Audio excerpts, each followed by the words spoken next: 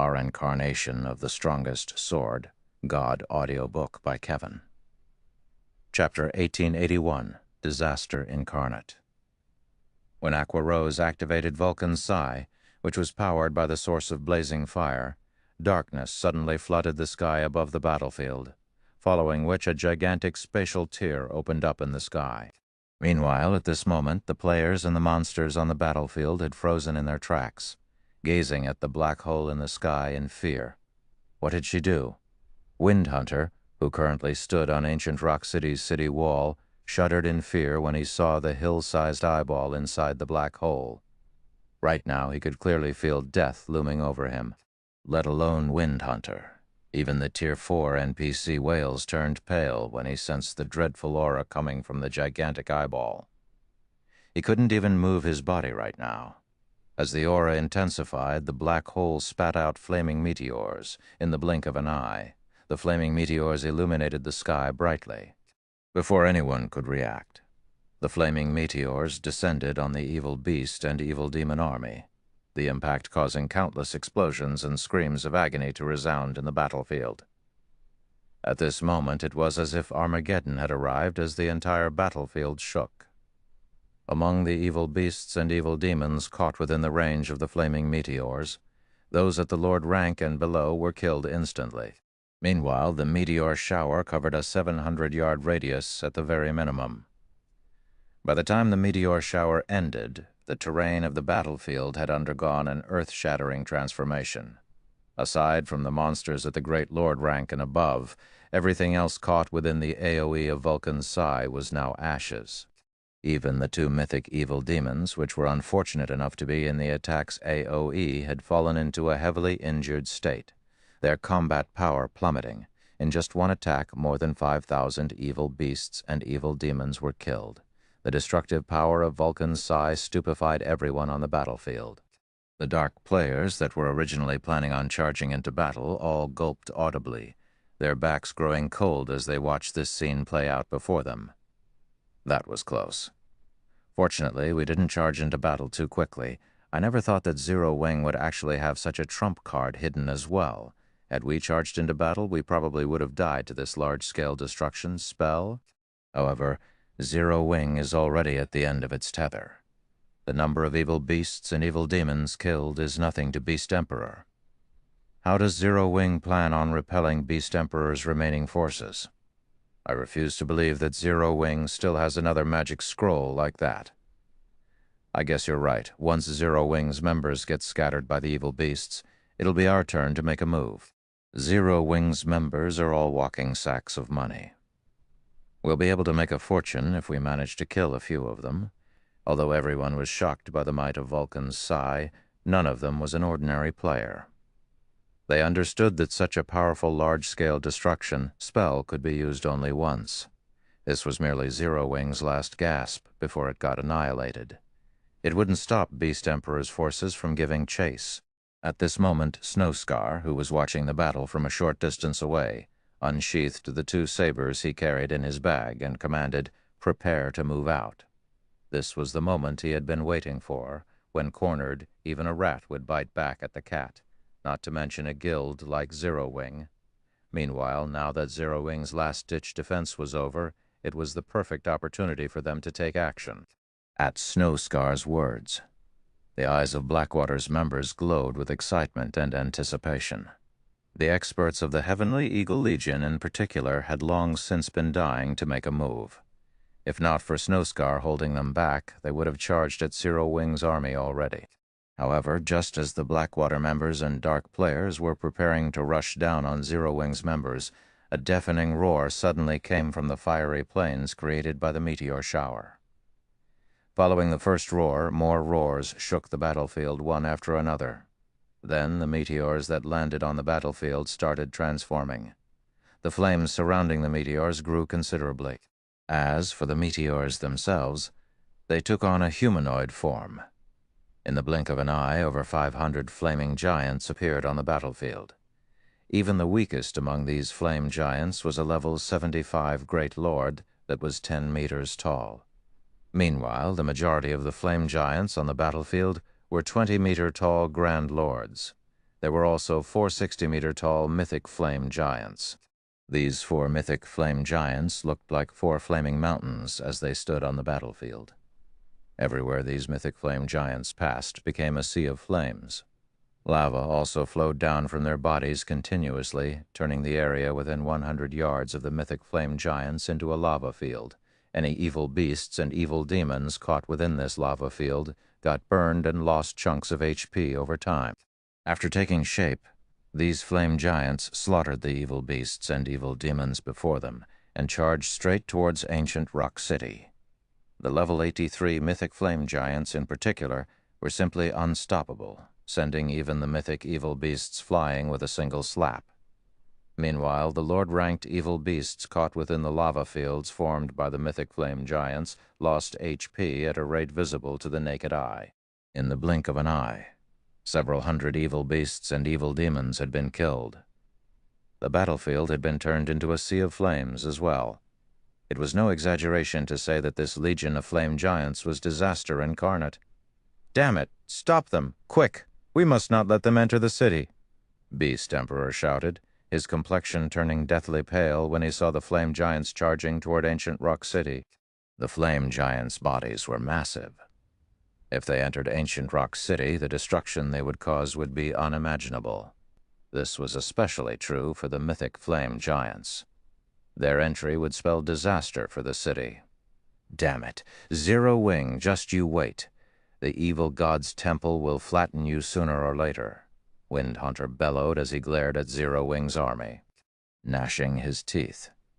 He promptly controlled all his evil demons and evil beasts to deal with the flame giants.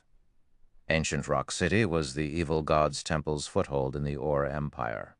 They could not afford to lose it, no matter what. Although he did not think that the Flame Giant Legion could destroy the entire city, even partial destruction was not a loss they could afford. Following which, under Wind Hunter's command, Whales and the 2 mythic evil demons moved to hinder the mythic flame giants. As for the other evil beasts and evil demons, Wind Hunter tasked them with dealing with the other flame giants. The number of monsters targeting Zero Wing's members decreased drastically. Using this opportunity, Aqua Rose activated the movement-type defensive magic array once again. Immediately after, she had the army beat a hasty retreat. At the same time, she also had Flying Shadow and the others recall the divine magic dragons to support the army's withdrawal.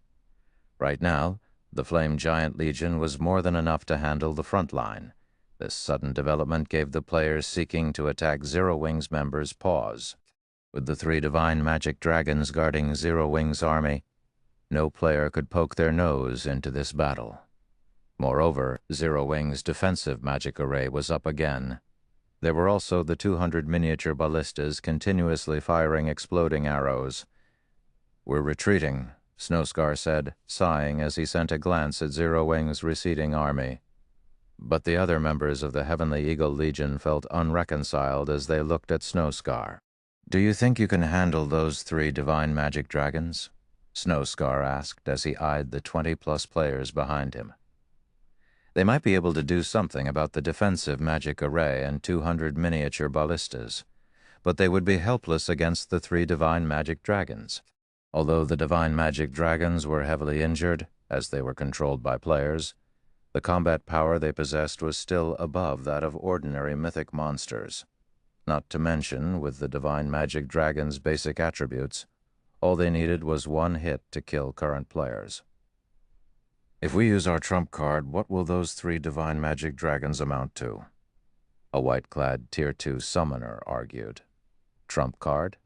Are you all going to expose our Heavenly Eagle Legion's greatest secret without the Vice Guild leader's permission?" Snowscar asked as he shot a cold glare at the Tier 2 summoner. Everyone present promptly fell silent. "Relax, you'll have plenty of opportunities to perform in the future. Not to mention, we got to see Zero Wing's trump cards this time. A guild that has its trump cards exposed is no different from a beast that has lost its claws and fangs. Zero Wing is no longer a threat to us," Snowscar said, a faint smile appearing on his face as he eyed the distant Zero Wing army. When Zero Wing's army completed its retreat from the battlefield, the battle at ancient Rock City had also come to an end. Although Zero Wing had failed to capture ancient Rock City, it had managed to destroy the city's defensive magic array and retreat entirely unscathed. Most importantly, Zero Wing had also destroyed the Dark Witch's Tower, an important gathering point for dark players in the Ore Empire. After the battle ended, news of it spread like crazy to the kingdoms and empires neighboring the Ore Empire. Chapter 1882, Everyone's Considerations.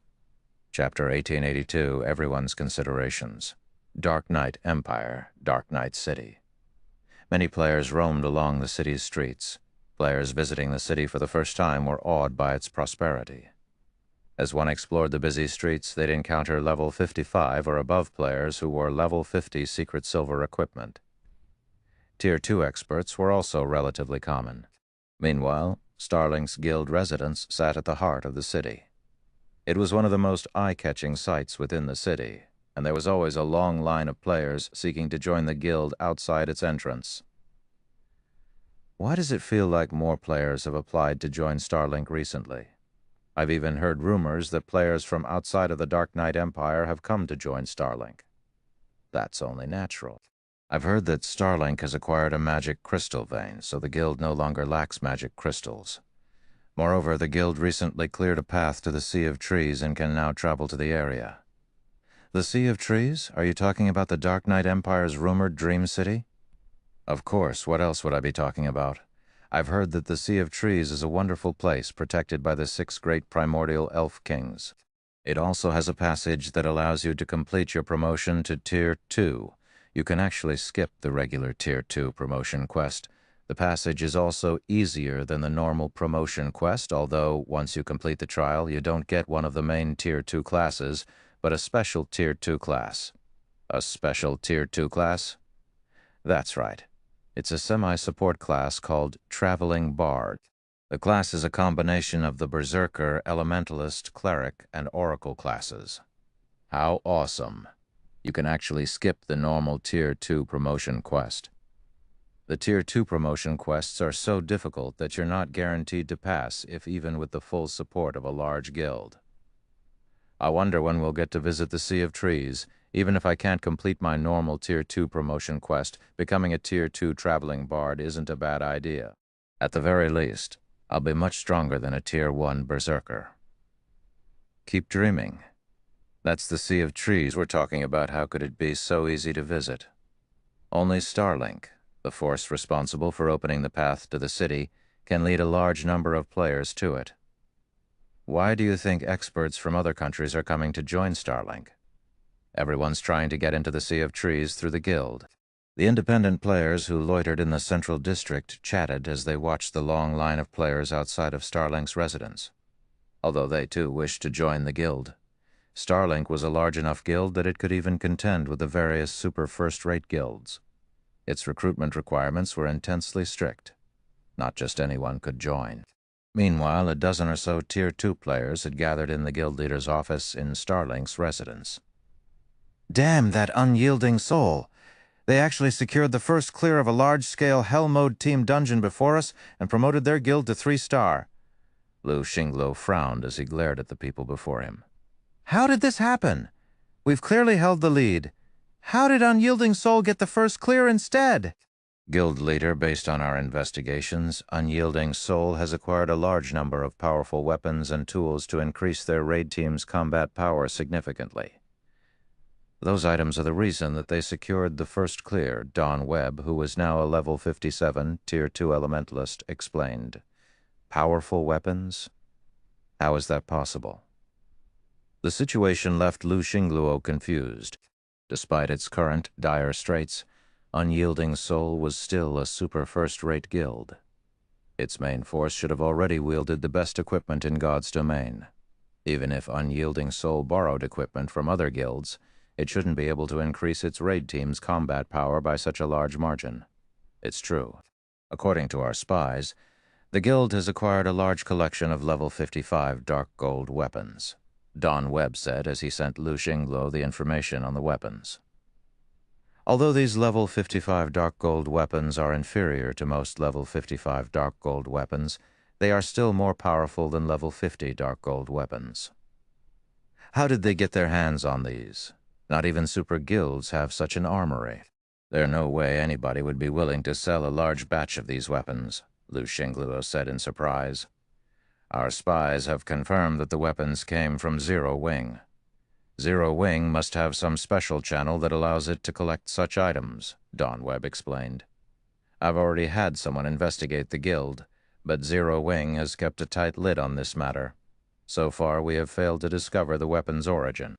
However, if I were to guess, it is highly likely that Zero Wing's forgers crafted the items. Even the various superpowers are struggling to raid level 50 team dungeons. Other than special quests or high-level field bosses, it is almost impossible for players to acquire level 55 dark gold weapons right now. Furthermore, Zero Wing sold the weapons to Unyielding Soul in bulk. It is very likely that Zero Wing's forgers have managed to create a level 55 dark gold weapon by luck or found the forging designs, mass-producing the weapons. Zero Wing, Lu Xingluo's expression darkened when he heard the name. I've heard that Zero Wing just launched a sudden attack against Ancient Rock City. What was the battle's outcome? Zero Wing had already dared to disobey him. Now the guild had assisted Unyielding Soul, his guild's rival. Due to the assistance, Unyielding Soul had recovered its momentum and become an even greater thorn in his side. Zero Wing has failed, Don Webb said softly, after giving the matter some thought. I know that. That's Beast Emperor we're talking about. How could that old bastard be so easy to defeat? The old bastard was even lucky enough to acquire a legacy from the evil god's temple, Lu Xingluo said, nodding. I want to know how severe Zero Wing's losses were. There were none. After failing to capture Ancient Rock City, Zero Wing used a powerful magic scroll to stop Beast Emperor's army before retreating from the battlefield, Don Webb explained. Although Zero Wing failed to capture Ancient Rock City, however, the guild did destroy the Dark Witch's Tower, one of the Dark Player's teleportation points in the Ore Empire. How? Lu Xingluo's eyes widened with shock. Finding this revelation somewhat unbelievable, he continued, I thought Dark Soul guarded the town. Although he did not know exactly how powerful the Dark Witch's Tower was, even superpowers would have to pay a high price to destroy it, since it was protected by high-level NPCs, much less a guild like Zero Wing. Moreover, Zero Wing had been engaged in a battle against Ancient Rock City while it had attacked the Dark Witch's Tower. That's correct. During the battle with the Dark Witch's Tower, Zero Wing revealed war weapons that no one has seen in the game before. This weapon operates like a mobile magic tower. It even has extremely high defense. The attack on the Dark Witch's Tower succeeded due to these weapons. All of the various superpowers are looking into it to find a way to acquire the weapons for themselves, Don Webb reported, nodding. He then forwarded the Dark Witch's Tower's battle video to Lu Xingluo. The ability to produce level 55 dark gold weapons, and now this, Zero Wing is unexpectedly capable. After Lu Xingluo watched the video, his lips curled into a smile as he said, Very good. I had simply planned to destroy Zero Wing, but it seems that the guild still has some value. Change of plans. Notify our subordinates to bring me these items? What about the Sea of Trees? We've gone to great lengths to acquire the 8 keys from the Thorn Fortress. Are we going to give up now that we're so close to the final struggle? Don Webb asked hurriedly. Of course not. We'll deal with the Sea of Trees first then. We'll take care of Zero Wing, Lu Xingluo said, as he looked at the hell tanks on his screen. A hint of greed flashed in his eyes. All right, go. See to the necessary preparations. Understood. Don Webb nodded. He then led his men out of the office. Meanwhile, in Silverwing Town, the return of Zero Wing's army caused a huge commotion in the town. After all, the battle's outcome had been striking. Although Zero Wing had failed to take down Ancient Rock City, the Dark Witch's Tower's destruction ensured that dark players would no longer pose a threat to Silverwing Town. Including the guild's occupation of the secret stone fortress, Zero Wing had secured the Ore Empire's southeastern region. No force would be able to hinder the guild's members now. With the rich leveling resources in the Ore Empire, Zero Wing's development speed would skyrocket. For a time, independent players from other countries traveled to Silverwing Town in hopes of joining Zero Wing. Many among them were expert players. Guild leader, the various superpowers representatives have left. They all expressed their congratulations on garrisoning in the secret stone fortress, Aqua Rose said, smiling at Shi Feng as he organized and inspected the loot he had acquired from the Dark Witch's tower. However, Hell Fiend from King's Return wore a particularly grudging look when he left. You should have seen how funny it was. It seems that they intend to give up on pressuring our guild. Shi Feng nodded. The outcome didn't surprise him, now that the potential losses outweighed the gains. It was only natural that the various superpowers gave up on targeting Zero Wing. Right, Unyielding Heart has also come to meet you. He has brought a few people with him this time. He says that he has a huge business proposition for you, Aqua Rose said. They're currently waiting in the second floor's VIP reception room. Would you like to meet with them now? A business proposition? All right, let's head over and see what they have to say. Shi Feng was relatively curious about Unyielding Heart's sudden visit. He and Aqua Rose then left the guild warehouse and headed for the second floor VIP reception room. Chapter 1883, Set Equipment of Astronomical Value. Chapter 1883, Set Equipment of Astronomical Value. 4 people sat in the second floor VIP reception room in Zero Wing's guild residence. When Shi Feng and Aqua Rose entered, these 4 people shifted their gazes toward the door. Sorry for the long wait, Shi Feng said. He was already acquainted with 2 of the 4 players, Unyielding Heart and Mu Lingsha. Shi Feng also recognized the other 2. They had been experts that every large guild in God's domain had known about during his previous life. One of these 2 was a level 57, Tier 2 elementalist called Long Soul, while the other was a level 57, Tier 2 guardian knight called Hunting Blade. In the past, Long Soul had also been known as the Crimson Wizard, whereas Hunting Blade had been known as the Iron Giant. Although neither had ranked on the God's Domain's experts list in the past, the secret pavilion had given them official titles. They hadn't ranked simply because they hadn't wanted to. Every superpower had their own secrets, and none of them would display every expert they had. Under pressure from the various superpowers, the secret pavilion hadn't included every expert on the God's Domain experts list. However, the secret pavilion had still provided a brief description of some of these experts. All of the experts that had earned a title had striking battle records. Although Long Soul and Hunting Blade hadn't been as famous as Unyielding Heart, they weren't any weaker than the guild leader. Of course, the 2 players had only earned their titles after reaching Tier 3 in the game. At this point, few people knew these players' true abilities. Guild leader Black Flame, you've come, Unyielding Heart said, smiling as he stood. He then gestured to Long Soul and Hunting Blade and said, "Let me introduce you. This is Long Soul, Unyielding Soul's chief elementalist, and this is Hunting Blade, Unyielding Soul's chief guardian knight." Hello. Both Long Soul and Hunting Blade nodded at Shi Feng as they carefully observed the swordsman's every action, attempting to determine Shi Feng's capabilities. Shi Feng was a large part of the reason for Zero Wing's current success. The guild had even secured a foothold in the Ore Empire and forcibly dissuaded the various superpowers from targeting Zero Wing. Some time ago, Zero Wing had even sold Unyielding Soul a large number of level 55 dark gold weapons, which allowed Unyielding Soul to earn the first clear in a level 50 large-scale team dungeon and become the first guild in the Dark Knight Empire to reach 3-star status. It was because of these achievements that Unyielding Soul now had more capital to contend with Starlink in its home empire. Once everyone had been introduced, Unyielding Heart removed a list from his bag and handed it to Shi Feng. A quick glance at the list left Shi Feng confused. "Guild leader Black Flame, I suspect that you might be interested in the items listed, am I correct?" Unyielding Heart asked, smiling. "UR Zero Wing is very interested in acquiring these items," Shi Feng said, nodding. Every item on the list was a material that Zero Wing was currently trying to purchase in bulk. There were even materials for crafting the Hell Tank among them. Certain materials the Hell Tank required couldn't be acquired from team dungeons.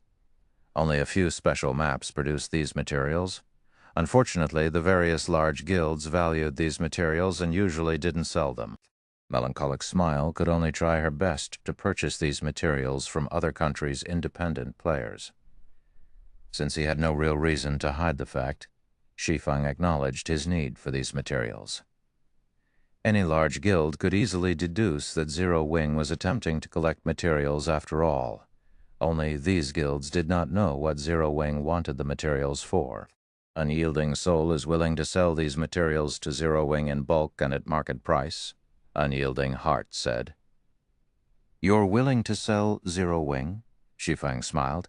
That would be wonderful, but I doubt that's why you're here. If Unyielding Soul only wanted to sell Zero Wing these rare materials, Unyielding Heart wouldn't have personally visited the guild. He could have simply sent a subordinate to initiate the transaction.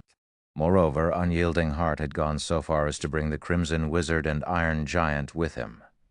Of course, that's not the only reason I've come. I would like to trade these rare materials for the Dark Corrosion set and Sundial set earlier than planned. I believe the price I have to offer will be to your satisfaction, Unyielding Heart said, nodding as he revealed his true motive. You want to conduct the transaction in advance? Glancing at Long Soul and Hunting Blade, Shi Feng realized why Unyielding Heart had brought these two with him today. Unfortunately, I've already informed you and the Phoenix Pavilion Master of the auction date for the two sets. If I trade with you now, I'm afraid that it won't be fair to the Dragon Phoenix Pavilion. The Dark Corrosion set and Sundial set were both level 55 to level 60 Dark Gold set equipment.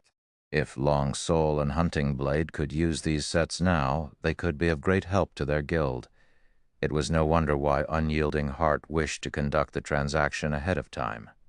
I understand. That is why Unyielding Soul is willing to offer you 70,000 gold's worth of rare materials or magic crystals for the two sets. I don't believe that even the Dragon Phoenix Pavilion is capable of making such an offer. If you're uncertain, we can also contact the Dragon Phoenix Pavilion and conduct an impromptu auction right now. I believe the Dragon Phoenix Pavilion won't object to the arrangement, Unyielding Heart said. When Long Soul and Hunting Blade heard Unyielding Soul's statement, their expressions changed. They both wondered if their guild leader had lost his mind. This wasn't the price they had agreed on earlier. Not only had Unyielding Heart asked to purchase the two sets for 70,000 gold, but he even offered to settle the bill with extremely rare materials. For that price, they could purchase quite a few sets of individual level 60 dark gold equipment. 70,000 gold in rare materials? Shi Feng was astonished when he heard the proposal. Shi Feng had to admit that the offer was tempting. He had intended to set the starting bid for the Dark Corrosion set at 24,000 gold, and that price was only so high because the set was meant for MTs. He had thought he'd be lucky to sell the Sundial set for 10,000 gold. At best, he had estimated that he could sell the two sets for a total of 50,000 gold. Yet Unyielding Heart had just offered 70,000 gold for the sets.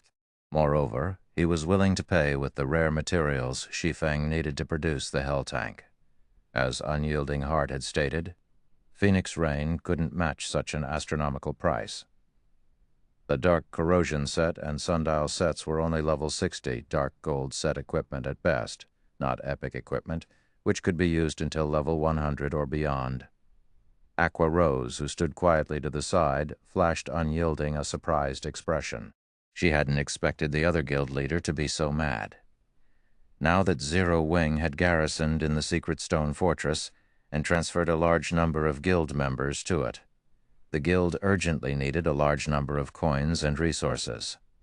If Zero Wing could secure the resources Unyielding Heart had just offered, this transaction could accelerate Zero Wing's occupation of the Aura Empire's southeastern region. When Unyielding Heart saw Shi Feng and Aqua Rose's satisfied expressions, his smile brightened. Although he had offered to purchase the sets at a much higher price than he had initially planned, he had done so to avoid a scene. If he had competed with Phoenix Rain in an auction, the risk of leaked information would increase. Remorsefully, Shi Feng shook his head.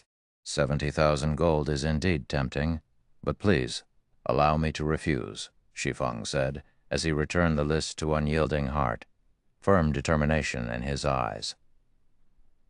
Are you not satisfied with my offer? Unyielding Heart was stunned. Long Soul and Hunting Blade stared at Shi Feng as well. They both thought that Shi Feng had lost his mind. No one else would offer such a generous price. Yet Shi Feng had rejected it. "No, I find it quite satisfying," Shi Feng answered truthfully. "Then why?" Unyielding Heart's confidence began to crumble as he stared at Shi Feng. "Unfortunately, I'm more interested in the Sea of Trees," Shi Feng said, chuckling. Chapter 1884, Tier 2 Special Class. After Shi Feng's statement, the room fell deathly silent. This unyielding heart couldn't help but stare at Shi Feng in shock. He had never dreamed that Shi Feng's appetite would be so intense. Not only wasn't the man satisfied with 70,000 gold and rare materials, but he had also set his sights on Unyielding Soul's Sea of Trees. The Sea of Trees? Questions filled Aqua Rose's mind. She didn't recognize the name, and that made her curious. What was the Sea of Trees that it was enough for Shi Feng to refuse so many valuable resources? Moreover, based on Unyielding Heart and his companion's expressions, the Sea of Trees clearly wasn't ordinary. "Guild leader Black Flame, if you wish to involve the Sea of Trees in this transaction, Unyielding Soul will have to bow out," Long Soul firmly declared as he stood. "It is best if you consider something else." The Sea of Trees was a legendary city in the Dark Knight Empire. Anybody could learn that much after a little research. Besides, it was no longer a secret in the Empire. Many experts had already learned of the Sea of Trees and traveled to Dark Knight City to join Starlink. However, unlike Starlink, Unyielding Soul had no intentions of sharing the Sea of Trees. Hunting Blade nodded as well from beside Long Soul. The Sea of Trees was far beyond Unyielding Soul's bottom line. Zero Wing must be dreaming if it thought it could demand a share of the profits in exchange for 2 dark gold set equipment. "Don't be in such a hurry to refuse. Aren't you interested in what I have to offer?" Long Soul's reaction didn't particularly surprise Shi Feng. The Sea of Trees was a unique secret land which had been created by the 6 great primordial elf kings. Like Primordial City, the Sea of Trees could provide players immense help. But the Sea of Trees primarily focused on magic research. Players could find many magic arrays that weren't available in God's Domain's NPC towns and cities. Players could also improve their grasp on magic arrays as well as their spell completion rates. Because of this, the various major powers in the past had placed heavy importance on the Sea of Trees. After the Sea of Trees activated, players would only be able to visit the city if they had a key. As a result, the city's entry slots were incredibly precious. However, as players continued to unlock more of the city's features, the entry conditions would loosen. In the end, the Sea of Trees had become one of the most famous NPC cities throughout God's Domain. Meanwhile, the Sea of Trees' most well-known benefit was its Tier 2 special class, Traveling Bard. As one of the few semi-support classes available at Tier 2, the class had the ability to boost teammates, although the Traveling Bard didn't command high DPS. A Traveling Bard could increase a 100-man team's combat power by at least 15%. This was why the various large guilds had valued this Tier 2 special class. Naturally, Unyielding Soul would have a greater advantage if it monopolized the class for as long as possible. "It doesn't matter what you say. We won't budge on this matter." Long Soul growled resolutely. Unyielding Soul had researched the Traveling Bard class in detail, so they knew just how much help the class would provide to a team. As long as Unyielding Soul had Traveling Bard players, the guild could clear team dungeons far faster than other superpowers. As for Starlink and Crimson Emperor, who had also obtained keys to enter the Sea of Trees, neither would share their slots to ensure their advantage over their competition. "What if I told you that I have a way to increase players' success rate of becoming Traveling Bards?" Shi Feng asked, chuckling. "I know a little about the Traveling Bard class. I have heard that a limited number of players can class change into a Traveling Bard, 20 per week, I think. Moreover, I don't believe that Unyielding Soul is the only guild in the Dark Knight Empire that has acquired the keys to enter the city. How do you know this?" Long Soul stared at Shi Feng in shock. The matter regarding the city's keys should have been a core secret that only their 3 guilds knew. Players outside of the guilds should only know that they could become Traveling Bards after visiting the Sea of Trees. But how could such a massive advantage exist without limit? There was indeed a player limit for the promotion quest. Only 20 players could acquire the class each week. Once that limit had been reached, players would have to wait 7 days before they could attempt the class change. Increase the class change success rate? Guild leader Black Flame, do you really have a way of doing so? Unyielding Heart could not help his growing interest. Although 7 days wasn't a long time, it wasn't very short either. The various superpowers' main force members would surpass level 60 after 2 cooldown cycles. At that time, Tier 2 players would not be as much of a rarity. Fortunately, the Traveling Bard's value wouldn't lessen in that time, although the class would be most valuable during the first 2 cooldown cycles. Currently, the Dark Knight Empire's 3 main powers vied for these first 20 slots. If it were possible to increase the class change success rate, Unyielding Soul would have a massive advantage over its competition, of course. Moreover, my method increases the success rate by at least 20%, Shi Feng confidently explained. A 20% improvement? Unyielding Heart gasped. Although the Traveling Bard's class change quest was slightly easier than the usual Tier 2 promotion quest, that didn't mean it was easy. The experts Unyielding Soul had carefully selected to attempt the class change only had a success rate of roughly 50%. If it were possible to increase that by 20%, Unyielding Soul could monopolize the 20 slots. The Sea of Trees initial entry slots are incomparably precious. Besides, how do we know that you're telling us the truth? Long Soul stated. I don't have any proof. It is up to you to believe me or not. I only want 10 entry slots into the city. I'll also reduce the price for the 2 sets to 50,000 gold in resources, Shi Feng said, smiling. For a time, Long Soul was at a loss for words. All right, I'll agree to your offer on behalf of Unyielding Soul, Mu Lingsha, who had remained silent all this time, said suddenly. Miss Mu, what if he's just spouting nonsense? Long Soul tried to dissuade the woman. I don't believe that guild leader Black Flame would trick us. Furthermore, his understanding of the Traveling Bard class isn't inferior to ours in the least. This proves that he knows what he's talking about, Mu Lingsha said. Since Mu Lingsha was so determined, Long Soul had no choice but to nod silently. However, as Mu Lingsha had implied, only the core upper echelons of the Dark Knight Empire's 3 major guilds should know any details related to the Traveling Bard class. Information leaks should be impossible, yet Shi Feng had revealed accurate information on the class. This proved that he indeed knew something. All right, let us sign a contract then. Once Unyielding Soul's group had agreed, Shi Feng revealed a contract he had prepared beforehand.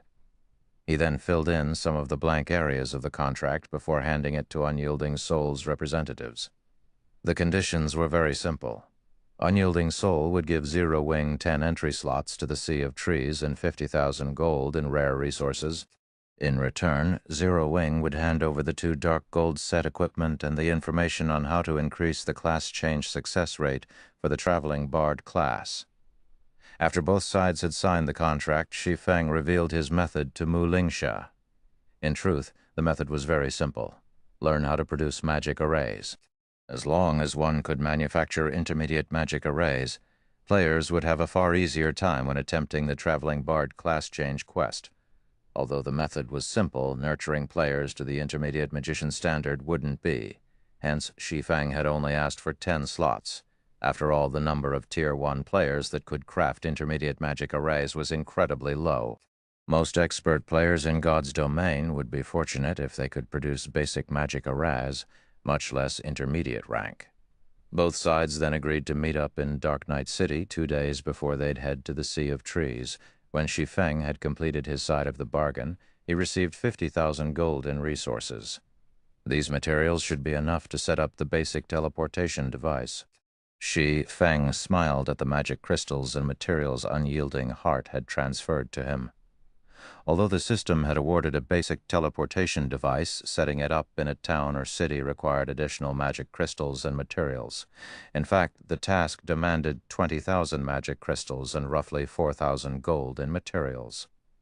Previously, due to the battle against Beast Emperor, Zero Wing had spent most of the magic crystals it had stockpiled. Fortunately, Shi Feng's deal with Unyielding Heart had netted him 40,000 magic crystals, more than enough to set up the basic teleportation device. Immediately after the meeting, Shi Feng made his way for Silverwing Town's most popular attraction, the airport. Chapter 1885, Basic Teleportation Device, Silverwing Town Airport. Chapter 1885, Basic Teleportation Device, Silverwing Town Airport. Due to the airport's appearance, the previously desolate sector of the town had become a hub for players and NPCs. Many players lingered outside of the airport, hawking their wares or recruiting team members. So this is Silverwing Town. The players here are so high-leveled. The town's average level can already compete with Black Dragon City's players. Don't you know?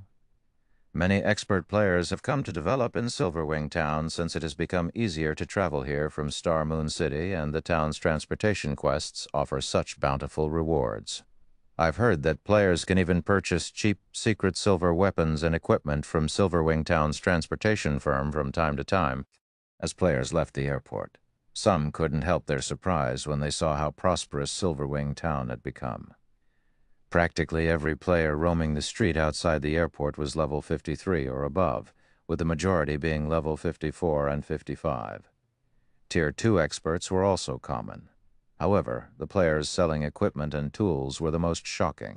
In Black Dragon City, the Black Dragon Empire's imperial capital, players rarely sold level 50 secret silver equipment. However, on the street outside the airport, quite a few players did just that. Moreover, their prices were 20% lower than in Black Dragon City, although, despite the 20% discount, the prices were still beyond ordinary players' budgets. Meanwhile, after receiving a brief explanation on Silverwing Town, first-time visitors' eyes glowed with excitement. Based on what they had heard thus far, developing in Silverwing Town would be far more successful than in Black Dragon City. Not only did the town offer many income sources for independent players like themselves, but acquiring level 50 weapons and equipment was also easier here. It was even said that the transportation firm offered level 50 fine gold weapons and equipment. The only problem was the transportation firm contribution point requirement, and those would not be easy to collect. The airport's benefits are really amazing. It's no wonder why guild towns with airports had quickly become advanced cities, Shi Feng thought as he gazed at the crowded street before him. He had never thought that the airport would become so prosperous after just a few days. Although he had told Aqua Rose to increase Silverwing Town's player population limit, he didn't think it would be long before they reached the new limit. If he wanted to resolve this issue, he'd have to upgrade Silverwing Town to an advanced town soon. Although an advanced town was still a town, it was significantly larger than an intermediate town, nearly half the size of a basic city. However, upgrading Silverwing Town to advanced rank wouldn't be an easy task. Aside from the required popularity, neutral towns needed sufficient security to qualify for a promotion. Currently, gaining popularity wasn't a problem for Silverwing Town.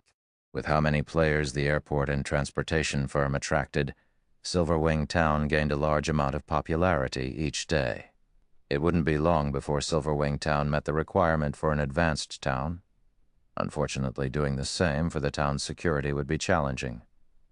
In terms of defensive structures, Silverwing Town definitely passed, as it had 5 magic towers and a large number of defense turrets.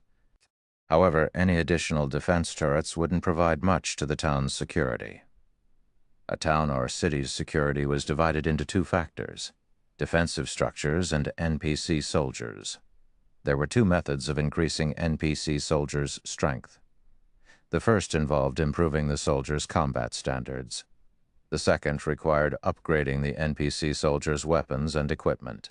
Unfortunately, not even Shi Feng had a method of improving the NPCs' combat standards. It all depended on the NPCs the town recruited. All he could do right now to strengthen Silverwing Town's NPC soldiers was improve their weapons and equipment. However, boosting the NPC soldiers to meet the strength requirement for a promotion would require a large number of coins to reach the security standard for a promotion to advanced rank. 600 of Silverwing Town's 2,000 NPC soldiers would need to wear full sets of fine gold equipment. Currently, only 120 NPC soldiers wielded fine gold equipment. Meanwhile, gearing the remaining 480 NPCs would cost close to 290,000 gold in total. The greatest difficulty other guilds faced when trying to upgrade a neutral town was the town's popularity. During his previous life, the guild towns had generally fulfilled their security requirements long before they fulfilled their popularity requirements. However, Zero Wing was the exact opposite. This was precisely the reason for Shi Feng's current headache. Zero Wing simply didn't have enough money. From an outsider's point of view, Zero Wing was quite wealthy. However, Shi Feng knew how truly broke his guild was. Just taking care of Silverwing Town's development had drastically slowed Zero Wing City and the Lost Towns. Now he also needed 290,000 gold to upgrade Silverwing Town. This predicament was the reason he had set his sights on the Sea of Trees. In Unyielding Soul's opinion, he just wanted the Traveling Bard class to strengthen Zero Wing's teams so that the guild could secure better weapons and equipment. In reality, however, the Traveling Bard class was nothing to him. The Sea of Trees itself was his true target. As players gradually unlocked the city's various features, the legendary Dream City would enjoy immense fame throughout the continent of God's domain. Thus far, the populace was still unaware that the Sea of Trees was actually a trade city for the various neutral races. Of course, this feature would only become available after players had removed the city's second seal. At that time, neutral NPCs would swarm to the Sea of Trees, and after the third seal was removed, neutral players would join them. At that time, like Blackwing City's passes, the Sea of Trees keys would become more common in neutral races' maps. The keys would no longer be limited to the Dark Knight Empire. Unlocking this feature would also open trade between human players and neutral players. Although there did not seem to be many neutral players in the game right now, when they gathered, they would easily outnumber an Empire's player population. After all, many players desired a stronger body, and becoming a neutral race would satisfy this desire. Since no one knew this secret yet, he had to prepare to secure a share of the profits, using this opportunity to make a fortune. It wouldn't be long before the Sea of Trees' second seal was removed, and if he didn't take action quickly, the Dark Knight Empire's three main powers would claim the Dream City's benefits. However, gaining these benefits had a prerequisite. Coins! Lots and lots of coins. Thinking up to this point, Shi Feng hurried towards a large, empty shop not far from the airport. This was one of the many shops Shi Feng had left empty specifically for the airport. Immediately, Shi Feng took out the basic teleportation device and a large number of materials from his bag. He then began to set up the device in the center of the shop's main hall. After working non-stop for 8 hours, Shi Feng finally formed the necessary magic arrays and magic circuits, connecting them to the basic teleportation device. As he finished his work, he released a sigh of relief. The necessary magic arrays were not easy to form. Players needed a strong understanding of advanced magic arrays to do so. Creating the necessary magic circuits was even more complex. These magic circuits had to be connected to God's domain's ley lines. Normally, the task required 3 advanced magicians, but since he was Zero Wing's only advanced magician right now, he had to complete the task slowly. Fortunately, he had grasped the production process for advanced magic arrays. Otherwise, he wouldn't have been able to utilize the basic teleportation device at all. System, you have successfully connected the leyline magic circuit. Do you wish to activate the basic teleportation device? Activate. Chapter 1886, Prosperous Silverwing. Chapter 1886, Prosperous Silverwing. In the quiet hall, the basic teleportation device activated, and magic arrays began to manifest on the ground. A short moment later, a silver 3-fold magic array appeared above the teleportation device, glowing with a dazzling light. The moment this 3-fold magic array appeared, the ambient mana rapidly gathered to the teleportation device. A pillar of silver light rose from the teleportation device, piercing through the ceiling and rising out of the shop. Every player in Silverwing Town could see the commotion activating the teleportation device had caused. As the silver light pillar rose beyond the clouds, it exploded. A silver light then rippled through the sky. In the blink of an eye, the ripple had enveloped all of Silverwing Town. Then, as quickly as it had appeared, the silver ripple vanished. What just happened? Was that some kind of magical attack? Isn't the airport in that sector? Did someone just attack the airport? As the light pillar and ripple disappeared, questions overwhelmed the town's players. Some curious players started to make their way towards the airport to investigate. Meanwhile, inside the large shop, Shi Feng grinned as he looked at the operational teleportation device. If an airport could attract players to a town, boosting its development, then a teleportation device would bring abundant wealth. This was especially true for Silverwing Town, a town in a dangerous place like the Ore Empire. Hopefully this thing's teleportation range is a little longer. Shi Feng immediately inspected the teleportation device. In God's domain, teleportation devices' range wasn't fixed, even for devices of the same rank. The teleportation device's range varied based on its environment. Basic teleportation devices' teleportation range could cover anywhere between 500,000 yards and million. The range was vast enough to teleport players across a small leveling map. Meanwhile, the further the basic teleportation device could reach, the larger Silverwing Town's safe zone would be. After all, if enemy players attacked Zero Wings within the teleportation range, the guild could send reinforcements instantly. This was also the reason that other powers rarely attacked towns with teleportation devices. A single mistake could easily lead to utter annihilation. As Shi Feng called up the basic teleportation device's attribute panel, the system revealed the device's statistics. Maximum teleportation distance, 710,000 yards maximum users at one time, 100 people. Teleportation cost, every 150,000 yards per person requires 1 unit of mana. 1 unit of mana for every 150,000 yards with a maximum of 710,000 yards. Not bad. Shi Feng was relatively satisfied with the teleportation device's statistics. 1 magic crystal yielded between 100 to 130 units of mana. In other words, 1 magic crystal would be enough to teleport between 100 to 130 people across 150,000 yards. This cost was much lower than an ordinary teleportation magic array.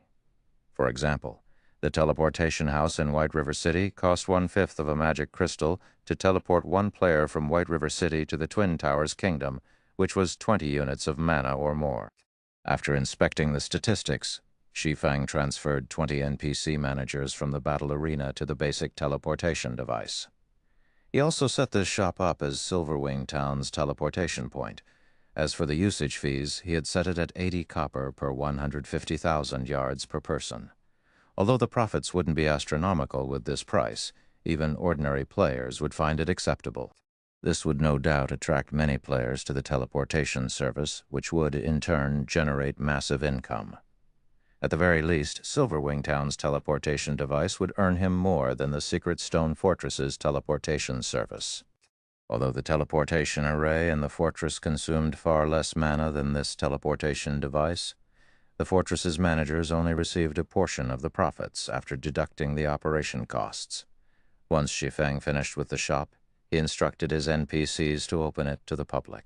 Many players had already gathered on the street outside of the shop due to the airport, and after seeing the silver light pillar, even more players had joined the crowd. The moment the shop opened, a flood of players surged in out of curiosity. What's going on? Silverwing Town even offers teleportation services to nearby areas. I thought only fortresses have this kind of teleportation function. This is wonderful.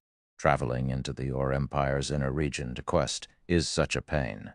Now that I can just teleport there, I'll save so much time. When the crowd of independent players discovered the teleportation shop's function, their eyes glistened with excitement. Although the teleportation price was slightly higher than that in the Ore Empire's fortresses, it was still within ordinary players' budgets. Moreover, Silverwing Town's living standards were far better than that of teleportation fortresses. Not only was the town's mana density incredibly high, but it also had a battle arena in which players could train. Silverwing Town even had the transportation firm, which offered high-ranked weapons and equipment. The services Silverwing Town offered were no match for teleportation fortresses. As news of the teleportation shop spread, thousands of players fought to use it. In the few minutes since the shop had opened, it had generated 10 gold in profit. The teleportation shop's money-making speed was simply frightening. At this rate, as long as there were enough magic crystals available to continue operation, generating 10,000 gold in profit would be child's play for the teleportation shop. Silverwing Town's teleportation device was even more lucrative than Zero Wing City's 4 towers of elements. Of course, Shi Feng had expected this. There were already more players using Silverwing Town's teleportation service than those in Zero Wing City, which had decreased since the players who wanted to travel to the Ore Empire had long since done so. Moreover, most players visiting the Empire were here to develop themselves. They'd likely remain in the Ore Empire for some time. Furthermore, due to the airport's recent construction, many players had opted to travel to the Ore Empire via airship. This further reduced the number of players who used Zero Wing City's teleportation services. In addition, Silverwing Town's teleportation service allowed players to teleport directly to the Secret Stone Fortress. Players could then use the Secret Stone Fortress's teleportation service to travel to the Ore Empire's inner region. Players who wanted to enjoy both Silverwing Town's benefits and grind in the Empire's inner region would frequently use the town's teleportation services, including the players trying to enter the town each day. Far more players would utilize the town's teleportation services than those in Zero Wing City. News of Silverwing Town's teleportation service quickly spread throughout the Ore Empire. It was enough motivation for players that quested and grinded in the Empire to shift their base of operations to Silverwing Town. Previously, not many players had settled down in Silverwing Town since it was so far from the Ore Empire's inner region, making travel to and from inconvenient, but since Shi Feng had resolved this issue, these players would naturally set up their base in the town. Although the cost would be slightly higher, the town's benefits would make it worthwhile. The players operating in the Ore Empire's inner region were at least elites as well, so spending a few extra silver coins each day wouldn't be a problem. For a time, the number of players trying to enter Silverwing Town skyrocketed. Meanwhile, Blackwater's upper echelons and Beast Emperor learned about this recent development. They wore gloomy expressions. They had hoped that the various superpowers would gang up on Zero Wing, but not only hadn't that happened, but Silverwing Town also had a teleportation function now. With this, Zero Wing's control over the Ore Empire's southeastern region would grow even stronger. Dust. The item you've mentioned is incomparably precious. It will definitely be difficult to acquire. If you have it, how confident are you of gaining full control of the evil dragonification magic array? Beast Emperor asked the man beside him, Dust Edge, from his seat in the Evil God's Branch Temple in ancient Rock City. He had planned to use the Dark Players and Bounty Hunters to whittle Zero Wing's combat power and financial strength down, but now this plan would likely fail. He also lacked the forces to launch a direct assault on Silverwing Town. Although Blackwater was powerful, it had recently acquired the Crimson Flame Fortress. It was still in the process of reinforcing its strength and also lacked the power to destroy Zero Wing's town. Currently, Dust Edge's evil dragonification legacy was his only hope. Unlike nurturing evil beasts and evil demons, producing evil dragons only required rare materials and players. I can't guarantee success, but I'm 80% confident I can gain full control over the magic array. Once I do, I'll be able to create even stronger evil dragons. Including the Evil God's Temple's current forces, destroying Silverwing Town should be a breeze. Dust Edge proclaimed, confidence shining in his eyes. We'll wipe all of Zero Wing from the face of God's domain, not to mention removing the guild from the Ore Empire. Good. I'll notify Blackwater and Dark Soul now, and have them secure the item for you as soon as possible. Seeing the confidence in Dust Edge's eyes, Beast Emperor couldn't wait to see the completed evil dragon. Meanwhile, in Silverwing Town's candlelight trading firm, Shi Feng had begun to rent out the shops around the airport. He had set the rent at 3,000 gold per month for small shops and 5,000 gold per month for large shops. Naturally, there were a limited number of shops available, so they would be rented out on a first-come, first-served basis. The moment the guild revealed the rental prices, the town's interested merchant players were stunned. This is insane. Has Zero Wing gone mad for money? Chapter 1887. Foundations Solidifying. Chapter 1887. Foundations solidifying. Translator, Exodus Tales. Editor, Exodus Tales. Once the candlelight trading firm had published the shop's rental prices, the town's merchant players and nearby bystanders gaped in shock. Crap! 3,000 gold to rent a shop for 1 month? I can buy a shop in an NPC city with that kind of money. Silverwing Town can't even compare to an NPC city, yet Zero Wing dares set the rent so high. Who could possibly afford such a price? If I had 3,000 gold, I could fully equip myself in top-tier equipment. With that kind of equipment, I'd be able to earn back the gold in a month if I'm lucky. It'd be far more profitable than renting a shop in Silverwing Town. For a time, Silverwing Town's players heatedly discussed the astronomical rent. Guild leader, I'm afraid that very few merchant players will be able to afford this price. Many capable trading firms have offered to rent the shops long-term if we lower the price by 30% as well. Why don't we drop it just a little? Aqua Rose suggested from her seat in the second-floor hall. Truthfully, even she thought that Shi Feng's price was a little too high. It might be acceptable for the shops in Zero Wing City, since the city had over 5 million player residents. The city's merchant players would accept such a high rent. Even the players that purchased permanent shops in NPC cities still had to pay a 15% monthly property tax after all. Moreover, this property tax would change based on the shop's monthly evaluation. The tax wasn't fixed based on the initial purchase price. However, Silverwing Town wasn't Zero Wing City. Although it had already become an intermediate town, it could only accommodate a limited number of players at a time. Right now, its player population was nowhere near that of a major NPC city, not to mention Zero Wing City.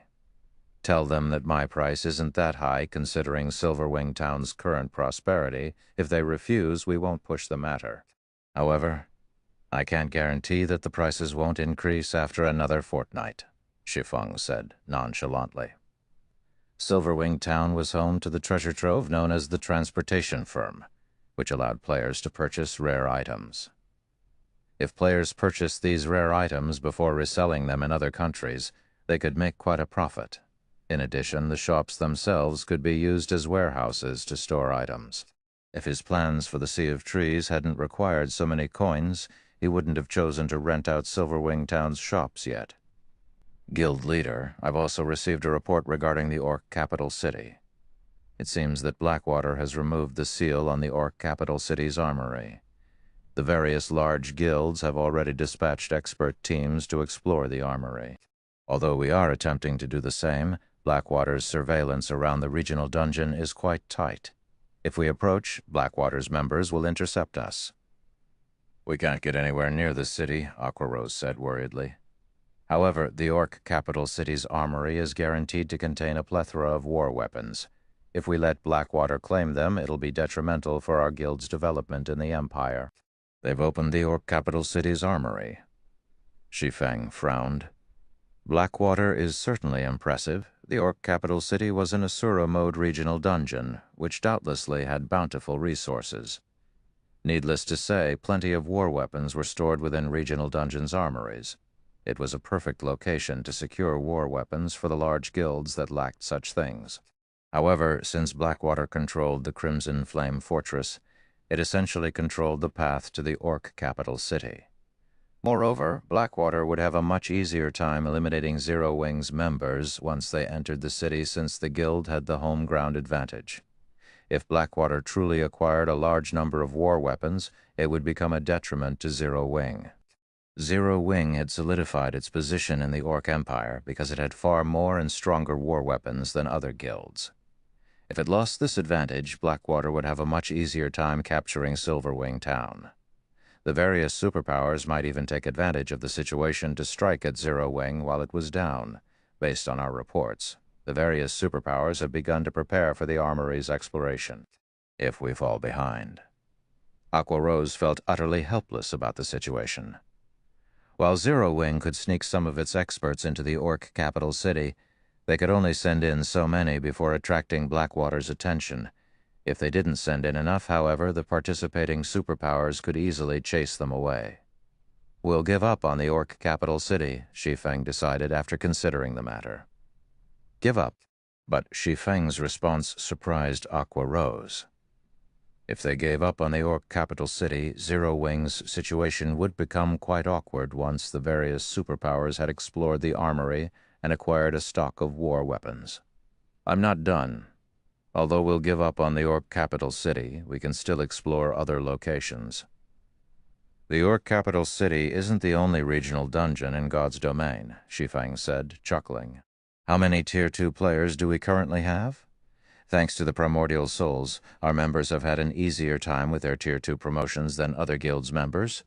We now have more than 400 Tier 2 players, and quite a few players are still attempting to complete their promotion quests. I don't think it will be long before we have 1,000 Tier 2 players, Aqua Rose said, a little excited. Zero Wing already had enough Tier 2 players to rival superpowers, and as time passed, the guild might even surpass the various major powers in God's domain.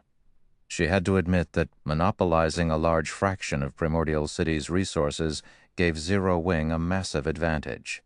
Zero Wing had far fewer experts than the various superpowers, but after acquiring the Primordial Souls, Zero Wing's members had a much easier time with their Tier 2 promotion quests. The guild also had an advantage in the equipment its members wore. We have so many already? Shi Feng was a little surprised by this revelation. It was far more than he had expected. Currently, the various first-rate guilds were lucky if they even had 40 Tier 2 experts. Excellent. In that case, take Icarus's heart and organize a 300-man team to raid the Salak Mountains. Grind the giant rock beasts there. Kill as many as you can for their loot. It'll also be a good opportunity to level up. However, be careful as you explore the map. Although it isn't an Asura mode regional dungeon, it is still one of the rare Hell mode regional dungeons. The Salak Mountains occupied a level 60 to level 90 neutral map near the Storm Empire. Meanwhile, the regional dungeon was well known for its production of fine Titan ore. Fine Titan ore was far more valuable than Titan ore. Although it could be acquired from 100-man team dungeons, the drop rate was painfully low. Although the fine Titan ore's drop rate in the Salak Mountains was also relatively low, less than 3% for Great Lord-ranked giant rock beasts. The regional dungeon was home to plenty of these monsters. However, grinding in the regional dungeon had a condition. Players had to reach Tier 2 first. Previously, Zero Wing had only nurtured several dozen Tier 2 players, not nearly enough to grind in the regional dungeon effectively. He had set the endeavor aside. However, now that the guild had so many Tier 2 players, he could use this opportunity to collect fine Titan ore, which was the main material needed to produce the Guardian puppet. Once he had the fine Titan ore, he would only have to wait until Melancholic Smile had nurtured the necessary master lifestyle players. Shi Feng's order left Aqua Rose a little confused. She didn't understand why he wanted to grind monsters so far from their territories, but since he had given the order, she had no choice but to accept Icarus's heart and do as he had told her. Meanwhile, all 20 of the shops Shi Feng had offered had been filled after only a day. Of the 15 small shops and 5 large shops he had prepared, none were vacant. In the blink of an eye, Shi Feng had earned 70,000 gold. This dumbfounded many merchant and independent players. They all wondered if the shop's tenants were crazy to spend so many coins on these shops by the time the appointed date to set off for the Sea of Trees arrived. Shi Feng had earned a total of 120,000 gold from Zero Wing's territories and selling the materials he had acquired from the Ice Crystal world. Following which, Shi Feng took his money and 9 Tier 1 experts to the Dark Knight Empire's Dark Knight City. Chapter 1888. Undead Knight, Dark Knight Empire, Dark Knight City. When Shi Feng and the 9 experts Aqua Rose had carefully selected left the teleportation hall, they were greeted by a crowded street. Many of the players among the crowd were independent experts.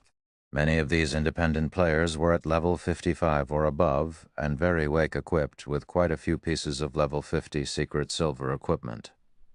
As if they were on a pilgrimage, these independent players ventured towards Dark Knight City's business district. At a glance, there were easily more than 5,000 of these players. Why are so many experts here? Shi Feng was surprised by the number of experts on the street. While it was true that a large number of experts tended to gather in empires' capitals, he had never seen so many independent experts in an imperial capital before. Not even the 4 major empires' capitals were this popular. As Shi Feng wondered about the reason for this gathering, he heard shouting from a short distance away. Players wishing to class change to a Tier 2 traveling bard head to Starlink's residence to apply as soon as possible. The guild will only accept applications for another 30 minutes. Upon hearing the announcement, the independent experts began to charge down the street. Starlink is so stingy. Despite controlling the path to the Sea of Trees, it's only recruiting 200 non-guild players. I know, right? How could 200 slots be enough for so many people? I've heard that players had begun to line up outside of Starlink's residence 10 hours ago. There are already more than 100,000 players in line right now. The most infuriating part of it all is that instead of recruiting based on individual strength, Starlink is recruiting based on one's skill with magic arrays. I'm a berserker. I almost never have to deal with magic arrays. Even magical class players rarely learn that stuff. That subclass can't help improve one's combat power, and you have to waste a lot of time researching arrays. However, I've also heard that if you become a traveling bard, you instantly get access to the same treatment as Starlink's core members. If you don't want to compete in Starlink, you can do so over at Unyielding Soul. Shortly after Starlink began its recruitment, Unyielding Soul did the same for the traveling bard class change. However, it only has 100 slots available. Though, like Starlink, you'll receive core member treatment if you complete the class change. I really didn't expect a Tier 2 class change to require knowledge on controlling magic arrays. If I had known about it earlier, I would have studied magic arrays a while ago.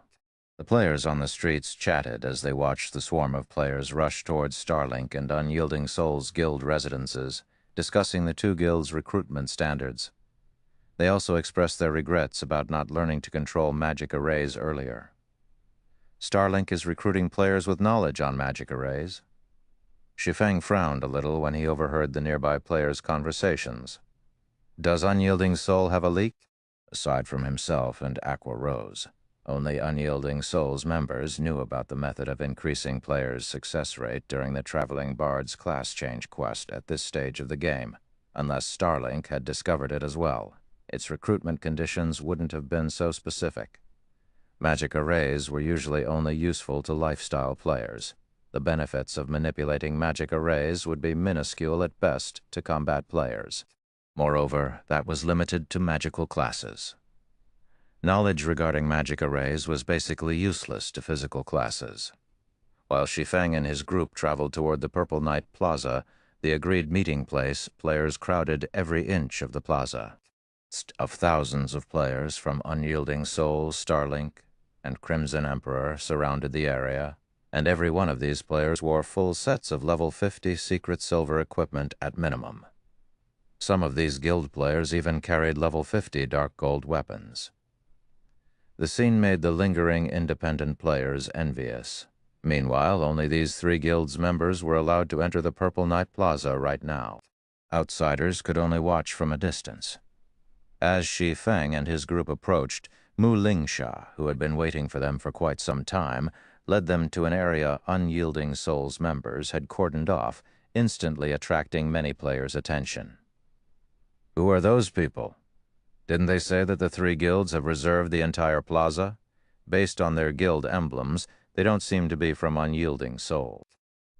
I think I've seen that guild emblem before, right? That's the guild emblem for the guild that has garrisoned in the Ore Empire's secret stone fortress. That's Zero Wing's emblem. But why are Zero Wing's members here?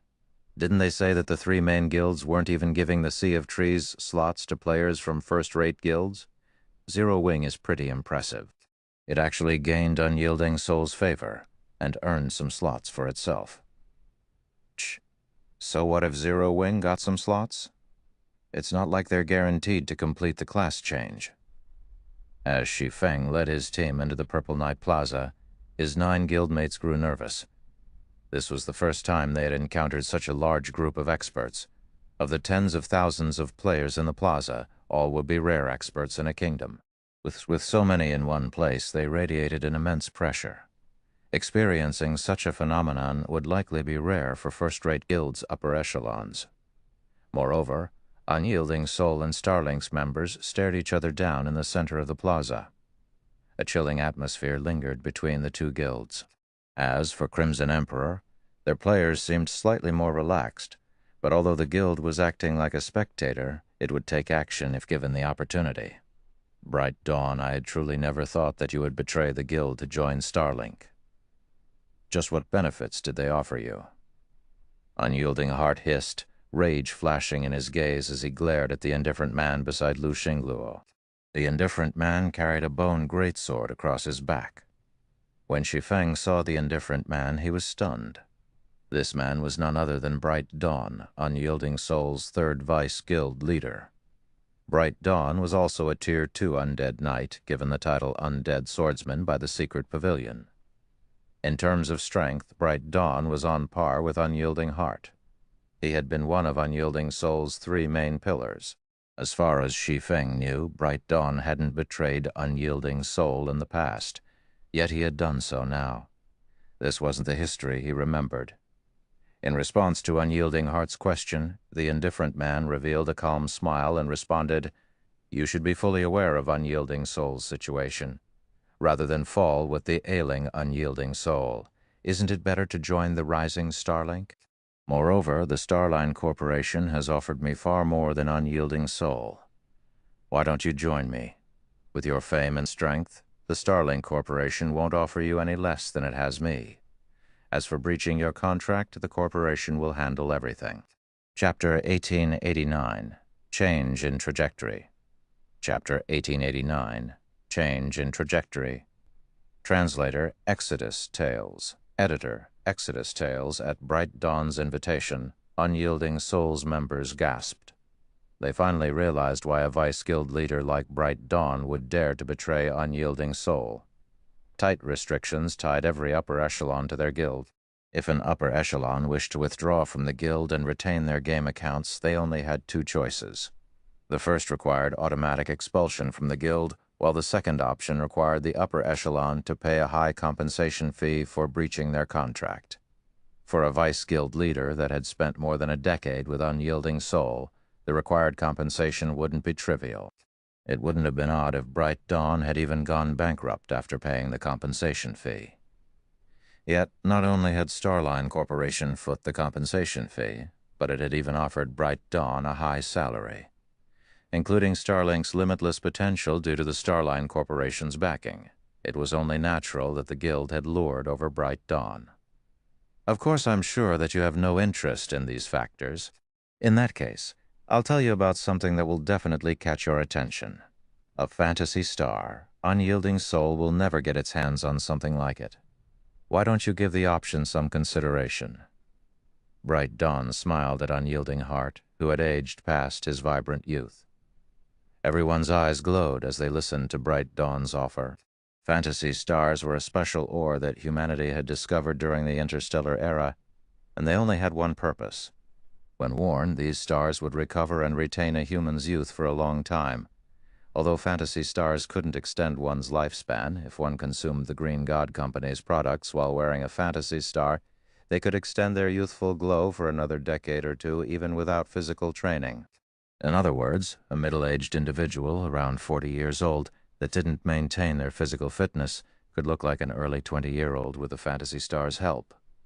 The fantasy star was an absolute treasure to professional gamers who relied on their youth to make their living. Although one's physical body in the real world wouldn't affect the performance of their virtual body in God's domain, their mental performance would. People past their prime generally had slower reactions than younger individuals. Even if one trained diligently to maintain their physical form, their age would more or less affect their mind. Needless to say, improving one's mental fortitude past one's prime was a daunting challenge. However, the fantasy star couldn't just restore one's youth, it could also maintain mental function, allowing humans to operate at their peak. So, the fantasy stars were extremely valuable. Not even the wealthiest individuals could afford one. Moreover, fantasy stars were incredibly rare. To purchase one needed sufficient status as well as funds. Meanwhile, the Starline Corporation just so happened to be one of the few fantasy star suppliers in the world, which meant that Bright Dawn had likely told the truth. A fantasy star? No wonder why he betrayed his old guild. After hearing about the fantasy star, Shi Feng understood why Bright Dawn had turned traitor. Bright Dawn currently looked to be in his 40s, and vice guild leaders from super first-rate guilds had no need for money. However, everyone craved youth. Once he acquired a fantasy star, Bright Dawn could recover to his peak. With his abundance of combat experience and combat techniques, he could improve himself further with his recovered youth. When Mulingsha heard what Bright Dawn had been offered, she glanced at Unyielding Heart nervously. Not only was Unyielding Heart one of Unyielding Soul's 3 main pillars, but he was also the guild's first vice-guild leader. If Starlink poached him, it would deal a devastating blow to Unyielding Soul. So, you betrayed your brothers in arms for a stupid fantasy star? I was blind to think of you as a friend. From now on, I will have nothing to do with you. Unyielding Heart growled. He then glared at Lu Xinglu, who had maintained his smile, and said, "Just you wait. Sooner or later, Unyielding Soul will chase you out of the Dark Knight Empire and regain its former glory." Unyielding Heart's words restored his dispirited guild members with fighting spirit. They all cheered their first vice-guild leader while ridiculing Bright Dawn. Regain your former glory. Bright Dawn could not help but laugh at Unyielding Heart and the other members of Unyielding Soul. And how will Unyielding Soul do that exactly? Will it rely on an old fellow like you, Heart, or the ignorant Miss Moo? Or are you going to rely on Zero Wing, your pitiful partner? Open your eyes and take a good look. Unyielding Soul is finished. The only thing holding it together is a group of useless old bastards. We've already gathered over 50 experts who are capable of manipulating intermediate magic arrays. Unyielding Soul should give up the hope of nurturing a single traveling bard. No, to be precise, you won't even get into the Sea of Trees. After saying so, Bright Dawn raised his hand.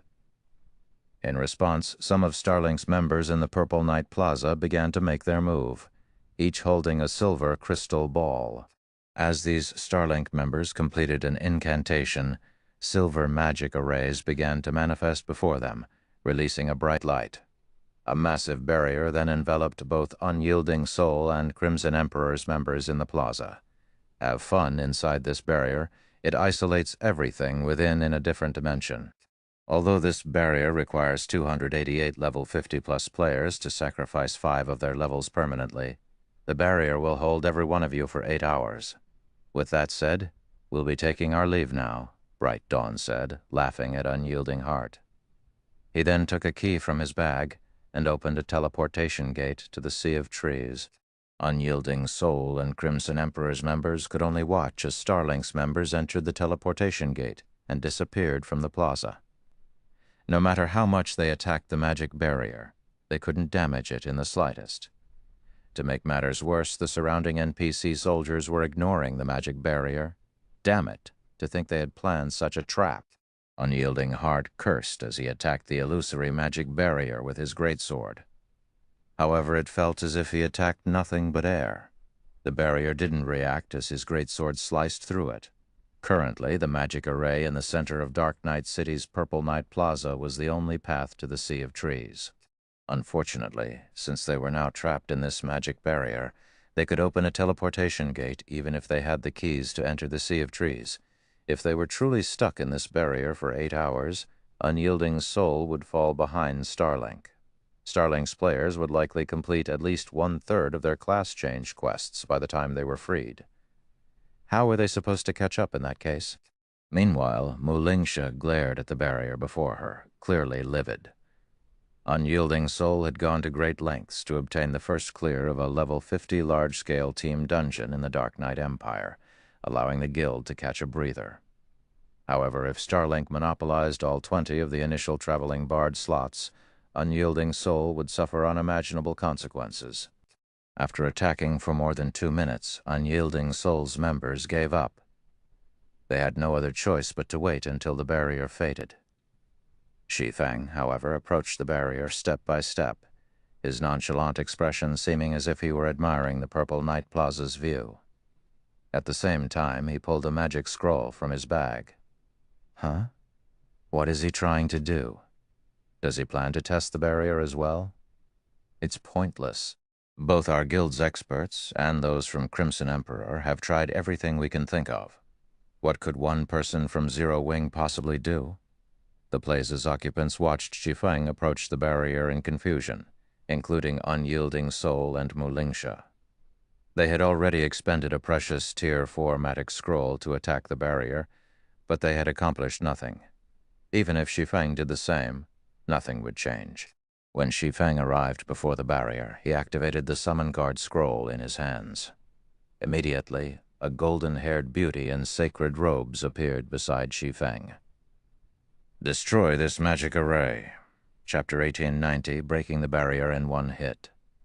Chapter 1890, Breaking the Barrier in One Hit. When the watching crowd saw the level 85 personal guard, Anna, they were dumbfounded. Destroy it? Unyielding Heart and the other Unyielding Soul members felt their anticipation melt away when they saw that Shi Feng had merely summoned his personal guard. Meanwhile, Crimson Emperor's upper echelons couldn't help but laugh at the swordsman. Is that kid stupid? What is a Tier 2 NPC going to do in this situation?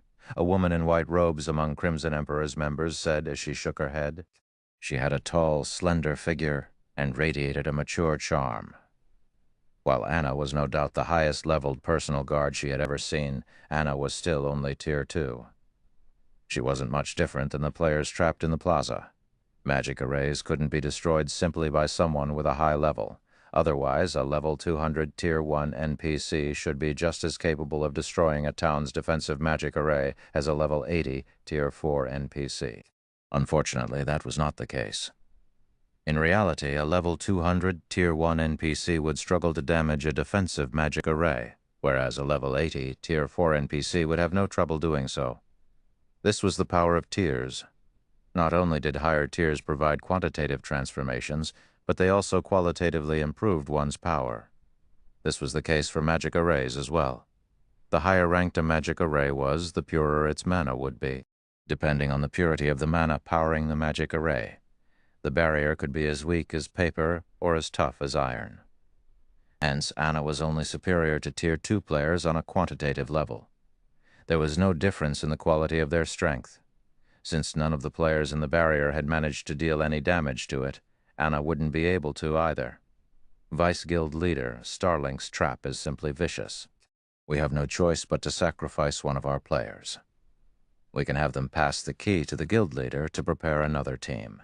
A level 57, Tier 2 Guardian Knight quietly suggested to the white-clad woman.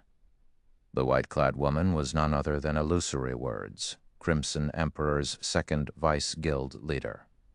Illusory Words had also been recognized as one of the 10 great clerics by the secret pavilion. All right, get it done. Illusory Words nodded. There was a method to escape the magic barrier before its duration ended, although players wouldn't use this method unless absolutely necessary. That method was death. When players died, they'd automatically resurrect in the nearest graveyards half an hour after their death. While doing so would allow players to escape the barrier, it would cost a level. However, the current situation did not allow for such concerns. It was better to have one player die and get the key to their guild leader within 30 minutes than waste 8 hours in the plaza. Their guild leader could organize another team to enter the Sea of Trees while the player waited for resurrection. If they got lucky, they might claim 2 or 3 traveling bard spots at the very least. It'd be better than nothing at all. As Crimson Emperor's members prepared to enact their plan, Anna finished chanting her incantation and writing the series of divine runes. Immediately, a golden magic array formed above the plaza, and a level 85 Valkyrie with pure white wings descended before the trapped players. The Tier 4 Valkyrie's aura was so intense that it felt stifling to the players in the plaza. A Tier 4 Valkyrie? When Illusory Words saw the white-winged Valkyrie hovering in the air, she could not help but turn to Shi Feng's cloaked figure. Could he be Black Flame? A lot happened in God's domain each day, and a new power or rising expert practically emerged with each sunrise. Not even she, one of Crimson Emperor's Vice Guild leaders, could remember each of these powers and experts, but she had a clear impression of the Tier 4 Valkyrie. After all, the Tier 4 Valkyrie was a considerable threat to any superpower. With a slight flap of her wings, a storm brewed, and the Valkyrie vanished. By the time she reappeared, she hovered before the illusory barrier. The Valkyrie then thrust her sacred thunder spear at the semi-translucent wall. Boom! With a deafening explosion, countless arcs of lightning crashed into the magic barrier. The barrier began to tremble. Despite the assault of so many players earlier, the barrier hadn't reacted in the slightest, yet just one of the Valkyrie's attacks was enough to shake it. What power! Illusory Words watched with slight surprise. The barrier hadn't even reacted when Unyielding Heart had attacked with a Tier 4 magic scroll, but now the Valkyrie's attack had deformed the barrier. One could easily imagine how powerful the Valkyrie's attack was. However, as the lightning began to fade, the magic barrier stilled. A second later, the barrier recovered to its original state, as if it hadn't been attacked at all. Even that wasn't enough. Unyielding Heart's expression soured as the magic barrier recovered. While it was true that the Valkyrie's attack had been effective, it was clear that the strike had only depleted a small portion of the magic barrier's energy reserves. It would take a considerable amount of time for the Valkyrie to destroy the barrier. Unfortunately, he was somewhat familiar with Shi Feng's Valkyrie. He knew that it could only remain for a short time. Most likely, the Valkyrie would not be able to deplete the magic barrier's energy reserves before her duration ran out. This left them with only the option of escaping by death, although he knew it would be meaningless. Players that could manipulate intermediate magic arrays would have a 20% higher chance of completing their class change. Even if Unyielding Soul formed another team, locating Tier 1, intermediate magician experts would be impossible. Intermediate magician experts were extremely rare, and he had already gathered everyone his guild had here. Even if the guild organized another team to enter the Sea of Trees, if Unyielding Soul's members were 30 minutes late and had a lower success rate, how could they compete with Starlink? Of course, they could sacrifice the intermediate magician experts with him. It would give them a better chance of competing. But that plan left another issue. Would players resurrect inside the magic barrier after they died? If players resurrected inside the barrier instead of the nearest graveyard after the 30-minute wait had passed, they'd sacrifice a level for nothing. Is there no choice but to risk it? Unyielding Heart gritted his teeth as he considered the option. As Unyielding Heart contemplated, the Valkyrie readied to throw her sacred thunder spear at the magic barrier. However, the surrounding crowd had already given up hope. Since the previous attack had failed, this one shouldn't fare any better. However, Shi Feng, who had remained still earlier, suddenly activated Heavenly Dragon's power, his aura's intensity instantly skyrocketing. He then slashed at the barrier with Killing Ray. Lightning Slash! The Valkyrie threw her sacred thunder spear at the same moment. Two streaks of light, one blue and one gold, collided at a single point on the magic barrier as one. Boom! With another explosion, the two streaks of light shot through the barrier, following which the crowd heard the sound of cracking glass. Cracks then began to web themselves across the illusory barrier. Peng! A moment later, the blue sky returned above the players' heads. How is this possible? The barrier shattered. What did he do? Both Unyielding Soul's Unyielding Heart and Crimson Emperor's illusory words gave Shi Feng incredulous looks. Chapter 1891, Another Method, Dark Night City, Purple Night Plaza. Chapter 1891, Another Method, Dark Night City, Purple Night Plaza. As the barrier disappeared, silence filled the entire plaza, and every player that had been trapped behind the barrier turned to stare at Shi Feng. So strong. Didn't the barrier just shake a little after the Valkyrie's attack? How did he straight up destroy the barrier? Whether it was the spectating players outside of the plaza or the two super first-rate guild's members within, all looked at Shi Feng with incredulous expressions. The expert players Starlink had stationed to observe the situation from outside of the plaza stared at the scene with bulging eyes. They had only formed the illusory spatial barrier after sacrificing 288 players to the magic array, yet Shi Feng had shattered it without much effort. The illusory spatial barrier had been formed with a set of special magic tools the guild had found in ancient ruins.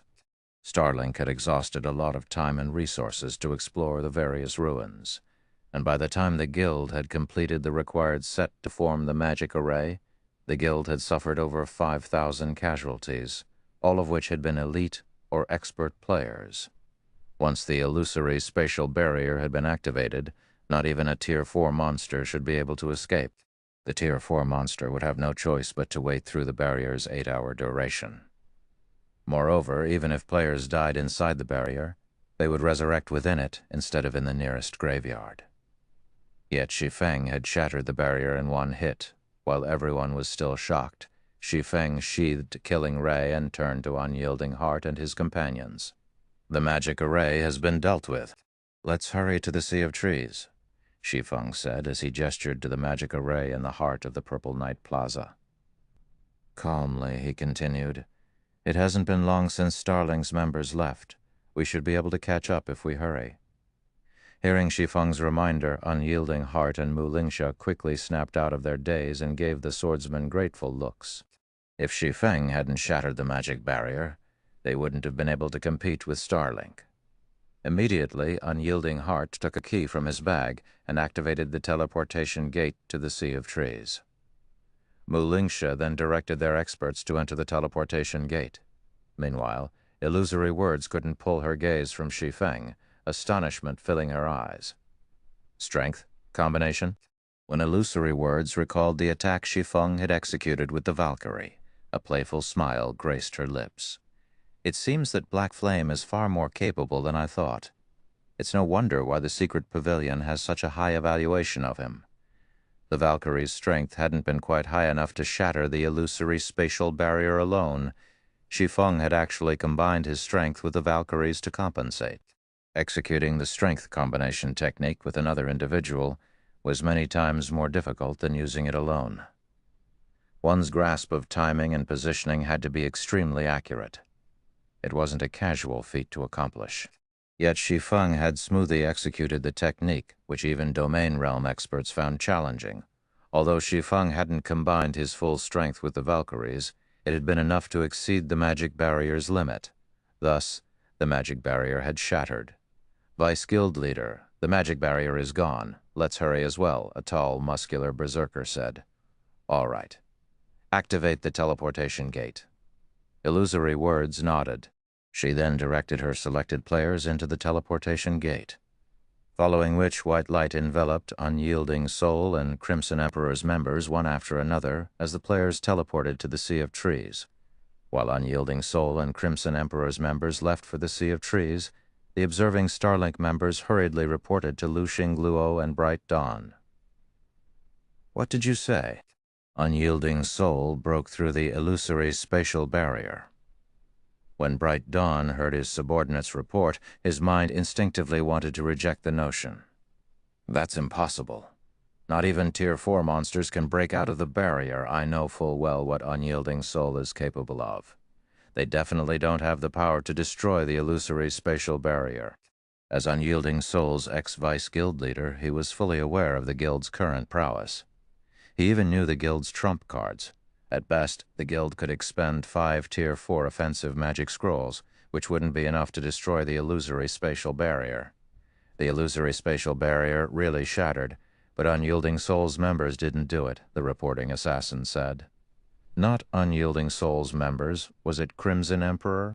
Bright Dawn's expression darkened. "It seems that I've underestimated illusory words to think that she had such card hidden. While the illusory spatial barrier could be broken, doing so required immense power. One would need enough power to destroy a town's defensive magic array in one hit, and players had no chances of encountering such power at this stage of the game. However, God's domain had countless opportunities to offer. With how widespread a superpower's influence was, it wasn't impossible to acquire a tool with enough destructive power." "No, it wasn't Crimson Emperor's members either.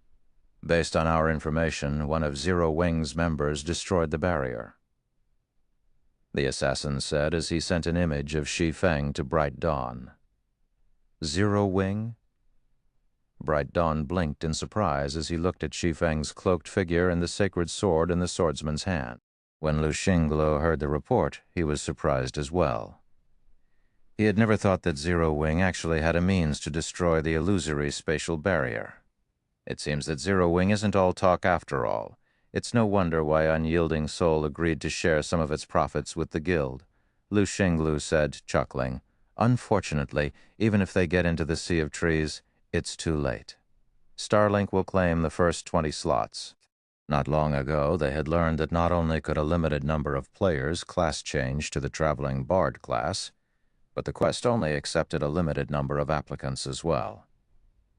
Only 300 slots would be available once every 2 hours. Each application also cost 60 gold. Although the price was high, it wasn't much to Starlink. In the end, they had spent 18,000 gold to purchase all 300 slots, sending 50-plus intermediate magician experts to attempt the quest. The guild then gave the remaining 240 or so slots to we-equipped Tier 1 experts. As Lu Xinglu and his companions, who didn't plan on challenging the class change quest, were about to leave to explore the Sea of Trees city, Unyielding Soul and Crimson Emperor's members finally made their appearance, arriving in the temple that served as the venue for the Traveling Bard class change quest. "Damn it! Why does the quest have this restriction too?" Unyielding Hearts gave the female elf clerk a grim expression after receiving her reply.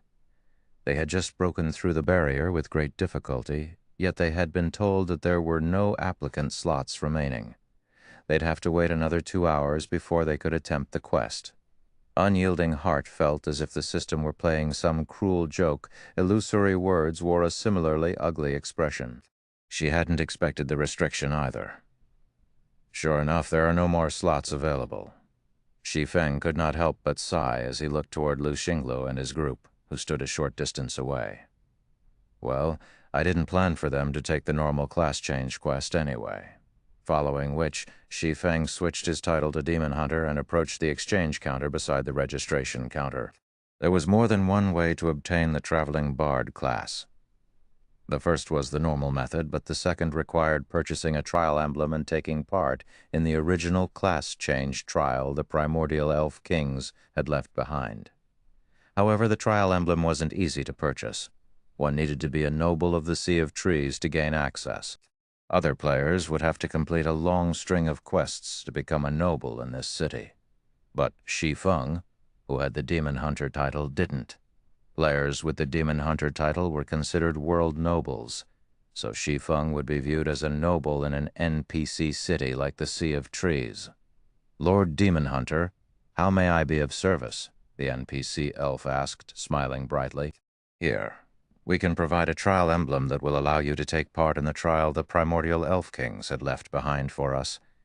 If you pass this trial, you'll become a valiant traveling bard." "I wish to purchase 9 trial emblems," Shi Feng answered. Chapter 1892, Complete Legacy, Trial Emblem. Chapter 1892, Complete Legacy, Trial Emblem. How did he just trade with that NPC? Didn't she refuse to trade with us a moment ago? When Lu Xinglu and the others heard the female elf's words, they were stunned. When they had visited the elven temple, they had spoken with its NPCs. After asking around, they had verified that only 300 players could attempt the class change quest every 2 hours. They had tried to speak with the female elf at the exchange counter as well, but she had ignored their questions, stating that she'd only deal with people of noble status or higher, yet she treated Shi Feng with such respect. Moreover, she had taken the initiative to introduce Shi Feng to the products she offered. There's still such a method? Unyielding Heart and his companions watched Shi Feng purchase trial emblems with glowing eyes. They had never expected Shi Feng to have such access to the class change quest. So, this is Zero Wing's Sword King. Shi Feng's display greatly surprised Illusory Words. The only guilds with a Sea of Trees teleportation key were Starlink, Unyielding Soul, and Crimson Emperor. Hence, one could say that their guilds were the most familiar with the Sea of Trees. However, based on Shi Feng's performance thus far, It was obvious that he knew even more about the Sea of Trees than they did.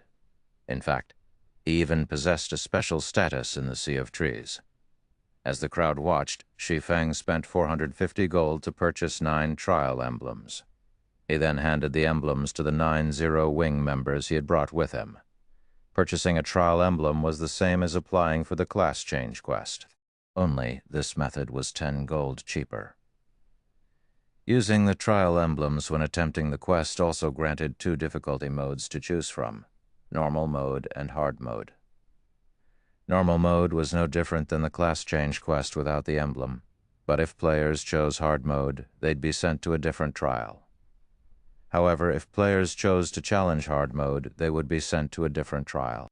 Furthermore, unlike the normal mode quest, which only 20 players could complete each week, hard mode didn't have such a limit. As long as one had access to the trial emblems and could afford them, they could enable as many players to become traveling bards as they wanted. The hard mode quest had been Shi Feng's goal since the very beginning. Players could only acquire the complete traveling bard legacy the primordial elf kings had left behind, becoming true traveling bards by completing the hard mode class change quest. If players only completed the normal mode quest, they would only acquire a portion of the legacy, becoming a pseudo Tier 2 player. However, the hard mode quest was incredibly difficult to clear, even more challenging than normal Tier 2 promotion quests. The hard mode quest was the equivalent of the Tier 2 Hell mode promotion quest. Unless one's combat and equipment standards had reached a certain level, challenging the class change quest would only lead to failure. If a player failed the quest, they'd have to wait a while before they could challenge it again. Hence, every player Aqua Rose had selected for this class change was an expert capable of reaching the trial tower's 7th floor. In addition, all 9 were intermediate magicians, and among these 9 players, 5 had been well-known Tier 4 experts in the past. However, since they had merely been independent players, their access to resources had been limited. Even though they had been members of well-known adventurer teams, they had lacked the resources to reach Tier 5. The remaining 4 had been experts in first-rate guilds. Even the weakest among them had reached Tier 4 in the past, and the strongest Happy Wind had been a Tier 5 traveling bard.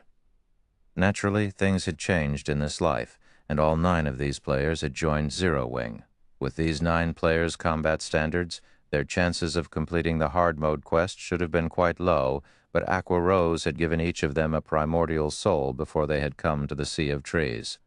With the increased physique the primordial soul granted, these 9 should have a much higher chance of completing the hard mode quest. As Shi Feng distributed the trial emblems to his players, Unyielding Soul's group approached him.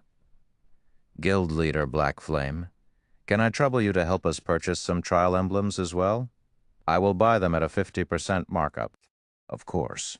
If that is not enough, I can increase the price," Unyielding Heart offered, feeling slightly embarrassed. Originally, Zero-Wing had tried to purchase class change slots from Unyielding Soul, which in turn had increased the competition Unyielding Soul faced. Now, however, Unyielding Soul approached Zero-Wing for the same, increasing Zero-Wing's competition. This put Unyielding Heart in a bind. Long, Soul, and Hunting Blade, who stood beside Unyielding Heart, felt ashamed as they considered their earlier attitude towards Zero-Wing. They had assumed that Zero-Wing had taken advantage of their guild, but now it seemed that Zero-Wing would become Unyielding Soul's benefactor. It was only thanks to Zero-Wing that their guild had overcome the incident in the Purple Night Plaza. Now, they had to rely on Zero-Wing once more to gain access to the class change quest. If not for Zero-Wing, they would have had no hope of competing with Starlink. "Sure enough, you really are Guild Leader Black Flame. Hello, I am Illusory Words of Crimson Emperor. On behalf of Crimson Emperor, I wish to seek your help in purchasing trial emblems. I am willing to offer double the original price. May I know if you are willing to lend me your aid?" Illusory Words asked gently as she approached Shi Feng. Everyone was stunned as they watched the vice-guild leaders of 2 super first-rate guilds approach Shi Feng for help. If the public found out about this, they'd be shocked. Our guild leader is so amazing. Even superpowers are asking him for help. That's only natural. That's Zero-Wing's guild leader we're talking about. Quick, look at the stupid faces Starlink's members are making." The 9 Zero-Wing members that had obtained the trial emblem chatted about their guild leader, reverence flashing in their eyes as they looked at Shi Feng. Before they had joined Zero-Wing, even first-rate guilds had been colossal existences in their eyes, let alone super first-rate guilds. Super first-rate guilds were the virtual gaming world's overlords, yet 2 such guilds wanted their guild's help. This was simply unbelievable. "That won't be a problem. Let's forget about the price markup. Instead, I hope that your 2 guilds can help with a problem of mine," Shi Feng said, chuckling as he looked at unyielding heart and illusory words. "Help?" Both vice-guild leaders gave Shi Feng confused looks. They had brought with them a lot of players to attempt the class change quest. In total, both had a little over 1,000 players. Even with a 50% price markup, Shi Feng could earn over 25,000 gold instantly, a huge sum for a first-rate guild. If Shi Feng charged a slightly higher price, he would even have enough money to build a town. Yet Shi Feng only wanted their assistance. "That's right. I need your 2 guilds to help me with something. In return, I'll help you buy as many trial emblems as you want." Shi Feng nodded. There was no limit on the number of trial emblems one could purchase. It was a privilege for the Sea of Trees nobles, allowing them to skip the queue and granting a small discount when applying for the class change quest. There was nothing special about it. Moreover, even with the trial emblems, neither of these guilds would become a competitor for Zero-Wing. After all, the hard mode quest was Zero-Wing's target. It didn't have to worry about any competition. "May I know what kind of help guild leader Blackflame requires?" Illusory Words asked. Although the traveling bard class was valuable if Shi Feng's request threatened her guild's foundations, she had to refuse. "Right. You can't consider your decision properly if I don't tell you the details. To put it simply, I'd like to borrow 200 Tier 2 experts from each of your guilds." "What are your thoughts on this?" Shi Feng explained. Chapter 1893, Age-Old Secret. Borrow Tier 2 experts. Chapter 1893, Age-Old Secret. Borrow Tier 2 experts. Unyielding Heart and Illusory Words stared at Shi Feng in confusion, unable to fathom why Shi Feng would need so many experts. At this stage of the game, Tier 2 experts were still quite rare in God's domain. Even a first-rate guild would only have around 30 to 50 Tier 2 players, yet Shi Feng wanted their guilds to lend him 200 Tier 2 experts each. This was close to half of the Tier 2 experts in their guilds. Such a large number of Tier 2 experts would be far too many to raid a team dungeon. The largest team dungeon at this stage of the game could only accommodate 200 players, yet Shi Feng wanted 400. Furthermore, Zero-Wing had its own Tier 2 experts. "That's right, I want to raid a field boss, but I currently lack manpower," Shi Feng said, nodding. "Of course, Zero-Wing will compensate for any deaths incurred during the expedition. May I know your opinions on this?" He might earn 30,000 gold or so if he resold the trial emblems to the 2 guilds at a markup. But 30,000 gold was not enough to change Zero-Wing's situation. Besides, Zero-Wing's financial need wasn't limited to the money required for Silverwing Town's upgrade. The guild also had to pay back the loan for the airport. In total, Zero-Wing needed 500,000 gold. It was a significant sum, even for a superpower. Most importantly, Zero-Wing wasn't as way off as everyone thought. While it was true that Zero-Wing's members were improving their equipment and leveling rapidly thanks to the guild's expansion into the Ore Empire's southeastern area, there was a saying, "The nail that sticks out gets hammered down." Now that Zero-Wing had secured a large fraction of the Ore Empire's benefits, the various superpowers watched the guild closely. The only reason they had not taken any actions was Zero-Wing's war weapons and teleportation abilities. However, now that Blackwater had opened the Ore capital city's armory, it was only a matter of time before the various superpowers obtained a large number of war weapons or designs for them. If Zero-Wing did not take any preventive measures now, the guild would suffer later on. Meanwhile, Shi Feng had been nursing a headache over the last few days while trying to figure out a solution to this problem. Fortunately, an opportunity had just presented itself. He had planned to wait until Zero Wing had 1,000 Tier 2 experts before initiating the next step of his plan, but it seemed that he wouldn't have to wait that long. If he had the help of these two super first-rate guilds Tier 2 experts, he could definitely defeat the Void Serpent, a level 60 world boss. Although world bosses seemed like ordinary field bosses, they possessed a unique domain that prevented players from using external tools. Players had to rely on their own strength to face these world bosses. Hence, raiding world bosses was far more difficult than field bosses of the same rank and level. However, due to the extremely high raid difficulty, every world boss dropped impressive loot. World bosses also dropped some unique materials. Because of this, God's domain's countless powers had constantly challenged world bosses in his previous life. Guilds had still raided level 70 or 80 world bosses after players had reached level 200. Shi Feng's interest in slaying the Void Serpent wasn't only because of its loot. The Void Serpent also held a secret that Shi Feng wanted. Only with the Void Serpent's blood could players activate the greatest secret the Witch's Hill had hidden for several centuries: the Otherworld Gate. The Void Serpent was in a secret underground temple in the Witch's Hill, and since the map was so large, locating the underground temple was quite difficult. The fact that the Witch's Hill was so far from civilization only made the temple even more difficult to find. As a result, the Void Serpent had remained hidden even after mainstream players had reached level 100 in Shi Feng's past. Players had only learned of the Void Serpent after a party exploring the Witch's Hill had discovered the world boss. After news of the creature had gone public, guild teams had rushed to the underground temple to kill the Void Serpent. They then discovered the Witch's Hill's secret. Although the Otherworld Gate had been activated relatively late in the past, the various powers had still treated it like a priceless treasure. Within the Otherworld Gate, players had discovered an abundance of rare, precious materials, all of which were difficult to acquire in Star Moon Kingdom. Among the most notable materials was Void Silver. Void Silver was no less valuable than Mana Stone. Not only could it strengthen weapons and equipment, but it could also increase production success rates for forgers, engineers, enchanters, and alchemists by a large margin. The Otherworld Gate was also a good place to acquire level 50-plus top-tier weapons and equipment for independent players. Hence, the Witch's Hill had instantly become Star Moon Kingdom's focus. If Shi Feng could activate the Otherworld Gate now, Zero Wing City, which occupied the Witch's Hill, would become the most popular city in Star Moon Kingdom. Not only could Zero Wing rake in a fortune, but it could also acquire tons of rare materials, allowing the guild to grow rapidly.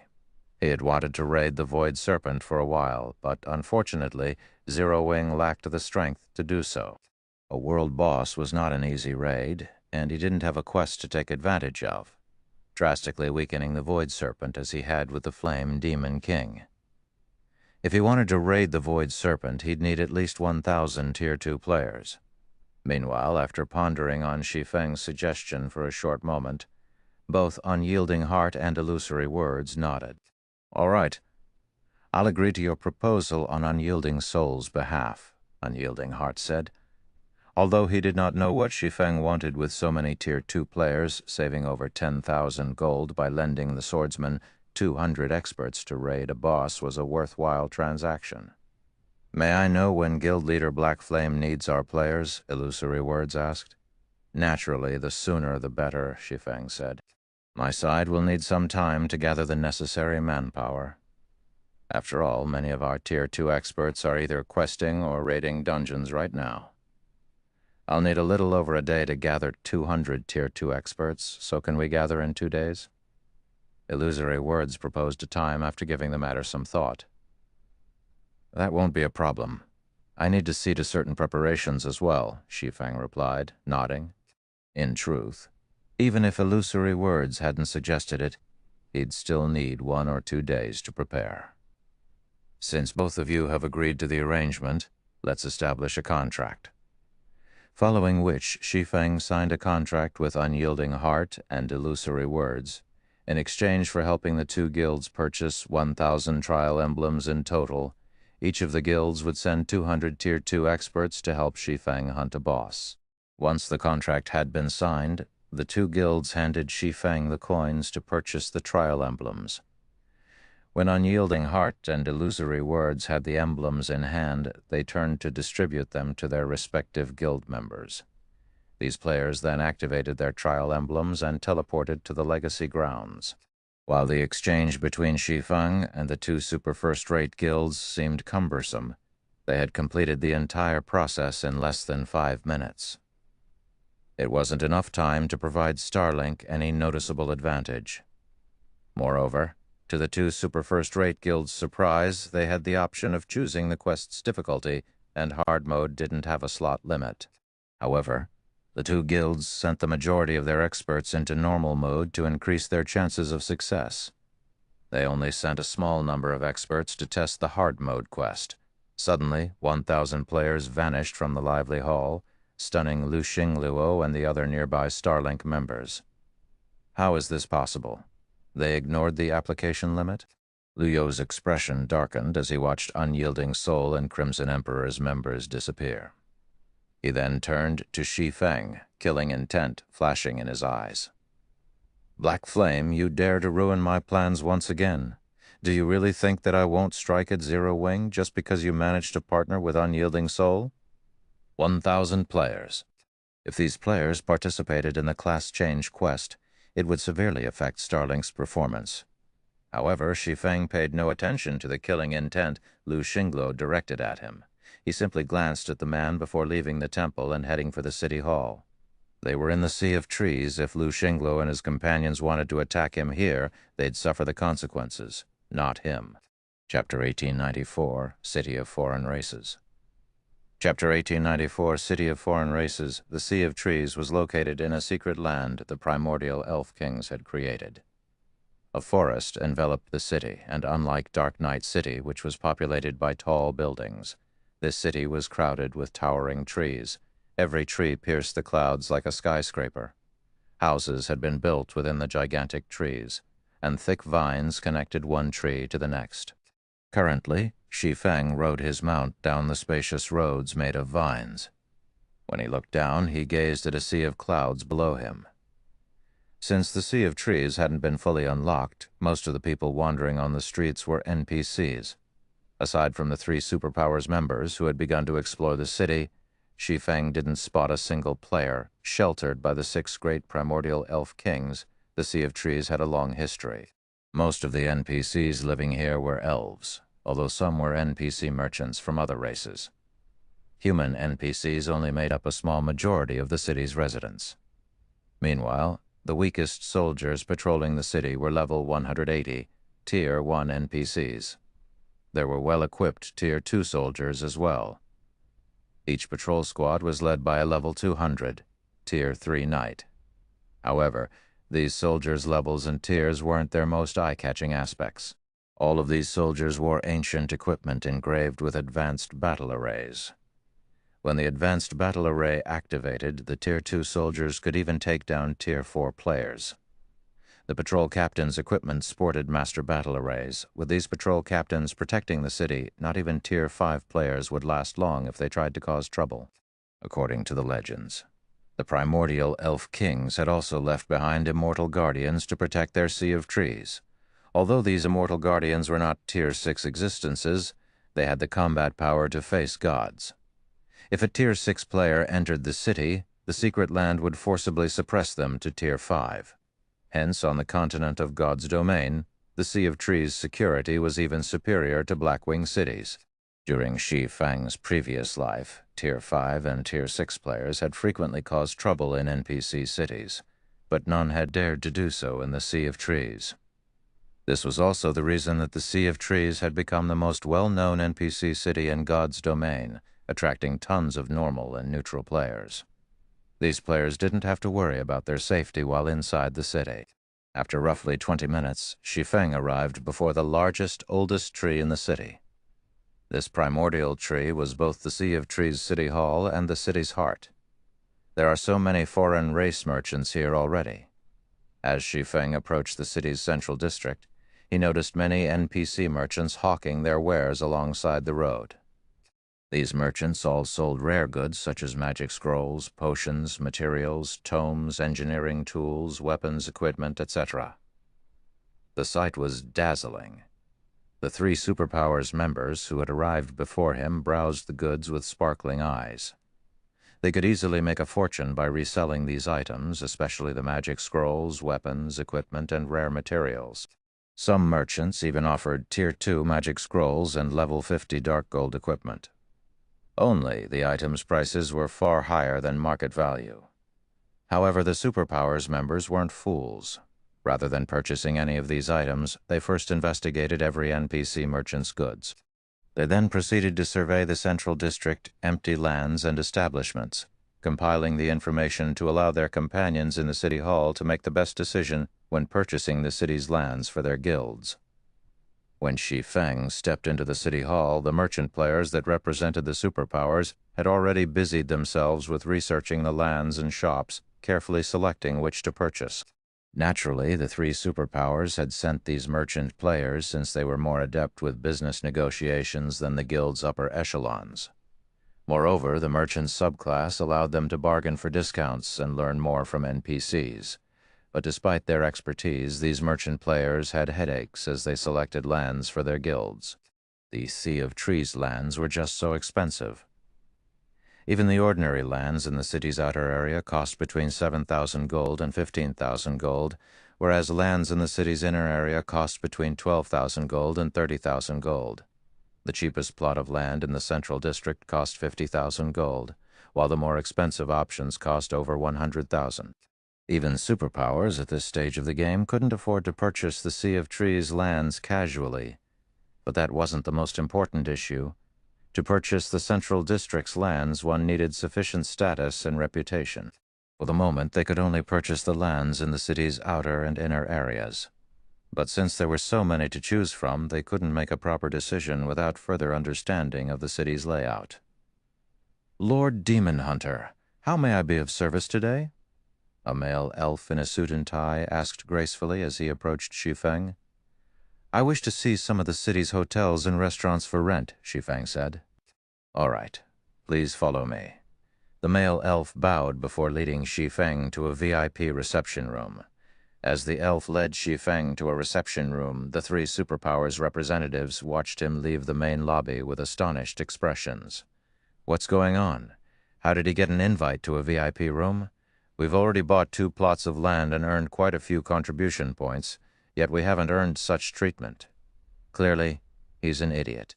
He's actually trying to rent hotels and restaurants instead of purchasing lands. What benefit could he earn by doing so?" "They won't be profitable in the least." Many of the merchant players watched enviously as Shi Feng was led to a VIP reception room. But the man's statement had also confused them. When players gained access to a VIP reception room, they also gained access to better benefits. Aside from refreshments and privacy, players would also be offered lands which weren't usually available to the public for purchase. Moreover, every one of those lands would be worth their price or more. In contrast, the lands offered in the lobby varied. Not every plot would be worth its selling price, and whether players made a profit or not would rely on them. Meanwhile, in the VIP reception room, the elf administrator quickly prepared a list for Shi Feng. "Lord Demon Hunter, here are the hotels and restaurants that are available for rent. However, these hotels and restaurants are located in the city's outer and inner areas. You will need 10,000 contribution points to rent those in the central district," the elf administrator explained. "I understand." Shi Feng nodded.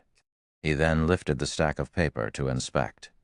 Naturally, setting up a trading firm in a trade city like the Sea of Trees would generate a lot of profit. Aside from selling products, the shops could also serve as a warehouse for all kinds of precious materials and items that flowed into the city. However, unlike ordinary NPC cities, the Sea of Trees was slightly unique since it occupied a secret land. The Sea of Trees was similar to the holy city of Titan, in that players could not remain in the city long term. Once the sun set, players that hadn't rented a hotel room or purchased a private house would be automatically teleported out of the Sea of Trees. Furthermore, getting into the city wasn't an easy task. Even once the Sea of Trees had been fully unlocked, players would still need to expend a lot of effort to visit the city, especially ordinary and elite players. Unfortunately, purchasing a private house in the city was out of the question for most players. Not even large guilds' upper echelons could necessarily afford a private house here. Purchasing a private house in this city was even more expensive than setting up a shop. Most importantly, players needed a very high status and a ton of reputation points to buy one. Even expert players would need to quest in the Sea of Trees for a very long time to fulfill these requirements. Aside from private houses, players could stay in hotels or advanced restaurants. Of course, since shops had living spaces for players, they could own a shop as well. Only, shops accommodated far fewer players than private houses. But how could many players afford shops just for the living space? As a result, the only options remaining were hotels and advanced restaurants. Needless to say, staying in these establishments was also quite expensive. Depending on the environment, accommodation fees could range from 50 silver to 5 gold per day. Even elite players would feel a sting from these prices. Meanwhile, if players rented the whole hotel or advanced restaurant, they would earn 20% of the profits. While the Sea of Trees was in its early stages, this was the best way to earn money. Moreover, renting these establishments cost far less than purchasing them directly. After reading through the list, Shi Feng quickly set his sights on a few hotels and restaurants that had been particularly popular during his previous life. However, when Shi Feng reached the final page and saw the small restaurant listed, he was stunned. What? Even this restaurant is available for rent? Chapter 1895, Epic Shop. Chapter 1895, Epic Shop. Shi Feng's eyes widened as he saw the name Forest Traveler, surprise and ecstasy overcoming him. In the current Sea of Trees, the Forest Traveler was an unassuming restaurant located in the city's outer area. The restaurant had only 2 floors. The first was the dining hall, and the second was used for accommodations. The restaurant was ordinary, and nothing about it stood out. However, when the Sea of Trees' 3rd seal had been lifted in the past, players had discovered the restaurant's unique quality. Since so many players had crowded the Sea of Trees back then, both hotels and restaurants' guest rooms had been full. Naturally, many players instantly targeted the cheap accommodations that small restaurants like the Forest Traveler offered. Once the 3rd seal had lifted, the Forest Traveler revealed a package that included both room and board, available exclusively for the restaurant's few high-class guest rooms. As the high-class guest rooms could only be rented by purchasing this combo pack, players had no choice but to dine there as well. The Forest Traveler had become instantly famous after players had tried the provided meal, which granted a special buff called Forest Blessing. The Forest Blessing buff granted players anywhere from 5 to 20 points in luck for 18 hours. The buff could only be gained once every 2 days. Although luck was somewhat illusory in God's domain, it had a subtle effect on players. For example, luck would affect loot from opening treasure chests and killing monsters. It would also affect one's production success rate. Hence, on the market, ornaments that added even 3 to 5 points of luck cost a fortune. Such ornaments would never become obsolete. In the past, the various large guilds had desperately stockpiled items that added luck. A single extra point in luck could be enough to gain a top-tier item. Since luck items were so precious to both independent players and guilds, such items had rarely appeared on the market. One could easily imagine how attractive a meal that increased luck would be to independent and guild players. Even Shi Feng had often visited the Forest Traveler for a meal in the past, especially before he raided a large-scale team dungeon. The only downside was the buff's long cooldown. Even after the Forest Traveler had expanded its shopfront, players had to deal with a 7 to 8 hour queue to get a seat. The Forest Traveler had ranked as one of the top 100 epic shops in God's domain in its heyday. The secret pavilion managed the ranking system, and a shop's rank depended on demand for and rarity of its services. Since the Forest Traveler had revealed itself to him, why wouldn't Shi Feng be surprised and excited? However, when Shi Feng saw the restaurant's rental price, his eyebrows twitched. Is this a robbery? Shi Feng couldn't help but wonder. Normally, the Sea of Trees hotels and restaurants demanded per week or per month rent, but the Forest Traveler had to be paid by the year. Moreover, renting the restaurant for a single year cost 60,000 gold. Even the larger advanced restaurants only cost 4,000 gold per month. Yet the forest traveler's rent cost 5,000 gold per month. Moreover, the system demanded a full year up front. It was half of the funds Shi Feng had on hand right now. With 60,000 gold, he could rent over a dozen hotels and restaurants. Should I set it aside for now and rent it during my next visit? Shi Feng fell into deep thought as he looked at the forest traveler's information. Competition would be at its fiercest during the first month after the Sea of Trees had activated. It was also the best time to secure an advantage. As long as players rented one of the Sea of Trees establishments, they could continue to renew their lease. Unless players gave up their right to renew the lease, other players wouldn't have an opportunity to claim the establishment. However, if he rented the Forest Traveler now, he wouldn't have much left to rent other restaurants and hotels, but he had no guarantee that the three superpowers wouldn't discover these hotels and restaurants' importance before his next visit. If the superpowers had already realized these establishments' value, he'd have a far more difficult time renting a large number of them later. Fortunately, he didn't have to worry about losing the Forest Traveler since only he knew the restaurant's secret right now. Furthermore, 60,000 gold was a huge sum to a superpower as well. None of them would be willing to spend so much gold for a modest restaurant like the Forest Traveler. Lord Demon Hunter, I recommend the hotels and restaurants on the last page. Many customers favor those establishments in particular. I cannot guarantee that these establishments will be available during your next visit, the elf administrator said, flashing Shi Feng a cunning smile when he noticed the swordsman stare tentatively at the list's final page. Shi Feng rolled his eyes at the elf administrator. The administrator's comment made one thing clear. He would either have to give up on the Forest Traveler or give up on renting another dozen or so hotels and restaurants. Both options would rob Shi Feng of profits. I'm interested in renting this Forest Traveler, but why must it only be rented by the year? Can it not be rented on a monthly basis? Shi Feng asked as he gestured to the Forest Traveler's information on the list. He wanted to see if the system would grant him any other options. The Forest Traveler? The elf administrator repositioned his glasses as he took a look at the list. Smiling, he explained. This restaurant has encountered some operational problems and urgently needs funding. That is why the owner had decided to rent the restaurant. We have suggested that the owner accept a monthly rent, but the owner is adamant about his decision. Due to your status, Lord Demon Hunter, the city is willing to help you negotiate altered conditions with the owner. However, each negotiation will cost a 1,000 gold fee. May I know if you wish to open negotiations? 1,000 gold per negotiation? The corners of Shi Feng's mouth twitched. Shi Feng was no stranger to negotiations. This was the precise reason that the three superpowers had sent their merchant players to purchase the city's lands, not their upper echelons. The higher ranked a merchant player was, the more ability they'd have to reduce an item's price.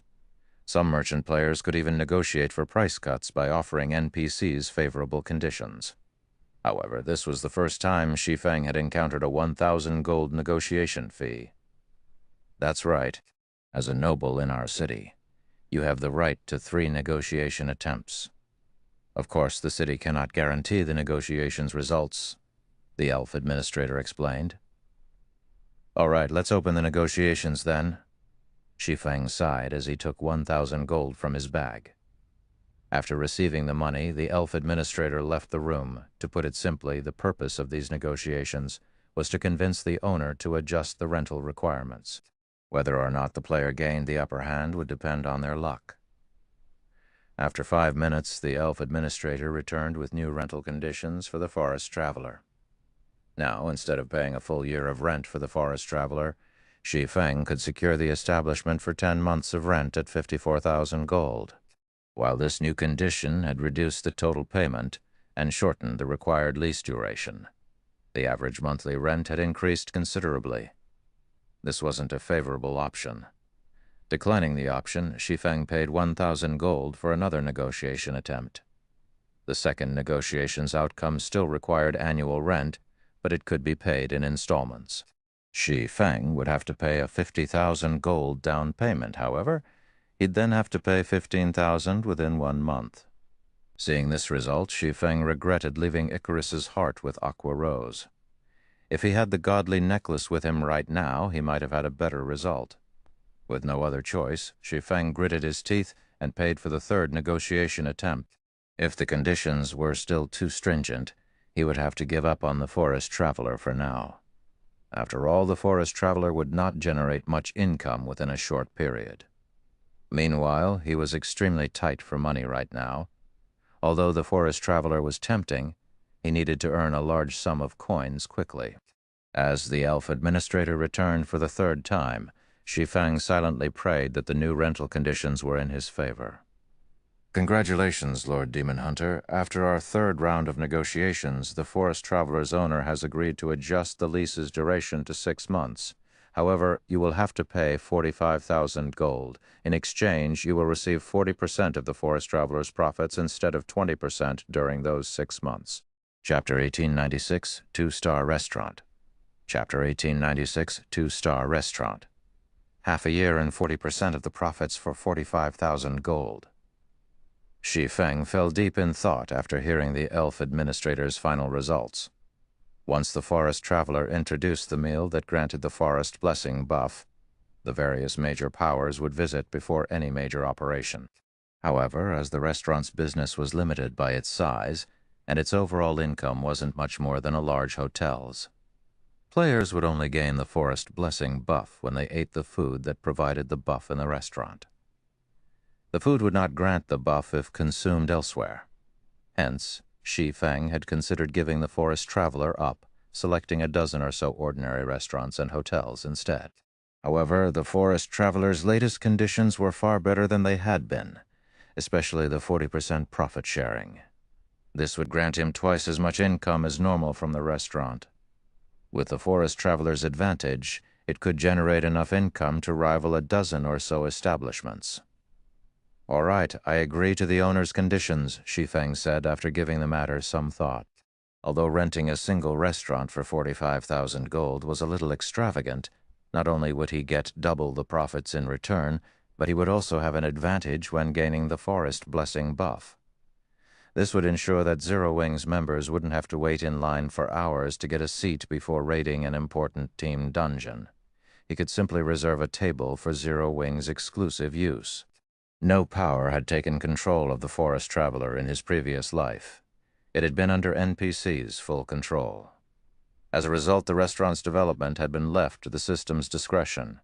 Compared to player-managed hotels and restaurants back then, the forest traveler's development speed had been pitiful. If he managed the forest traveler, the restaurant's development speed would increase by a significant margin. After all, with the forest blessing buff, the restaurant would not lack popularity or income.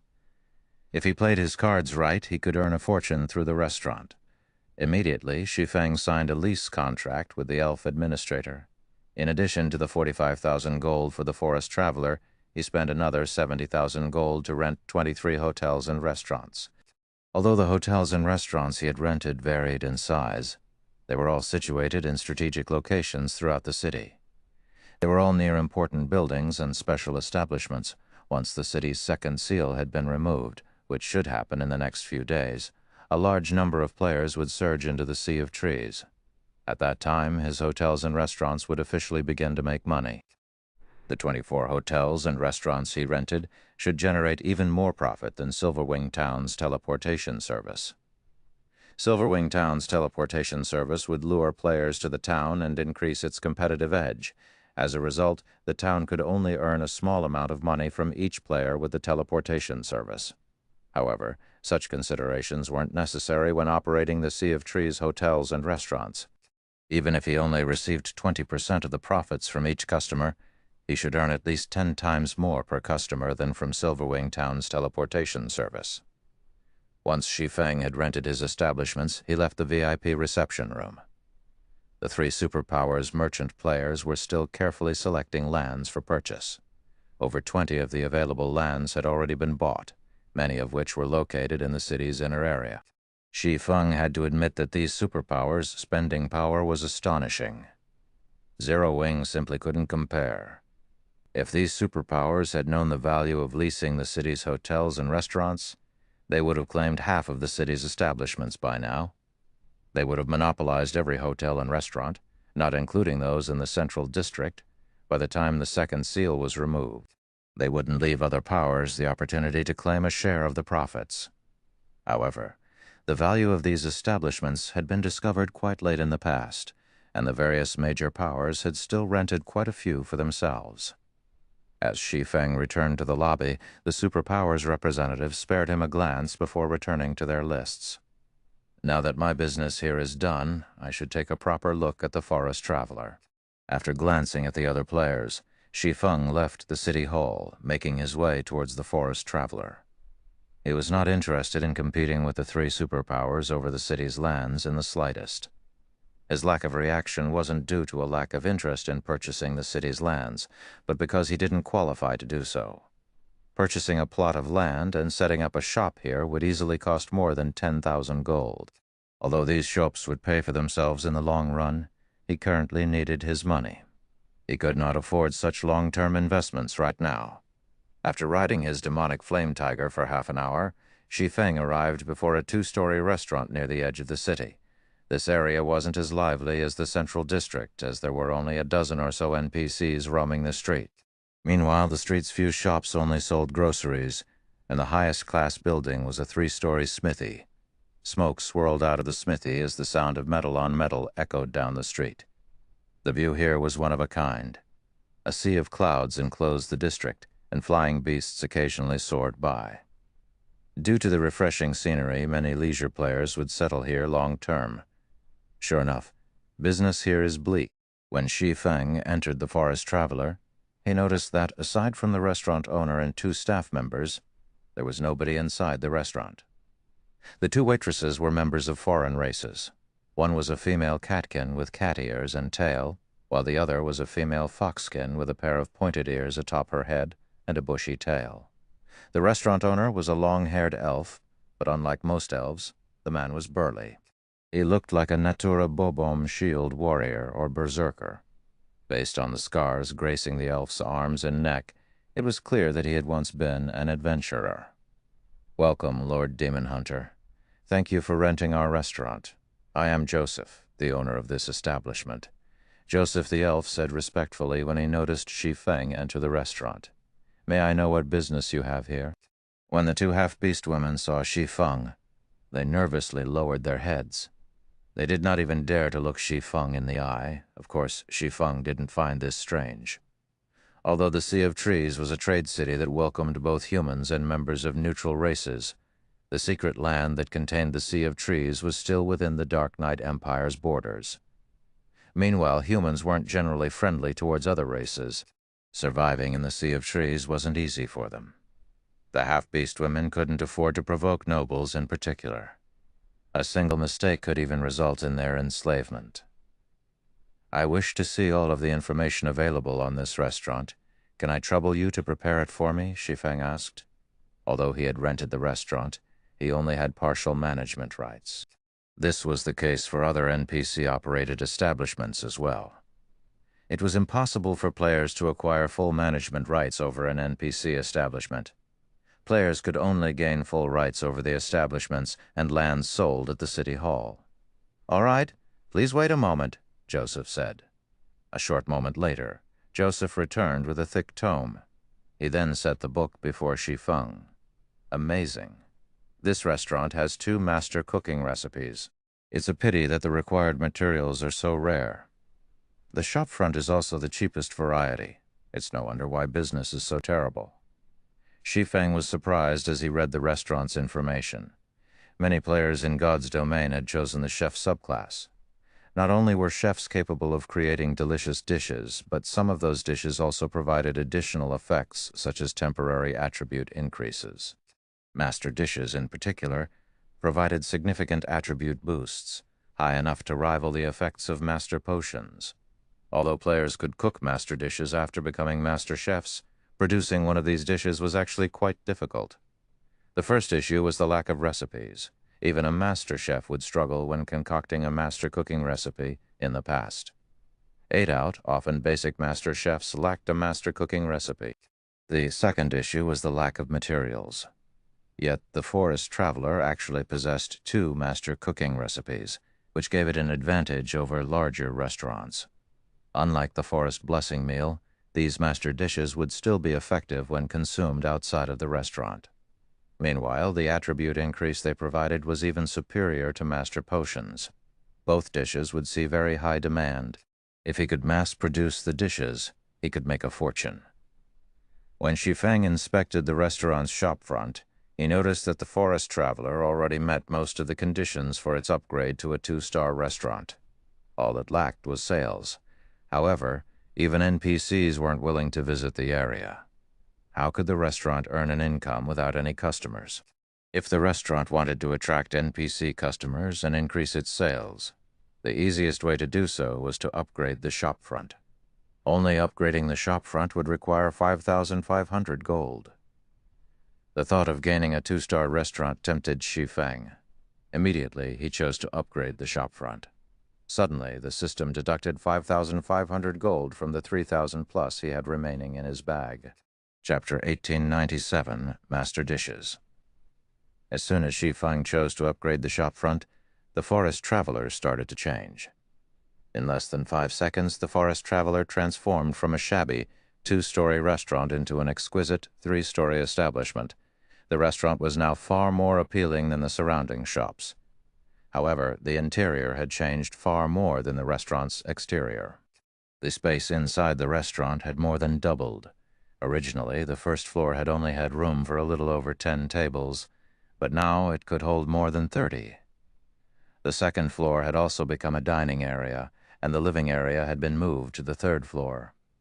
Currently, however, the interior's design was still modest. Shi Feng would have to spend more gold to decorate the place. Next, I have to figure out how to lure customers here to increase the restaurant's business. Shi Feng nodded in satisfaction at the new forest traveler. Although he had to pay for the restaurant's upgrade with his own money, now that the restaurant's quality had improved, he could charge customers more. At the same time, the restaurant's increased size could hold more customers at one time, increasing profits further. However, Shi Feng was more concerned with the 2 master dishes. One of the 2 master dishes was drunken tiger meat, while the other was called frozen bone soup. When consumed, the drunken tiger meat increased players' strength by 10% for 6 hours. As for the frozen bone soup, it increased players' intelligence by 10% for 6 hours. Neither dish had a cooldown. Even if the buffs were removed by a skill or death, players could consume another dish to regain the benefits. To physical and magical class players, a 10% increase in strength or intelligence would provide a significant boost to combat power. Moreover, the 2 dishes' effects could stack with similar potions. The only downside was that the drunken tiger meat and frozen bone soup's buffs would vanish upon death. In contrast, many master potions would remain in effect. However, there was a positive to these 2 master dishes. If players entered special dungeons or environments that prevented the use of external tools, they wouldn't lose the dish's buffs. Hence, the drunken tiger meat and frozen bone soup would be of significant help during his planned Void Serpent raid. Since the forest traveler was only a 1-star restaurant, its only chef had been the owner, Joseph. Even if he provided the dishes' required materials, their production speed would be limited. Now, when Shi Feng examined the restaurant's menu, he saw that the drunken tiger meat only needed 10 minutes to cook, while the frozen bone soup only required 8 minutes. However, since he had upgraded the restaurant, he could now hire 2 more chefs. He could double the dish's production speed if he did.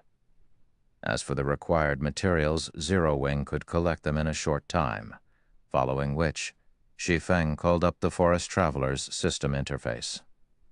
In no time at all, he managed to hire 2 more chefs and 8 more waiters. He then reopened the forest traveler for business. Less than 5 minutes, the restaurant welcomed its first NPC customer. Although the promotion was as effective as he had hoped, it was tolerable. In God's domain, a leased restaurant didn't only earn an income from player customers. It could also earn money from NPCs. Only the profit sharing for income from NPC customers was much lower, only 1/4 of that from players. However, while this amount seemed insignificant, NPCs provided daily income. As the restaurant's star rank and size continued to improve, it would generate more income from NPCs. Currently, the Forest Traveler was a 1-star restaurant and could only earn about 3 to 10 gold from NPCs each day. However, once it became a 2-star restaurant, it could earn around 30 to 100 gold per day from NPCs. Most importantly, the restaurant would gain more master cooking recipes. The restaurant's accommodations would become higher quality as well. Players didn't determine accommodation fees in the Sea of Trees. Rather, the system would set a price based on the hotel or restaurant's size, star rank, and popularity. The minimum accommodation fee for a 1-star establishment in the city would be 50 silver, while the maximum was 1 gold. For 2-star accommodation, the minimum price was 2 gold, while the maximum was 5 gold. Accommodation fees in the Sea of Trees ranged from 50 silver to 5 gold. Establishments could only rise to 2-star status in the city. However, 2-star restaurants and hotels were very rare in the Sea of Trees.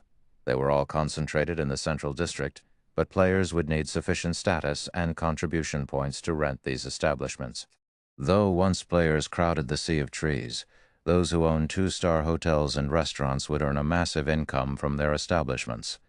After Shi Feng dealt with the Forest Traveler, he contacted Melancholic Smile and had her collect the required materials for the drunken tiger meat and frozen bone soup as quickly as possible. Then, using the Abyss Pendant, Shi Feng left an Abyss marker in his office in the Forest Traveler. With this, he could return to the Sea of Trees even without a key. Of course, there was an easier method to return. He could upgrade one of his leased establishments to 2-star status. He'd be able to head to a magic store and purchase a special teleportation scroll. Although the teleportation scroll cost far more than a return scroll, each costing 5 silver coins, 2-star establishment's player staff could bind the teleportation scroll to the building. Players could then use the bound teleportation scroll to teleport back to the establishment. Since the Forest Traveler wasn't yet 2-star rank, it didn't have this function. Hence, Shi Feng had to rely on the Abyss Pendant. Once Melancholic Smile had gathered the necessary materials, Shi Feng teleported to White River City's guild residence to collect them. After retrieving the materials from the guild warehouse, he used Abyss Teleport to return to the Forest Traveler. He then had Joseph and the 2 new chefs begin their work in the kitchen. While waiting for the chefs to complete the dishes, Shi Feng returned to White River City's Candlelight trading firm to produce advanced mana armor kits and Titan City's standardized dark gold weapons. He used this opportunity to upgrade the weapons of Zero Wing's members and earn the forging proficiency required to become an intermediate master forger. Previously, he had acquired several hundred sets of materials necessary for forging the standardized dark gold weapons from the Dragon Phoenix Pavilion and Unyielding Soul. Meanwhile, as Cream Cocoa and Melancholic Smile were both busy with the Hell Tank components, these items' production rate had considerably slowed. Even now, there was a huge pile of materials left unused.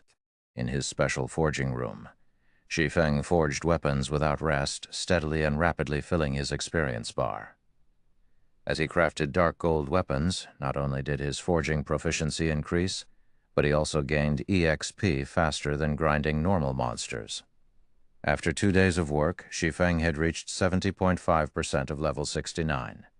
He was now less than 30% away from the level 70 threshold. He was also less than 20,000 proficiency points away from becoming an intermediate master forger. Shi Feng had also forged 300-plus standardized dark gold weapons and 200-plus advanced mana armor kits. Shi Feng used 130 dark gold weapons to upgrade the Abyssal Blade to level 55, although the improvement wasn't earth-shattering this time. Its attack power had risen from 2,070 to 2,350. All basic attributes had also increased by 192 points, rather than the previous 170 points, and the weapon's attack speed had risen by 29 instead of 27. This change increased the attack power of Shi Feng's subarm immensely. However, the Abyssal Blade still couldn't compare to Killing Ray, whose level increased or decreased with its users. However, Shi Feng was satisfied with this result. After all, the Abyssal Blade was a top-tier epic weapon now. If he evolved it further, it would become as powerful as fragmented legendary weapons. It's about time. I should go and collect the dishes. After a glance at the time, Shi Feng used Abyss Transfer to return to the Sea of Trees. As Shi Feng returned to the Forest Traveler, he noticed that the restaurant had considerably more NPC customers. At least it wasn't as deserted as it had been. There were even 6 customers dining in the first-floor hall. A short moment later, Shi Feng collected 300 sets of drunken tiger meat and 500 bowls of frozen bone soup from Joseph. He then teleported back to the guild residence in Zero Wing City. When Kola, Alluring Summer, and their companions noticed Shi Feng's arrival in the guild hall's lounge, they ran up to greet him. "Hey, guild leader, look, I'm level 60 now," Kola said as he gleefully revealed his level, proving to Shi Feng that he had worked very hard while grinding monsters. Every 5 levels was a minor turning point in God's domain. Meanwhile, level 60 happened to be one of those turning points that gave players a small boost to their attributes. "Guild leader, why did you recall us so suddenly?" Alluring Summer asked after rolling her eyes at Kola. You two try on these 2 set equipment," Shi Feng said, nodding. He then took out the Sins of Thunderfire set and the Scorching Wind set which he had acquired from the Flame Demon King, handing them to Alluring Summer and Kola. Chapter 1898, Gathering at Zero Wing City. Chapter 1898, Gathering at Zero Wing City, Set Equipment. Both Alluring Summer and Kola looked at the 2 set equipment Shi Feng had taken out, a little confused. While they were not trying to brag, their current equipment was among the best available in God's domain right now. Only epic equipment could surpass what they wore. "Just try it out," Shi Feng said.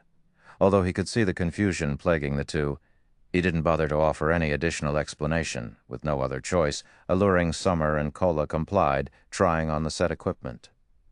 "This is a level 70 set equipment." Alluring Summer's eyes widened in shock when she saw the Sins of Thunderfire set's attributes.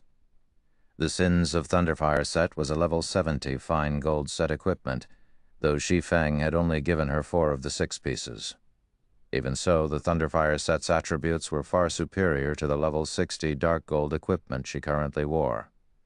Moreover, the Sins of Thunderfire set's set effects were simply tyrannical. The 2-piece set effect increased casting speed by 20%, cast range by 20%, and magic damage dealt by 20%. As for the 4-piece set effect, it increased all basic attributes by 15% and granted the use of the Tier 3 spell, Thunderburst, a dual-element spell that dealt both flame and lightning damage. Meanwhile, Kola was incomparably excited after receiving the Scorching Wind set. Unlike Alluring Summer, he had received a complete 6-piece level 70 fine gold set equipment. As Shi Feng had already equipped the 2 sets with attribute gemstones and level reduction gemstones, Alluring Summer and Kola could equip the sets right away. "Amazing! Just equipping this set has pushed my defense past 35,000 and HP past 100,000. Kola was stunned when he inspected his updated attribute panel. "Not even a Tier 2 Berserker can budge me now. Not even receiving a level 60 mythic monster's attack will be a problem." If Turtledove and Yewumian saw this, they'd die with envy.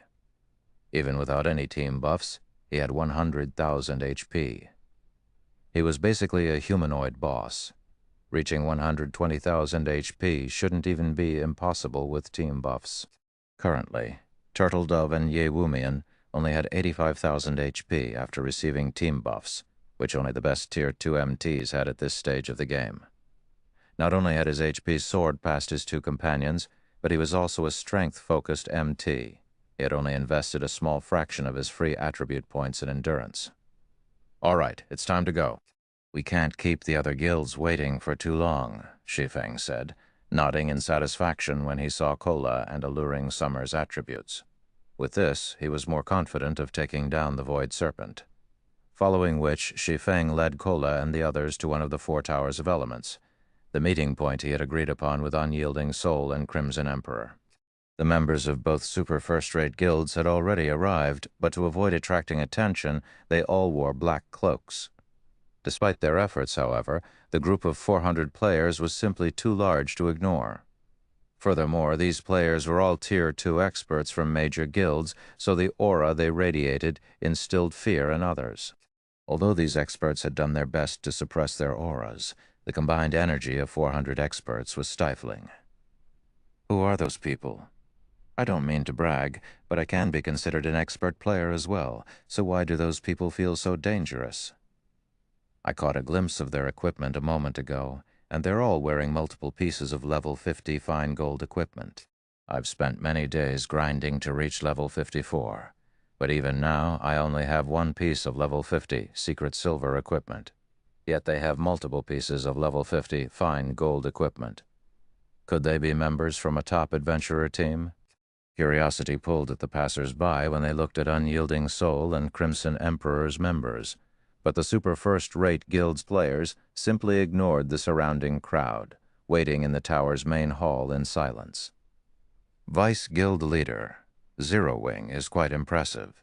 It actually developed Zero Wing City to such a prosperous state. I get the feeling that it's even more prosperous than Star Moon City.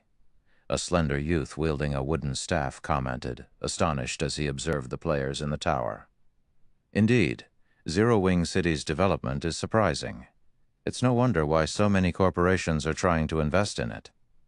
The income of Zero Wing City alone could easily sustain a first-rate guild's daily operation, Illusory Words said, nodding. I wonder which mythic boss Zero Wing plans to raid this time. On their way to the tower, they had noticed that Zero Wing City's player population was in no way inferior to that of Star Moon City. Many of the city's residents were even elite and expert players. Quite a few major trading firms had also set up shop here.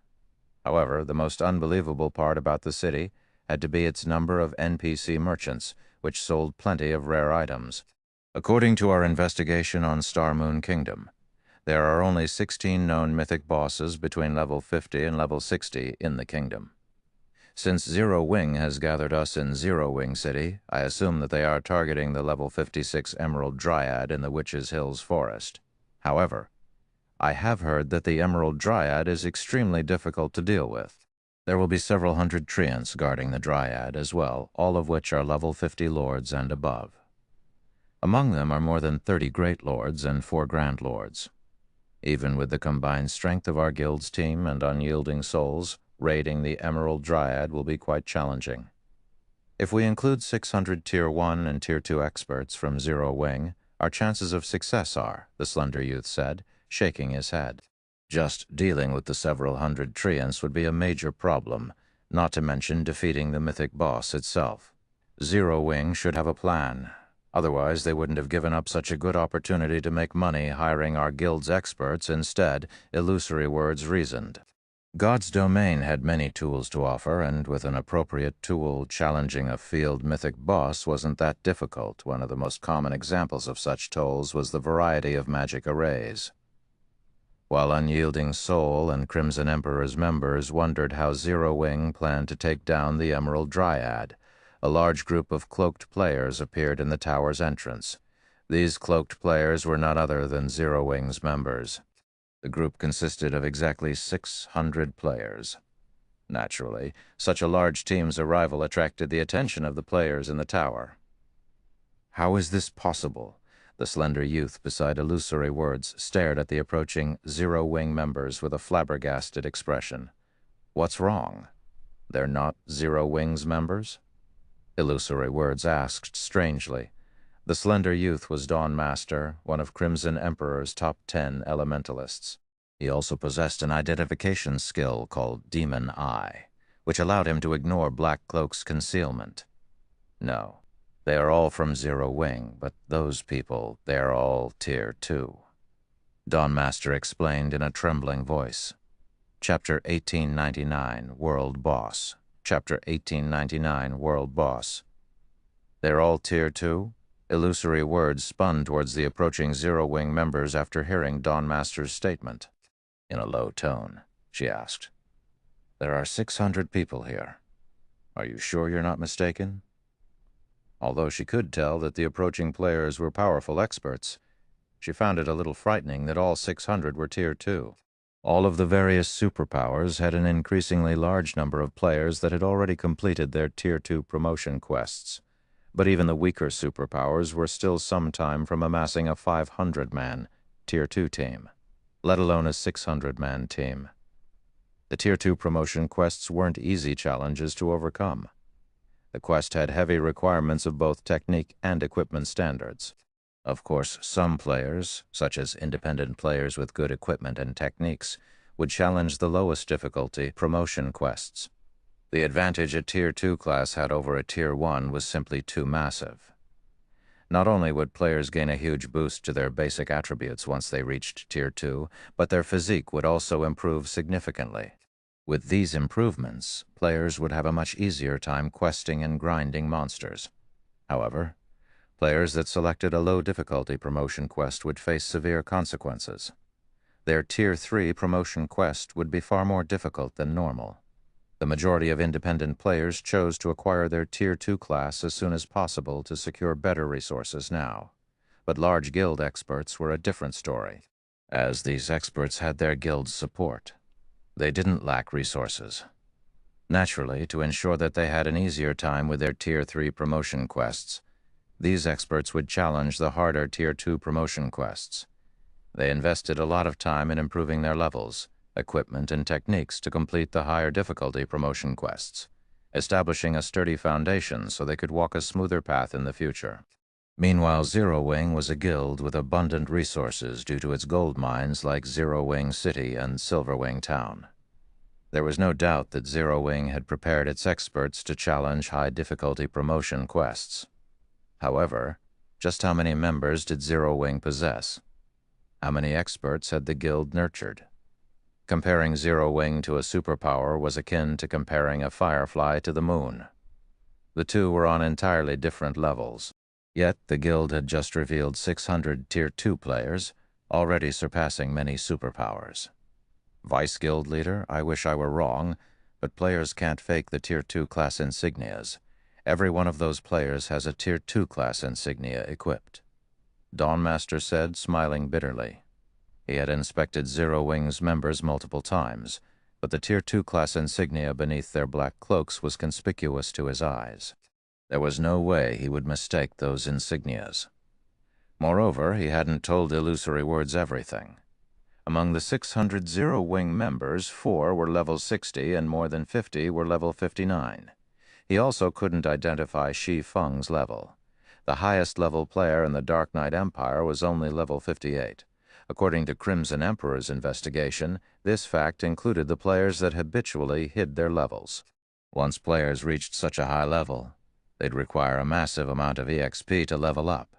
And although players could grind more efficiently and gain EXP more quickly once they had reached Tier 2, they'd still need a lot of time to grind to the next level.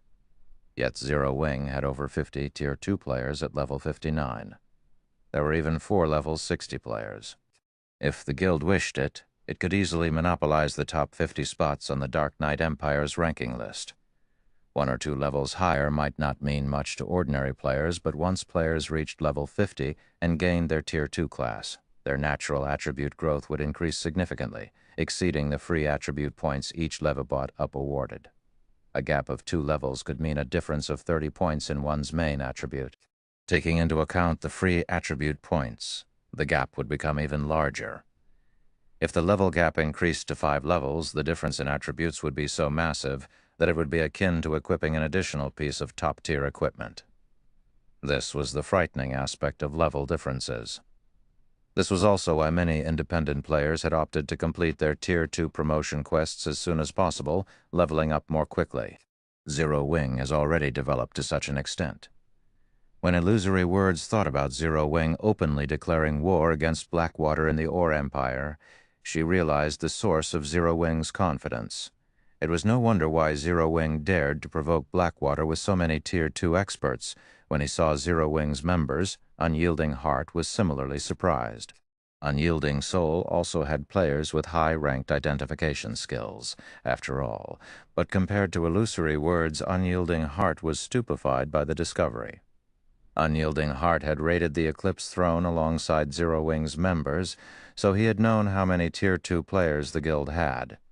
While it was possible that Zero Wing had hidden some of its Tier 2 players, it shouldn't have been able to hide so many. Despite the short time that had passed since the Eclipse Throne raid, Zero Wing now had at least 600 Tier 2 players. The guild's development speed was disturbing. "Since everyone's here, let's set out," Shi Feng said once he stood before Unyielding Heart and Illusory Words. "If we linger, I'm afraid that we'll attract even more attention." The two Vice Guild leaders exchanged a glance before nodding to Shi Feng's statement. They had already attracted a lot of attention. If they stayed, they would likely attract the various major powers' notice. Raiding a field boss was a dangerous task, especially if it was a mythic boss. If God's domain's other powers discovered their operation, they could be ambushed during the raid. Immediately, the two merged their respective 200-man teams with Shi Feng's. The team of 1,000 then moved to the tower's teleportation array. Once Shi Feng had input the coordinates, the entire team vanished. Although some curious players had tried to follow the team, Shi Feng had instructed the NPC soldier to erase the team's destination coordinates before he had left, replacing it with a random location. Players' figures began to appear, one after another, before a large waterfall within a dense forest. The lake at the base of the waterfall radiated a chilly air, making the new arrivals shiver. These new arrivals were none other than Shi Feng and his companions. "Isn't this the Frost Jade Waterfall?" Illusory Words, who had memorized the various landmarks in the Witch's Hill, muttered. Turning toward Shi Feng, she asked, "Aren't we raiding the Emerald Dryad in the Million Woodland?" The Frost Jade Waterfall was nowhere near the Million Woodland. In fact, the two locations were on opposite ends of the map. Although a dense forest surrounded the Frost Jade Waterfall, this area didn't have any monsters or resources. No player would grind in such a deserted location. Needless to say, this area didn't have any field bosses. Unyielding Heart nodded in agreement. Based on Unyielding Soul's research, the Emerald Dryad should be the only mythic boss in the Witch's Hill. Moreover, the forest the Emerald Dryad resided in was rich with herbs. If Zero Wing killed the Emerald Dryad, it would significantly lower the danger players faced while exploring the Million Forest, making it easier to harvest rare herbs. Logically, Zero Wing should target the Emerald Dryad. "No, I'm aiming for a different boss," Shi Feng said, shaking his head. "The boss is inside this lake. If anyone's ice resistance is lower than 20 points, see me for an ice resistance potion." The lake bed was entirely composed of frost jade, and the cold air the jade emitted was extremely powerful. Players would freeze to death in less than 30 seconds without any ice resistance, only surviving long-term if they had 20 points or more. Fortunately, fulfilling that requirement wasn't any trouble to the Tier 2 players present. As experts, they all had some equipment or ornament that granted magic resistance, which would also serve as a sort of universal resistance. Even without such items, they still had passive skills that granted some magic resistance. Furthermore, their respective guilds would have prepared some ice and fire resistance equipment to cater to unexpected situations. Hence, only a small number of players on the team failed to meet the requirement. After Shi Feng distributed ice resistance potions to the 100-plus players who didn't meet the requirement, he instructed the team to jump into the water without offering an explanation. Small cave hid under the Frost Jade Waterfall, large enough for 5 people to swim through at the same time. This cave was the entrance to the Void Serpent's underground temple. After swimming through the cave for around 3 minutes, the first group discovered an exit. As players emerged from the tunnel, they arrived in a dark cavern. Ancient murals covered the cavern walls, depicting the history of the Witch's Hill. When these players broke through the water's surface, they were amazed by the scene. They had never expected to find such a place hidden beneath the Frost Jade Waterfall. Unfortunately, the players who lacked understanding of divine runes failed to comprehend the murals on the walls. The players who were familiar with divine runes, however, quickly realized that the murals depicted the Otherworld Gate and the method of activating it. Once the team had finished admiring the murals, they proceeded into another long, dark tunnel. When they left the tunnel, the team arrived in another cavern. This time, the team found a temple within, and unlike the previous cavern, this one was as large as a town and brightly illuminated. Lifting their heads, the team discovered a gigantic, glowing crystal embedded in the cavern's ceiling. This crystal lit the cavern until it was as bright as day. While everyone admired the glowing crystal, they discovered something that caused their stomachs to churn and a frown to pull at their lips. Coiled around the crystal was a snake that was over 100 meters long. The serpent's body was made entirely of translucent crystal.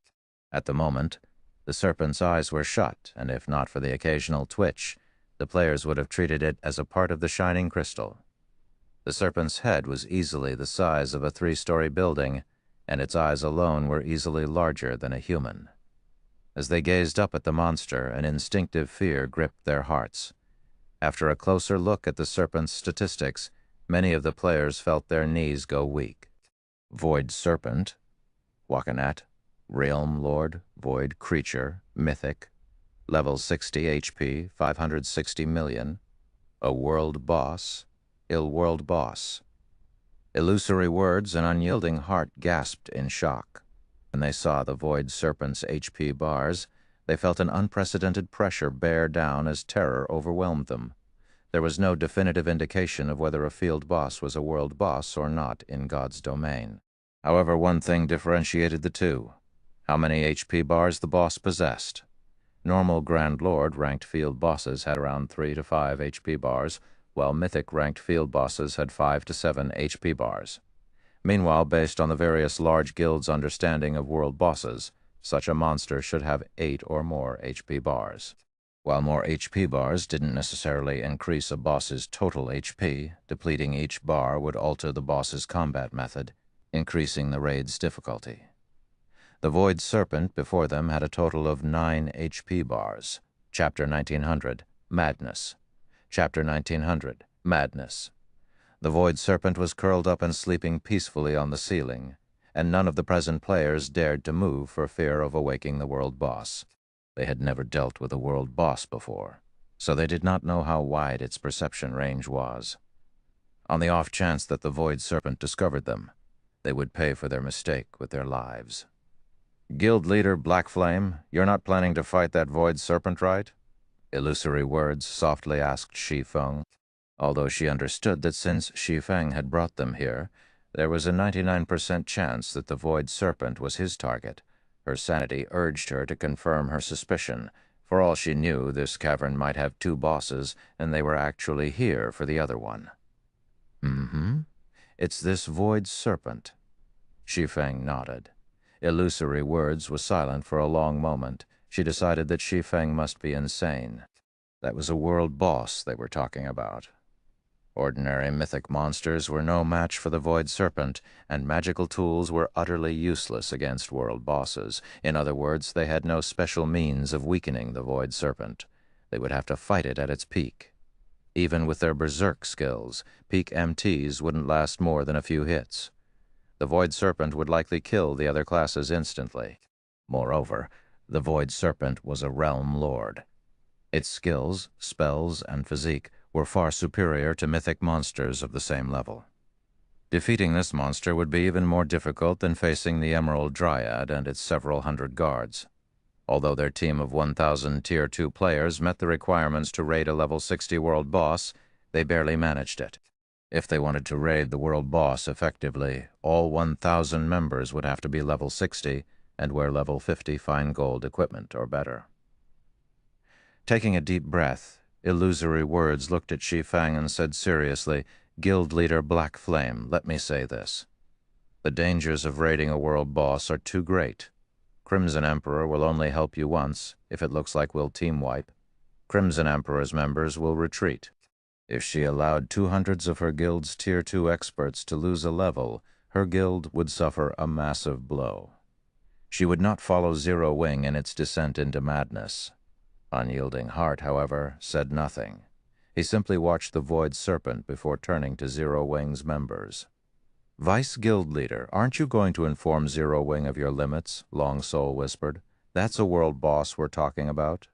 Our guild can't afford to lose so many Tier 2 players." Lately, the intensity of the struggle between Unyielding Soul and Starlink had grown.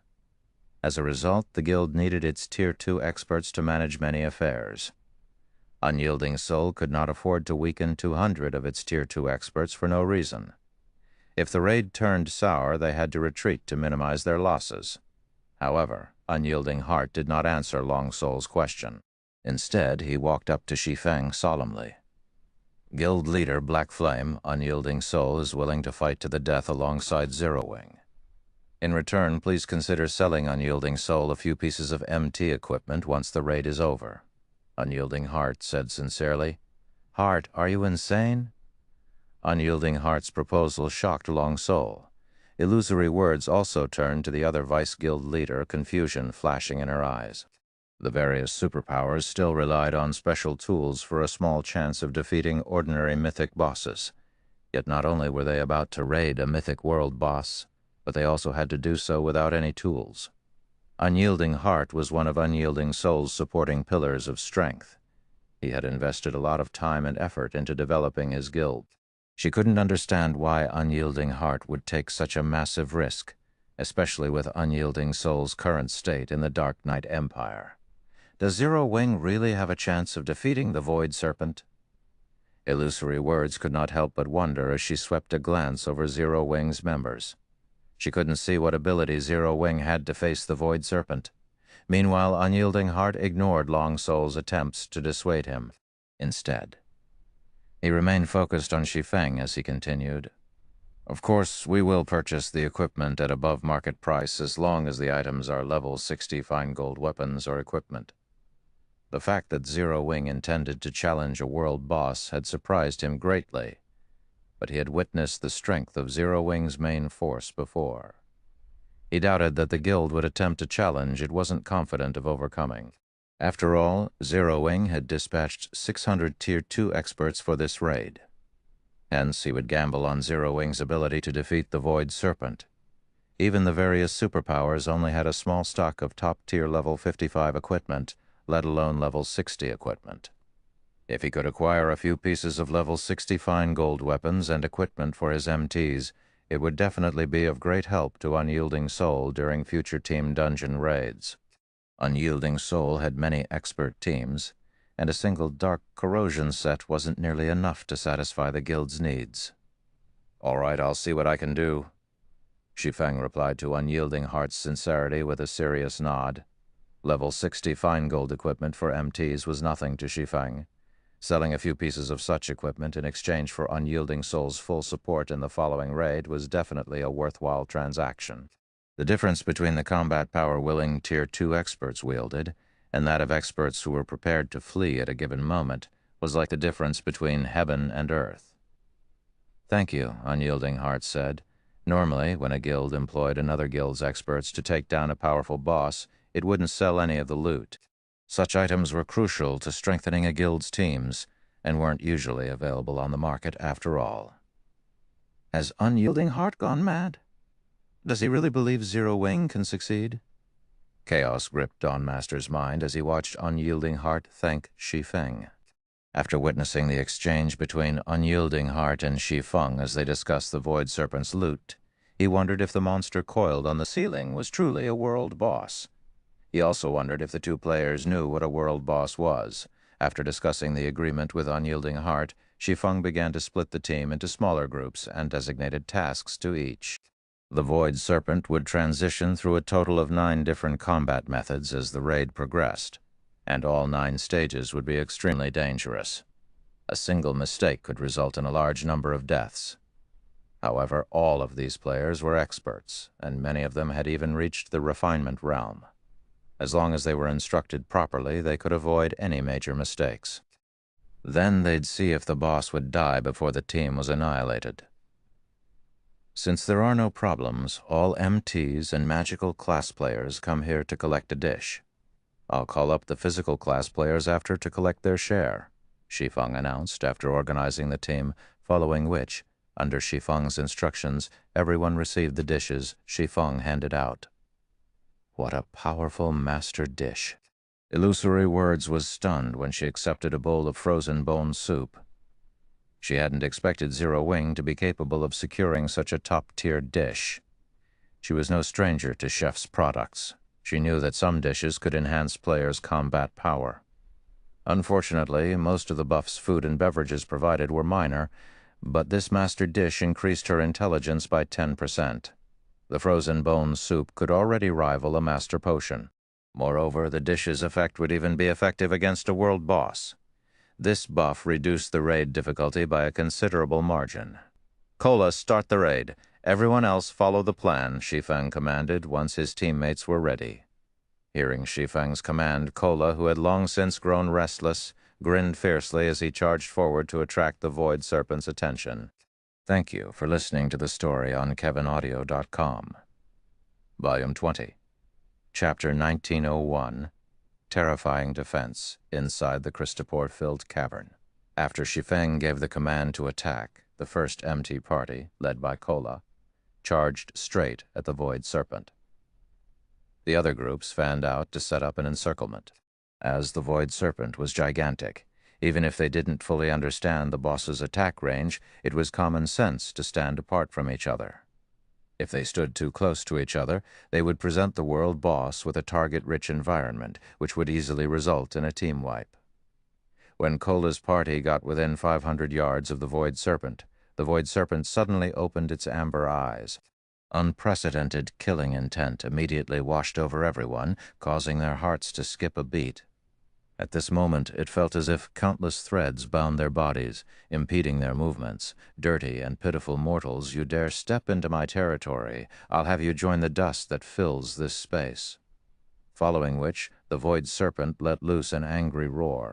Silver ripples spread across the entire cavern with the Void Serpent as the center, the ground cracking as it came in contact with this ripple. In the next moment, a mud wave swept into the surroundings, taking only a brief moment to reach Cola's party. "Defend!" Cola shouted hurriedly when he saw the approaching 4-meter-tall mud wave. The other 5 MTs in Cola's party were level 57 and level 58 MTs from Unyielding Soul and Crimson Emperor. With Cola as the core, they quickly fell into a defensive formation, following which Cola activated the Tier 2 skill Guardian Wall, which increased the defense of himself and players within a 10-yard radius of himself by 30% when blocking frontal attacks. In the next moment, a wall of light formed by 6 shields appeared before the healer party positioned behind Cola's party. Boom! When the mud wave crashed into the wall of light, the powerful impact sent Cola's MT party stumbling backward, the HP of the 6 MTs decreasing at a rate visible to the naked eye. Only after the 6 MTs had retreated by 8 yards did they manage to stabilize their footing. After suffering the Void Serpent's AoE attack, the MTs of Unyielding Soul and Crimson Emperor had lost at least 50,000 HP each. Each of them had a maximum HP below 80,000. That one AoE attack had instantly taken more than half of their HPs. This outcome caused everyone in the team to gasp involuntarily. So, this is a world boss, Illusory Words, who was part of the healer party standing behind Cola's party, was stunned as she looked at the Void Serpent, which had already lowered itself to the ground. With just one roar, the Void Serpent had inflicted over 50,000 damage each on the frontline MTs, who could be considered among the best MTs in God's domain right now. If that AoE attack had been a powerful melee attack instead, the consequences would have been unimaginable. At this point, she truly wondered how Zero Wing planned to raid the Void Serpent. Did they even have a chance at victory? However, although Illusory Words doubted Zero Wing's success, that did not affect her healing speed in the slightest. Right after seeing the MTs receiving damage, she started double casting 1 Tier 2 Healing Light and 1 Tier 1 Recover on Cola, fully displaying her abilities as one of the 10 great clerics in God's domain. Huh? Why is his HP after Illusory Words finished casting her healing spells? She suddenly noticed that Cola still had close to 80% of his HP remaining. Meanwhile, thanks to her healing, his HP instantly recovered to full. However, before Illusory Words could figure out what was going on, the Void Serpent, several hundred yards from the team's front line, launched another attack. After the boss let out a hiss, countless Void Spears appeared around it. The Void Spears then shot toward Cola's MT party in a blur, a series of sonic booms echoing throughout the cavern. "Everyone stand behind me." Kola shouted urgently when he noticed the frightening power contained in those void spears. Although the 5 other MTs had been healed back to 70% or so, if they were to receive this terrible attack without activating their life-saving skills, they were likely to get killed. After hearing Kola's command, the 5 MTs and 6 healers promptly lined up behind the Guardian Knight. In the next moment, the void spears crashed into Kola's shield one after another. However, not every void spear landed on the shield. Some brushed past his body and tore holes into his black cloak. Meanwhile, due to the void spear's strong destructive power, the black cloak's durability zeroed out instantly, the black cloak itself disintegrating into nothingness. The black cloak's disappearance exposed the silver suit of armor Kola wore, which shone with the glow unique to fine gold equipment. Krim's runes could be seen engraved all over the silver armor, and judging from how the runes matched perfectly, it was obvious that the suit of silver armor was fine gold set equipment. Meanwhile, with the black cloak gone, Kola's attributes were also on display for all to see, his maximum HP of 118,600 revealed to everyone. Moreover, as the black cloak was no longer present to suppress Kola's aura, the Tier 2 MTs standing behind him suddenly felt a powerful pressure bearing down on their bodies. How is this possible? Illusory words fell into a daze when she saw Kola's HP bar. Even the strongest MT in Crimson Emperor had only a little over 80,000 HP after including team buffs, yet Kola had close to 120,000 HP. Moreover, Kola's defense was also as unbelievably high as his HP was. Despite not having activated any life-saving skills, Kola had lost less than 40,000 HP after receiving all those void spears. If it were any other Tier 2 MT standing in Kola's place just now, they would have been killed instantly by those void spears. After all, the void spears were a completely different attack from the mud wave before. The mud wave had simply been a casual greeting from the void serpent. Meanwhile, the void spears were the result of a spell. Those void spears should be much more powerful than the mud wave. At this moment, Illusory Words wasn't the only one surprised by this revelation. The other Tier 2 MTs in Kola's party were similarly stupefied. As they were also MTs, nobody understood more clearly than they did just how frightening a Tier 2 MT with close to 120,000 HP was. What kind of set equipment is he wearing? It's actually capable of forming a protective barrier around his body. I've seen every level 50 fine gold set equipment for MTs available in the game, and this is definitely not one of them. He's most likely wearing level 55 fine gold set equipment. Zero Wing is amazing. It actually managed to get its hands on this sort of set equipment. As the other Tier 2 MTs were very close to Kola, they could see that a faint layer of mana covered Kola's silver armor, forming a protective barrier that mitigated the void spear's damage tremendously. This situation was simply unbelievable. They had never seen fine gold set equipment like this before. Is this the reason why Black Flame is confident of defeating the Void Serpent? When Illusory Words looked at Kola's bear-like figure, she more or less understood why Zero Wing dared to challenge a world boss. The most important requirement when raiding a boss was a powerful MT. As long as a team had an MT capable of tanking the boss, then the raid definitely had a chance of succeeding. While everyone was still in shock, Kola took the initiative to charge at the Void Serpent.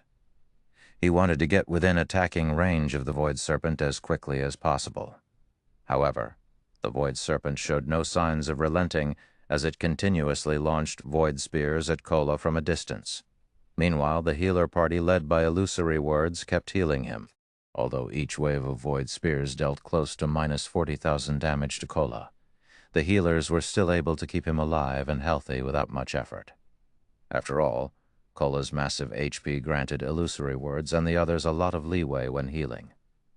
They could afford to cast powerful healing spells which had long cast times. After running for a short moment, Kola arrived before the Void Serpent. Foolish mortals, all your efforts are futile. Upon seeing Kola closing in on itself, the Void Serpent sent its tail whipping at the Guardian Knight. Despite its gigantic size, the Void Serpent's tail moved with lightning speed so fast that it even tore space. The strong air pressure the tail created impeded the movements of the other Tier 2 MTs, which turned sluggish. They couldn't help Kola block the attack in time. However, unlike the other MTs in his party, Kola remained completely unaffected by the powerful air pressure, swiftly raising the Titan guard to block the attack. Boom! The ground beneath Kola shattered.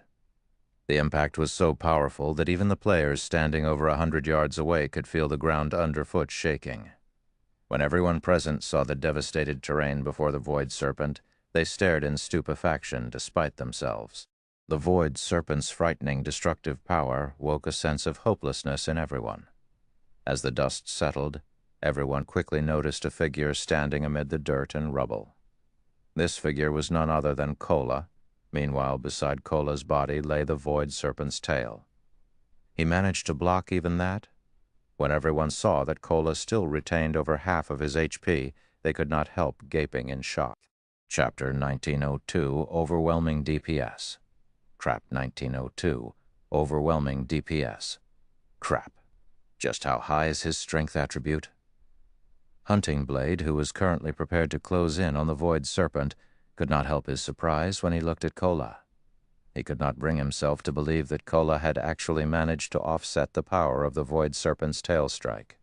Although he was currently equipped in the Dark Corrosion set, he wouldn't have had the strength to offset the Void Serpent's attack without activating a Berserk skill. He would only have been able to receive the attack head-on. The Void Snake's simple physical attack had deformed its surroundings to such an extent. Its strength was so great that the resulting shockwave had sent the 5 Tier 2 MTs near Kola flying back over a dozen yards. The party of healers, who stood roughly 30 yards away from Kola, also nearly lost their footing. While offsetting a monster's attack was easy for expert players, the precondition for doing so was for the strength of both sides to be roughly equal. If a player tried to defend against an attack that carried strength far superior to their own, they would either go flying or get crushed on the spot. Yet, despite Kola not having activated a Berserk skill, he had managed to offset the Void Snake's attack. Kola's strength was simply extraordinary. Meanwhile, Unyielding Heart, who stood a short distance away from the Void Serpent, was similarly shocked by this outcome. Although he had known that Kola possessed frightening attributes since the Eclipse Throne raid, Kola was like a completely different person compared to back then. If Kola went to raid the Eclipse Throne right now, the dungeon raid would definitely be a piece of cake. Heal Kola. Everyone else move according to the plan once Kola stabilizes his aggro. Shi Feng instructed through the team chat after seeing Kola arrive before the Void Serpent. Shi Feng did not find Kola's performance surprising even in the slightest. After all, Kola was equipped with not only a fragmented legendary shield, but also a 6-piece level 70 fine gold set equipment. For him to be able to tank a level 60 world boss was very normal. Of course, Kola was still far from capable of dealing with the normal level 80 Flame Demon King. He would be able to tank the level 80 world boss all by himself only if he activated a Berserk skill. After hearing Shi Feng's reminder, the healer party promptly snapped out of their daze and started healing Kola and the others. In the meantime, the 9 100-man DPS teams slowly closed in on the Void Serpent from all sides. The Void Serpent was a world boss known for its single-target offensive capabilities. Only with an extremely powerful MT would players have a chance when raiding it. After Kola stabilized his aggro on the Void Serpent, the majority of the team started launching attacks at the world boss. The melee players struck at the Void Serpent's sides, while the ranged players mercilessly bombarded the Void Serpent's head with spells and arrows, using their attacks to disrupt the boss's vision. With several hundred players attacking the Void Serpent simultaneously, a series of damages rapidly appeared above the boss's head. 6064, 7348, 55541. Practically everyone's attacks dealt damage in the thousands, an outcome that rendered many people speechless. Why is this boss's defense so high? Unyielding Heart frowned involuntarily upon seeing everyone's damage. Even he had barely dealt over 10,000 damage after using a Tier 2 skill. Compared to other mythic bosses he had fought against before, the Void Serpent's defense was significantly superior.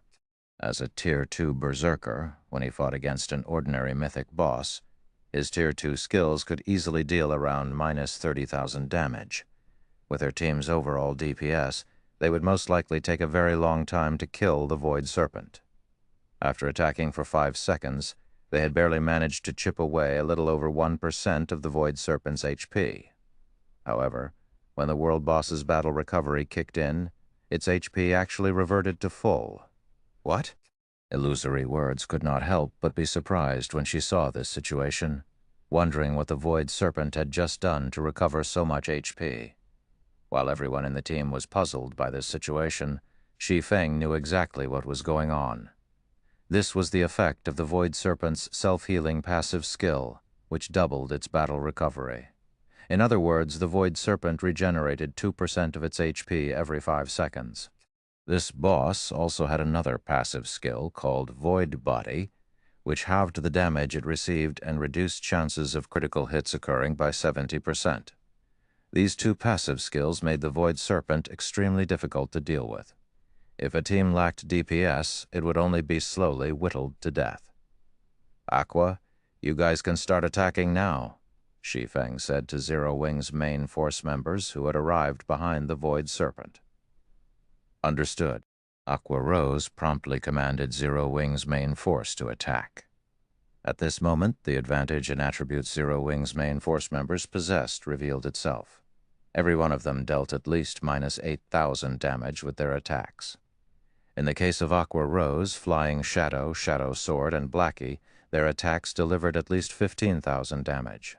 Occasionally, Aqua Rose would use a powerful water-type spell and inflict over minus 20,000 damage on the world boss. As for Gentle Snow, Fire Dance, Zhao Yuuru, and Alluring Summer, every one of their attacks reaped a minimum of minus 20,000 from the boss's HP. Occasionally, they would use a powerful skill that wreaked around minus 40,000 damage. Moreover, none of these damages were due to critical hits. How are they dealing so much damage? Even when I used a Tier 2 curse, I only managed to deal around minus 13,000 damage. How are they dealing over minus 40,000 damage with normal Tier 2 spells? Crap. Just what kind of equipment are they using? The members of the two super first-rate guilds found this situation unbelievable. They were all experts of super first-rate guilds. Quite a few of them were even refinement realm experts. Although they were not the strongest in their respective guilds, they were still in the upper ranks. If placed in a first-rate guild, they would undoubtedly rank at the very top. Due to Zero Wing's main force taking action, 3 distinct tiers immediately formed in the team's DPS counter. The first tier was occupied by humanoid monsters like Gentle Snow. The second tier was occupied by Aqua Rose, Shadow Sword, Flying Shadow, Unyielding Heart, Long Soul, Dawnmaster, and other peak experts. Finally, the third tier would consist of players like themselves. Moreover, the gaps between each tier were so massive that there was simply no comparison between them. Meanwhile, due to Zero Wing's main force members joining in on the attack, the Void Serpent's HP finally started decreasing. Even so, the decline was still extremely slow, 99%, 98%, 97% after several minutes of battle. The Void Serpent's HP finally fell to 85%, its first HP bar emptied. Suddenly, the Void Serpent let loose an angry roar. "Irritating ants turn to dust?" In the next moment, the Void Serpent incanted, "Children of the Void, breath of the wild wind, sword of the sharp blade, turn into my hands and rend everything apart. Everyone pay attention to dodging. Do not try to receive the attack no matter what." Shi Feng shouted hurriedly when he saw the Void Serpent starting to cast a spell.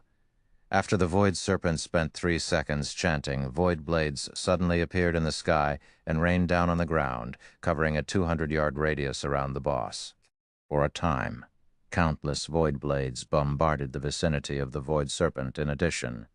The attacks of the Void Blades did not follow any pattern whatsoever. Tier 4 domain skill, Void Storm. The descending Void Blades forced everyone to focus entirely on evasion. Now players had to move constantly to dodge the Void Blades. This situation increased the raid difficulty by a large margin. Moreover, after using Void Storm, the Void Serpent still showed no signs of letting up on its offensive. Suddenly, its body started radiating a silver glow. A moment later, its gigantic body split into two smaller versions of itself, its real body and a doppelganger. A doppelganger skill? Illusory Words' complexion darkened immediately. Among the multitude of skills boss monsters could possess, doppelganger skills were the most troublesome. Although doppelganger skills would reduce the overall attributes of the boss, the reduction would not be significant. With how powerful the Void Serpent was, MTs other than Cola still wouldn't be able to tank its doppelganger easily. Just as the doppelganger was about to strike at a nearby team, a figure suddenly appeared above it. In the next moment, a blue lightning bolt struck down on the serpent doppelganger's head, the blow forcing a cry from the doppelganger as its body crashed straight into the ground. The impact formed a massive crater with web-like cracks spreading out into the surroundings. Chapter 103, Combat Power Unleashed. Chapter 103, Combat Power Unleashed. As the team watched the serpent doppelganger smash into the ground, they gaped in shock before turning to Shi Feng and the glowing blue longsword in his hand. Although the Void Serpent's doppelganger was not as strong as the main boss, it rivaled ordinary mythic monsters, yet Shi Feng had slammed it into the ground with brute force. The scene was on par with watching an ant topple a lion. It was hard to believe. Moreover, Shi Feng's attack had dealt over 60,000 damage to the Void Serpent's doppelganger. Seeing this, the Tier 2 berserkers broke out in a cold sweat. Before his teammates could recover from their shock of seeing such a formidable performance, Shi Feng brandished the abyssal blade and killing ray against the doppelganger once again. Purgatory Pentaslash, Shadow Blade. Sword lights glittered around Shi Feng, and the watching players were overwhelmed as they watched his rapid attacks. Damages of over -20,000 appeared above the doppelganger's head, one after another. In the blink of an eye, Shi Feng had landed over a dozen attacks on the doppelganger. In terms of DPS, not even Fire Dance and her companions, members of the first tier, were no match for Shi Feng. "Everyone, focus your fire on the doppelganger," Shi Feng shouted after launching a series of attacks. "Be careful to dodge the Void Blades, all MTs except Cola. Protect the healers. Don't get greedy when attacking, and do not look into the doppelganger's magic eyes, ranged DPS. Use your strongest moves on the doppelganger's eyes on my command." The serpent doppelganger was a part of the Void Serpent. If they killed the doppelganger, the real Void Serpent would take a corresponding amount of damage. However, if they did not kill the doppelganger within a set time, the doppelganger would automatically disappear and heal the Void Serpent for a considerable amount of HP. They needed to kill the doppelganger immediately, or the Void Serpent would chip away at the team until they were all dead. Meanwhile, the serpent doppelganger's power wasn't its strength, but its passive skill, Void Magic Eyes. Players would be briefly paralyzed if they looked directly into the doppelganger's eyes. In addition, the doppelganger could use the Tier 4 spell, Void Freeze, through its gaze. When cast, the spell would prevent all players within 150 yards of the doppelganger from using any skills and spells for 30 seconds. While players faced both the Void Serpent and its doppelganger, they'd team wipe if they couldn't use skills or spells for so long. Fortunately, there was a simple method of avoiding that outcome. They just had to destroy the doppelganger's eyes. All of these players were experts, and as Shi Feng gave the command, the team redirected their attacks to the doppelganger. Every member of the team fully displayed the technique standards of guild experts. They easily avoided 2 or 3 Void Blades as they flew towards them while maintaining their attacks against the serpent doppelganger. If ordinary experts attempted to challenge this boss, they'd be at their limit just trying to dodge the Void Blades. They would have no energy for anything else. With Cola tanking the real Void Serpent and Shi Feng, who had activated Heavenly Dragon's Breath, keeping the serpent doppelganger, which couldn't be aggroed. Busy, the rest of the team was free to attack without worry. Whenever the doppelganger was about to cast Void Freeze, Shi Feng instructed the team's ranged players to bombard the monster's eyes. Not only did the serpent doppelganger rapidly lose HP as a result, but the monster was also unable to deal any damage. So, this is the Sword King's strength? Illusory words felt her admiration for Shi Feng grow as she watched the man assault the monster, dodge void blades, and command the battle effortlessly. Despite such an intense fight against a mythic boss, Shi Feng issued accurate and efficient commands for the team, effectively preventing one crisis after another. This ability was far more impressive than individual strength. When challenging a boss, there was a limit to how much an individual could achieve with their own strength. Only a cohesive team could effectively defeat boss monsters. Hence, leadership in a team was very important. With good leadership, a team could avoid unnecessary losses.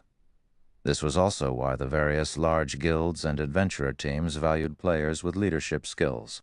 While an adventurer team's commander didn't need to be the strongest player on the team, they had to be able to command it. Not only was Shi Feng ridiculously powerful as an individual, but he was also capable of commanding a 1,000-man team so precisely after about 2 minutes. The serpent doppelganger, which had 40 million HP, fell, transforming into a gray smoke before flowing back into the void serpent as the doppelganger died. The void sperent instantly lost 40 million HP, while the team hadn't lost a single player. After dealing with the doppelganger, the various guild experts refocused on the void serpent. 75%, 60%, 50%. When the void serpent's HP fell to 50%, it only had 4 HP bars remaining. At the same time, magic arrays began to manifest around the fight, and after a short moment they merged to form a massive blue magic array. Suddenly, translucent creatures began to pull themselves out of the blue array, and in seconds, hundreds and thousands of them joined the battlefield. The weakest of these monsters was a level 55 lord, while the stronger creatures were level 60 great lords. Everyone felt their scalps tingle when they saw the army of translucent creatures. It was as if the void serpent had opened a gate to another world, and the world's monsters poured out of the gate. Everyone activate your berserk skills and attack the boss with everything you've got. Shi Feng gave the blue magic array a serious look. This spell was one of the Void Serpent's team wipe moves, Void's Descent. If players did not reduce the Void Serpent's HP to 30%, the boss would continue to channel Void's Descent and summon more Void creatures to the battle. There was no limit to the number of Void creatures this ability could summon either. In the past, the first players to raid the Void Serpent had been very high-leveled, some of which had already reached Tier 3. They had been able to cope with the endless army of void creatures easily as a result. However, the majority of Shi Feng's team hadn't even reached level 60, much less reached Tier 3. If they didn't drop the mythic boss's HP quickly, they'd definitely team wipe. It was at this moment that the players understood that they couldn't afford to hold back against so many void creatures. These players immediately activated their berserk skills as instructed, their basic attributes skyrocketing. They then tried to maintain their attacks against the Void Serpent while fighting the waves of summoned creatures. Fortunately, the Void Serpent would not move or attack while it summoned its void creatures.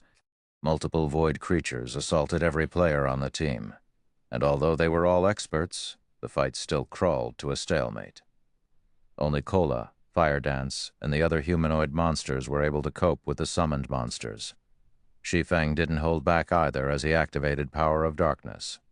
He even used Phantom Kill and 9 Dragon Slash, and every Abyssal Blade Phantom repelled a void creature, with 16 Abyssal Blade Phantoms defending him. None of the void creatures could get close. Without having to worry about the surrounding monsters, Shi Feng and his doppelganger were free to launch a frenzied assault against the Void Serpent, each attack dealing more than 50,000 damage.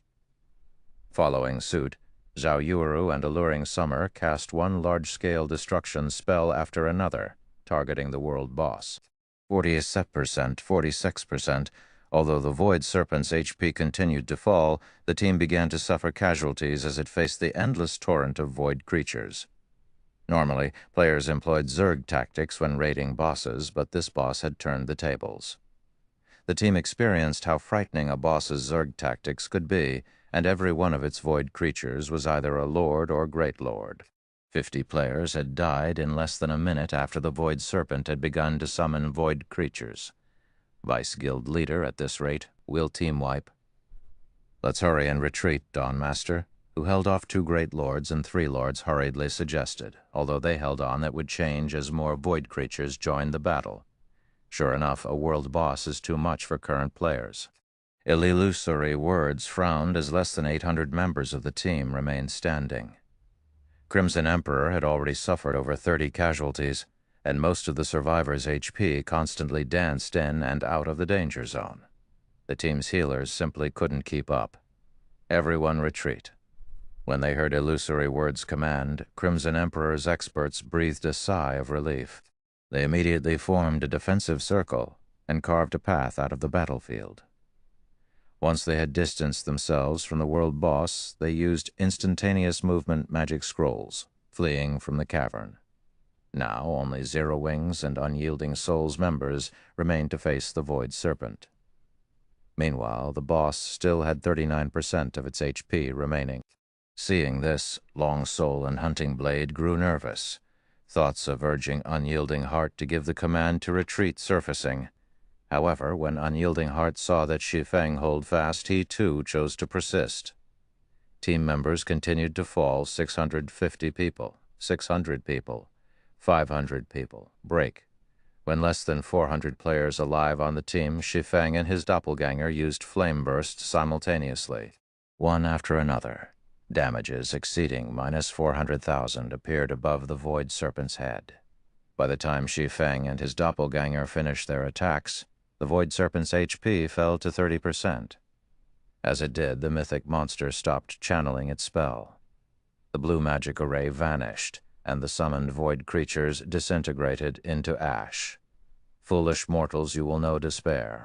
The Void Serpent lowered its head to look at the players before it, anger apparent in its gaze.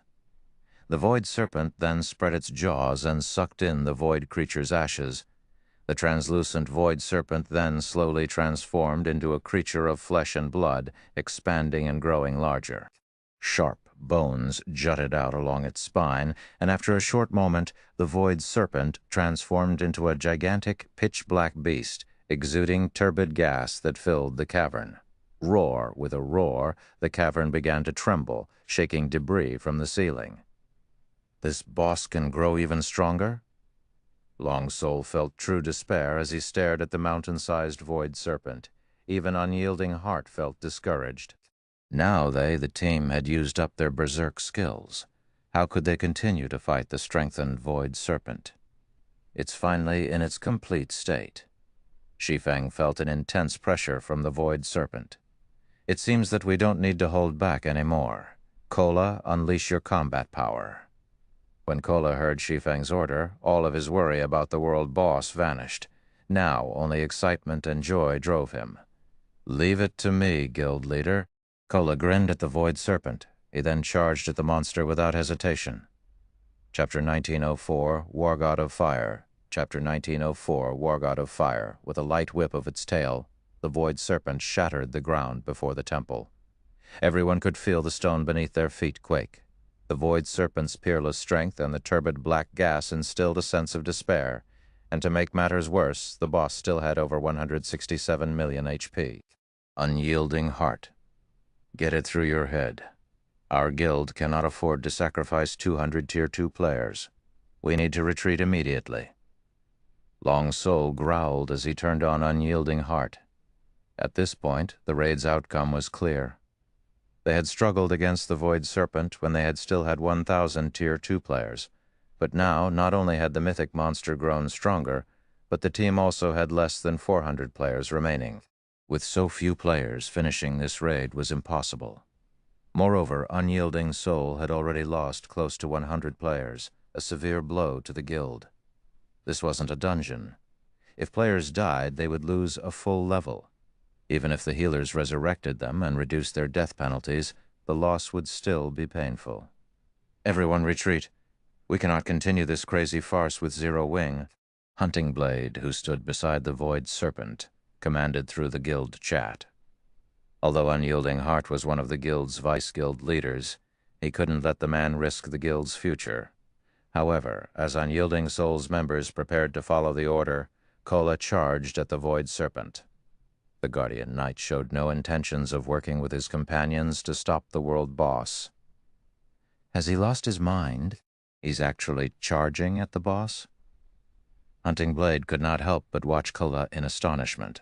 While he acknowledged that Kola's attributes were frightening, without a berserk skill, the Guardian Knight had no hope of stopping the Void Serpent by himself. When the Void Serpent noticed Kola's approach, it squinted its amber eyes and swept its now scaly tail at the Guardian Knight as if sweeping away the dust on the ground. From afar, players noticed that space seemed to twist as the tail passed, barely withstanding the Void Serpent's strength. Come! Rather than shrink back in fear, Kola dashed to meet the attack. Just before the Void Serpent's tail struck the Guardian Knight, flames emerged from Kola's form. In the blink of an eye, Kola had transformed into a charging bonfire with a 6-meter radius, leaving his teammates confused. But despite the strange development, the Void Serpent had no intentions of slowing its tail attack as it struck the moving bonfire. Peng! It stopped. Since everyone had assumed that the Void Serpent's attack would extinguish the flames, they were shocked by the true outcome of the clash. The gigantic scaly tail had actually stopped before the humanoid torch, unable to proceed any further. The stone beneath the raging fire cracked, only stopping over 20 yards away. After the flames subsided, they revealed a 6-meter giant. The giant wore a full set of flaming crimson armor, the flame's heat boiling the water in the air and turning the ground beneath it into lava. In addition, the giant wielded a flaming one-handed axe and a flaming shield. As the giant's aura washed over the team, they felt an intense pressure bear down on them. But it wasn't just a result of a difference in attributes. It was a result of a difference in life ratings. Before anyone could react, the flaming armored giant sent a chop at the Void Serpent's tail. As the axe swung through the air, a sea of fire enveloped everything in a 30-yard cone before the giant. The burning weapon left a deep, scorched wound in the Void Serpent's tail as the mythic monster cried out in agony. A damage exceeding -80,000 also appeared above the Void Serpent's head, the attack's power astonishing the surrounding players. The injury enraged the Void Serpent, spreading its maw. The boss shot a spear of foul black gas, and the spear flew so fast that not even the Tier 2 experts could keep up with the attack. Fortunately, the flaming giant reacted quickly, raising its flaming shield in time to stop the attack. The impact forced the giant to stumble 4 steps back, a damage of over -100,000 appearing above its head. The Void Serpent's destructive power had clearly improved. However, to everyone's surprise, the giant's HP bar had barely decreased despite so much damage. Upon closer inspection, they would have seen that the flaming giant had maximum HP of 12 millions. With so much HP, over -100,000 damage was practically negligible. So, this is the power of the war god of fire. Once he had steadied, Kola couldn't help but take a look at himself. He could feel that his physical control had reached unprecedented levels. In addition, his basic attributes were even higher than when he activated a berserk skill, especially his HP. Although he was still no match for actual monsters, he was leaps and bounds superior to other players and NPCs. Healers, focus on Kola. Everyone else, focus on the boss, Shi Feng shouted. Even he was slightly surprised to see Kola single-handedly tank the Void Serpent. He hadn't dreamed that the war god of fire transformation would be so powerful. Meanwhile, Shi Feng's command shook everyone from their daze. Kola? That flaming giant is Kola? The revelation shocked Long Soul. So, this is the trump card Black Flame had prepared. Unyielding Heart was similarly astounded. At the same time, he envied Zero Wing a little. With such a powerful MT, Zero Wing would have no problems raiding level 60, 100-man team dungeons in the future. The guild would also collect level 60 top-tier weapons and equipment far faster than the various superpowers, securing a massive advantage. Meanwhile, Kola rendered the Void Serpent powerless thanks to his recent transformation. Although it launched a series of frenzied attacks, Kola stopped everyone effortlessly. Moreover, since the mythic boss had entered its complete form, it had lost the effects of its passive skill, Void Body, and its battle recovery. From now on, all damage the boss received would be permanent. However, the Berserk Void Serpent wasn't an easy foe. From time to time, it launched AoE breath attacks, and players still had to cope with the Void Blades. The team steadily lost players.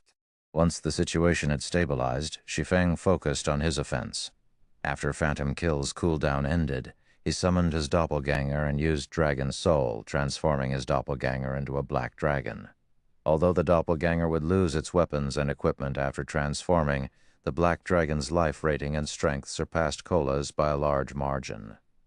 Most importantly, the black dragon was a level 69 monster. Each time the black dragon attacked, it devoured a large chunk of the Void Serpent's HP 24%, 20%, 16%. When less than 300 players remained alive on the team, the Void Serpent's HP had fallen below 1 million's. Seeing this, Shi Feng activated Icarus's heart, which he had reclaimed from Aqua Rose earlier. Using Instant Strike to appear before the Void Serpent, he brandished the Abyssal Blade and Killing Ray. Purgatory Pentaslash. Shadow Blade, one powerful skill after another, struck the Void Serpent, devouring the final strand of HP the world boss possessed. With a frustrated cry, the Void Serpent's colossal body collapsed to the ground. Chapter 1905, World-Class Loot. Chapter 1905, World-Class Loot. Watching the Void Serpent collapse to the ground, the players in the cavern breathed a deep sigh of relief. They had finally defeated the world boss. We did it. I nearly thought we were goners. Although all of these players were Tier 2 experts, some slid to the ground, powerless after the battle had ended.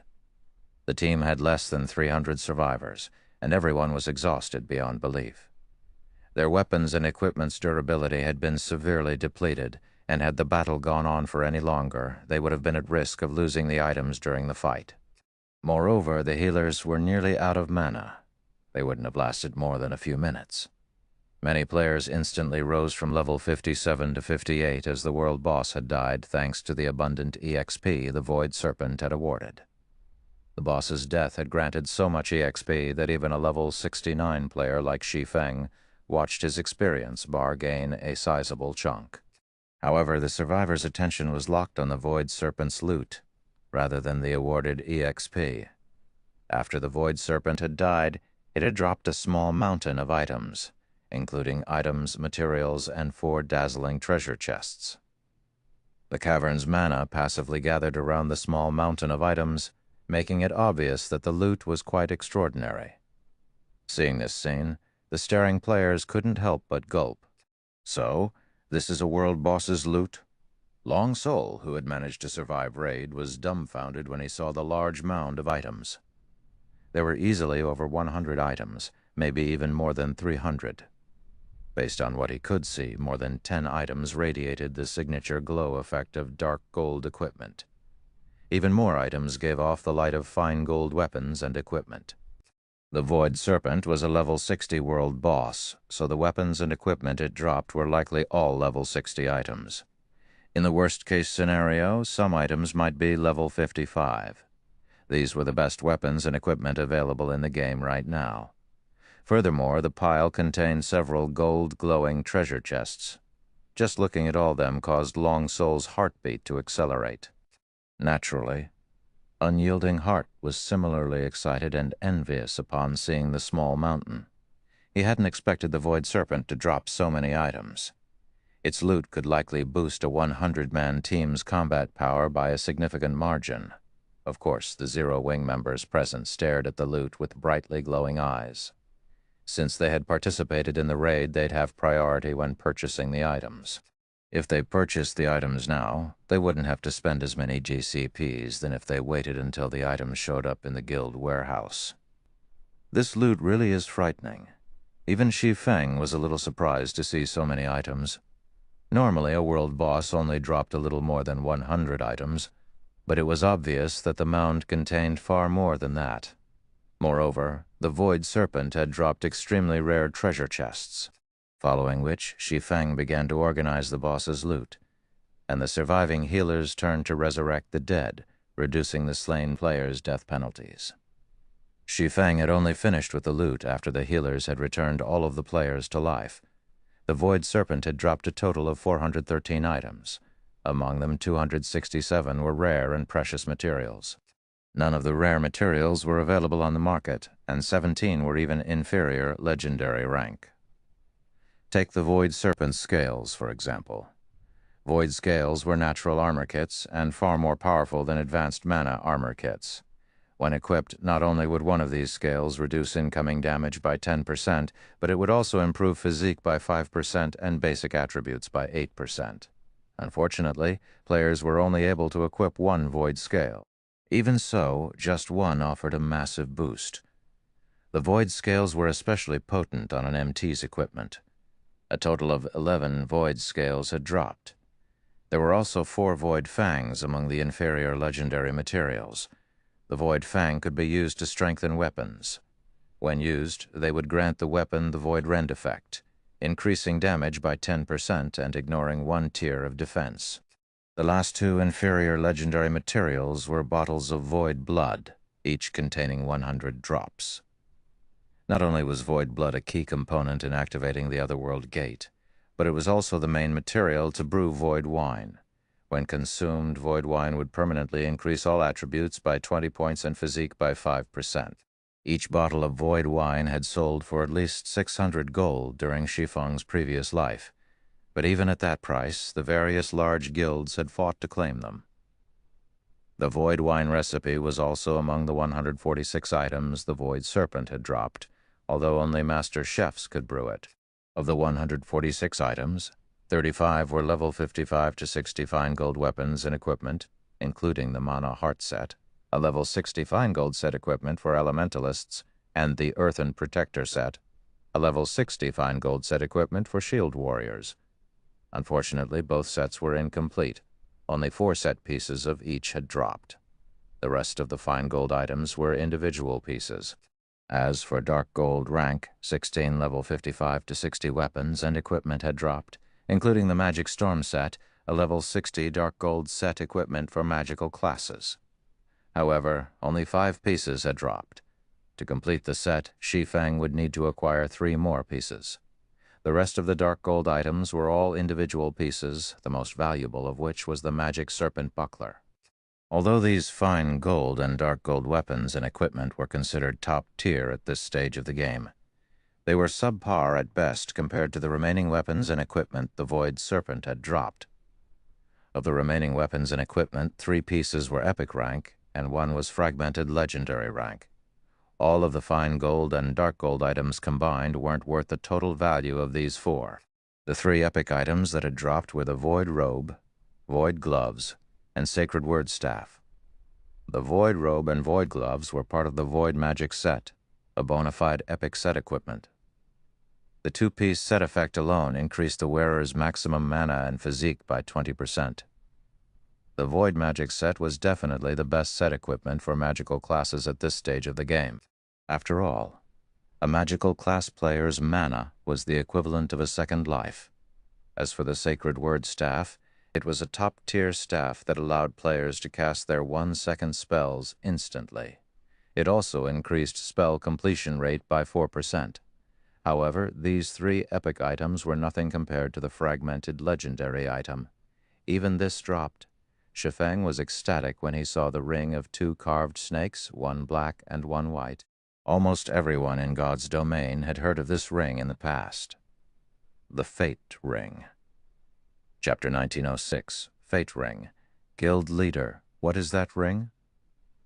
Aqua Rose, who stood nearby, asked in surprise when she saw the Fate Ring in Shi Feng's hand. She could feel the mana density around her increase drastically.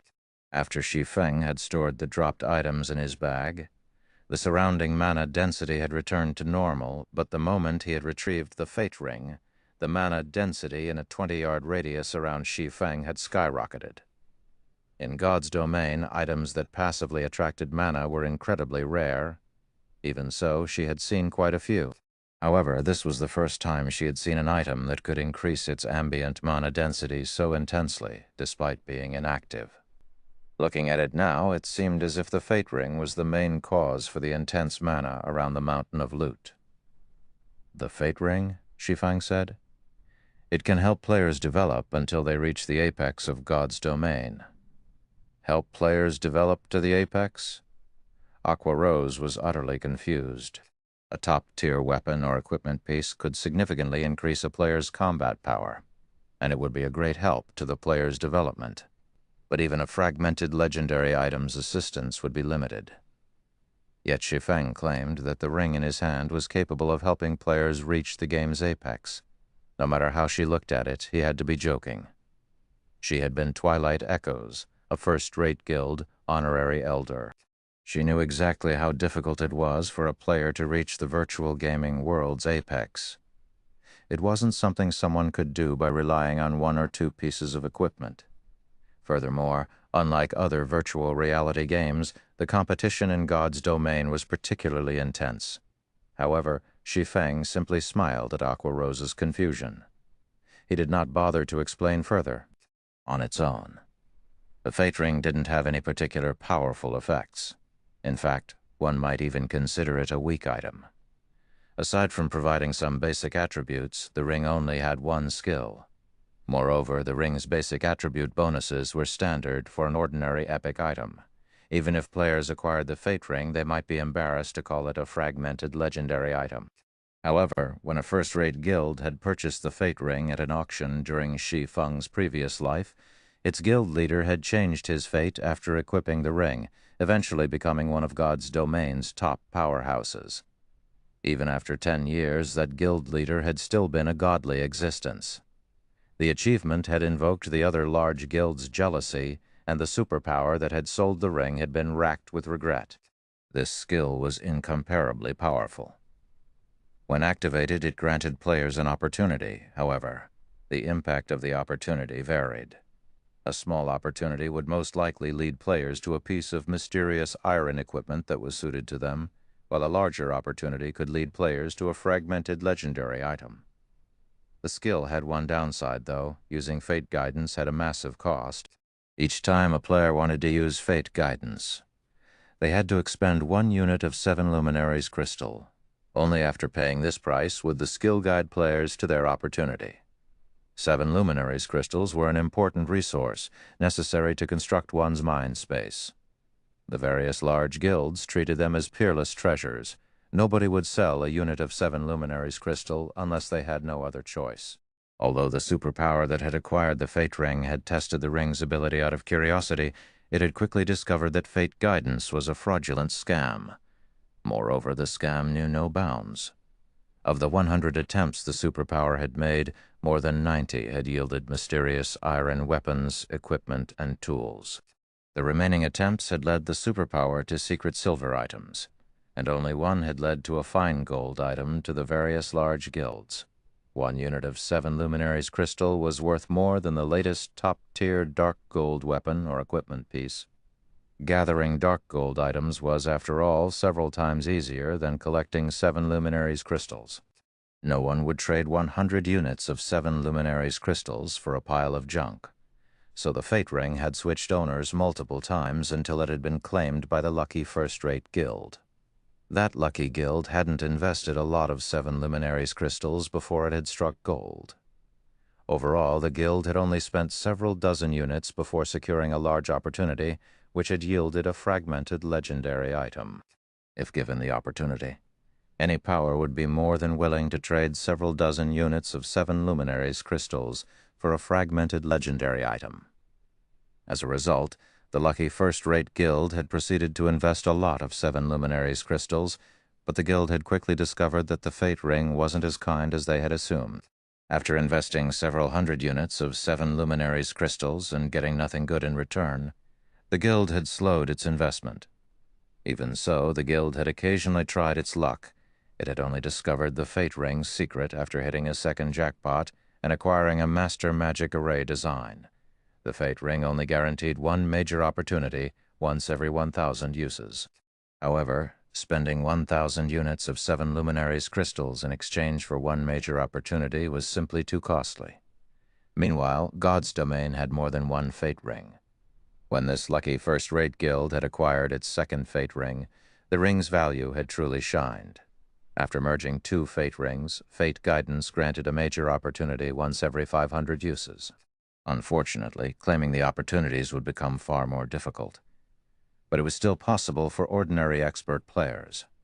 Furthermore, players could acquire a top-tier item by simply spending 500 units of 7 luminaries crystals, which was certainly a worthwhile price.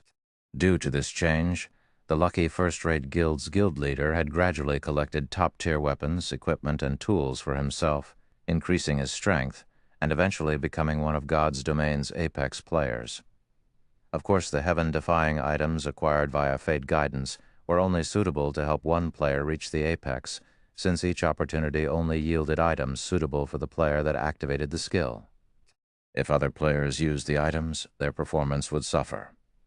Other players couldn't even use certain items, such as those that granted skills and combat techniques.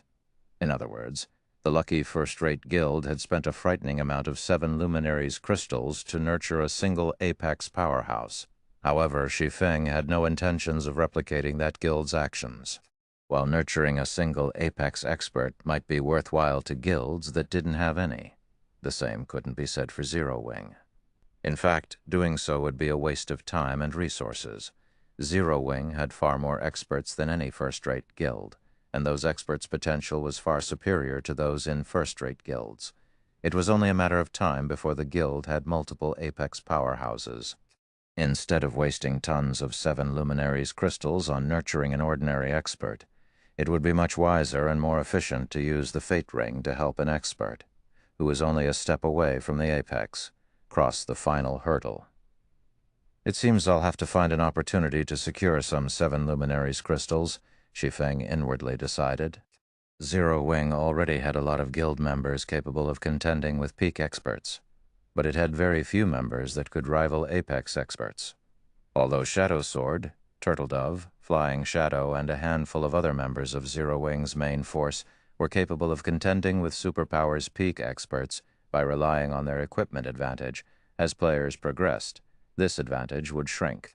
If Shadow Sword and the others didn't improve their combat standards, it would only be a matter of time before others surpassed them.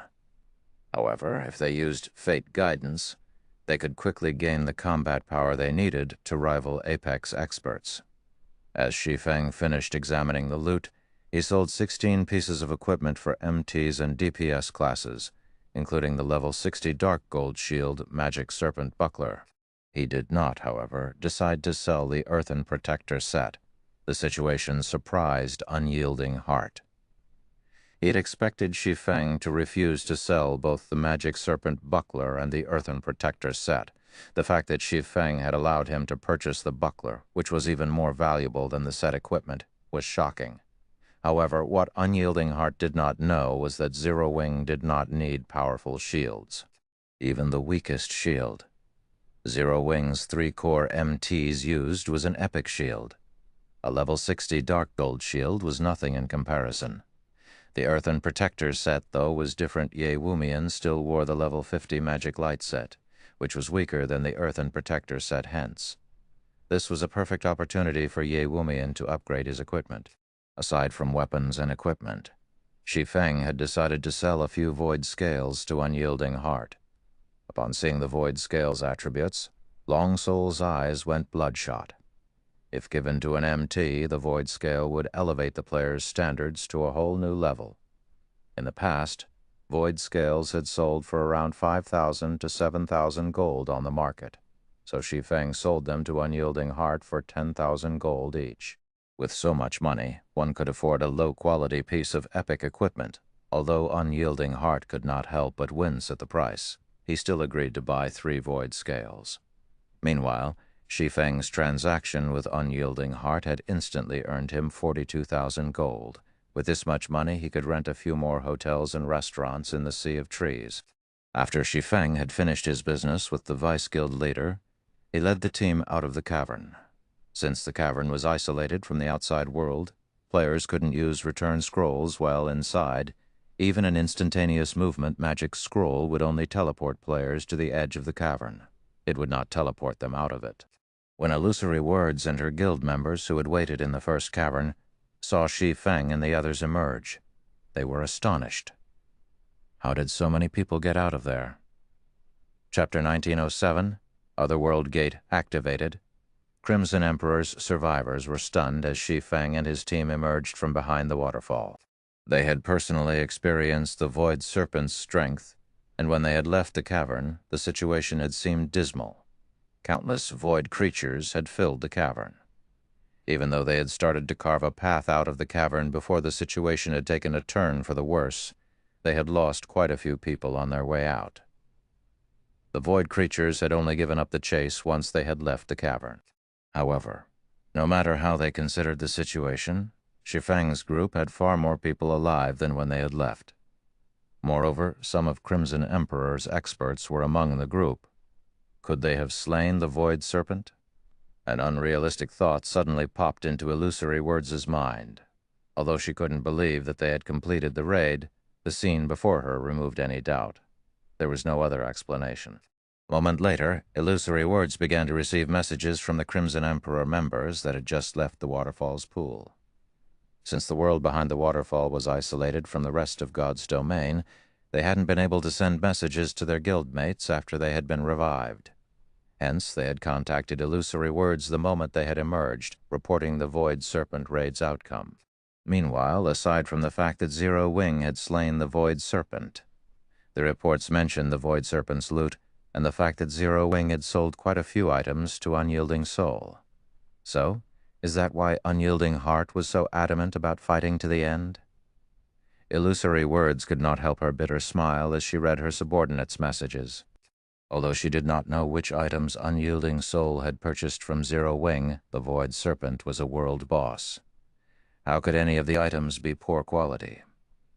Zero Wing might not have sold the best weapons and equipment to Unyielding Soul, but even the second-rate items would be a massive harvest for the guild. At the very least, Unyielding Soul could fortify its main force's combat power.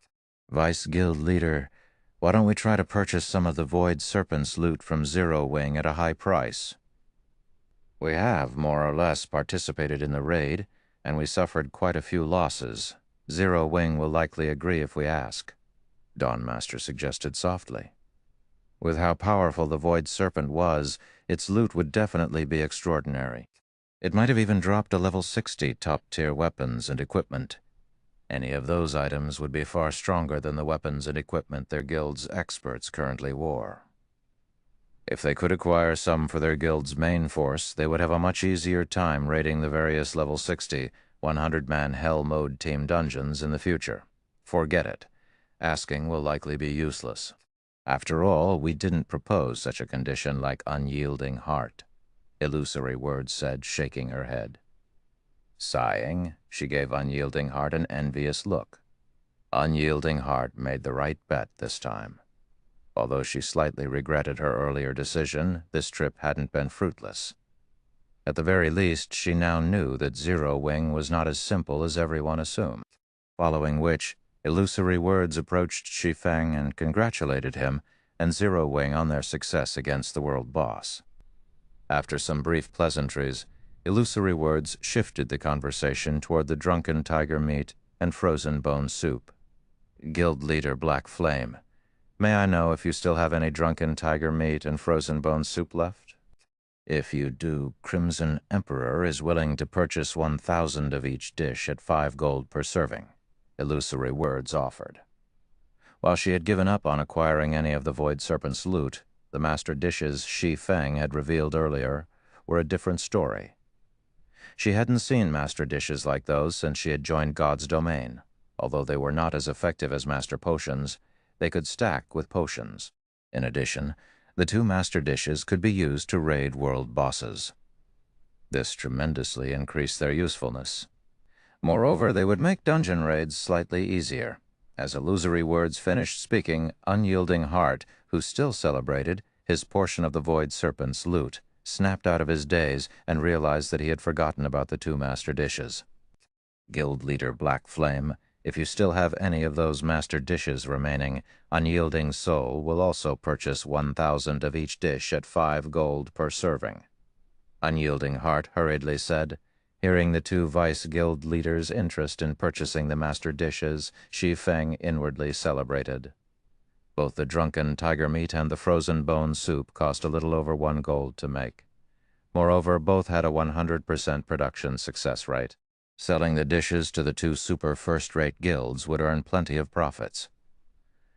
I don't have any more of the master dishes on me, but if you 2 want them, I can get some for you. However, it'll take some time for me to gather the requested amounts. May I know if you 2 are willing to wait?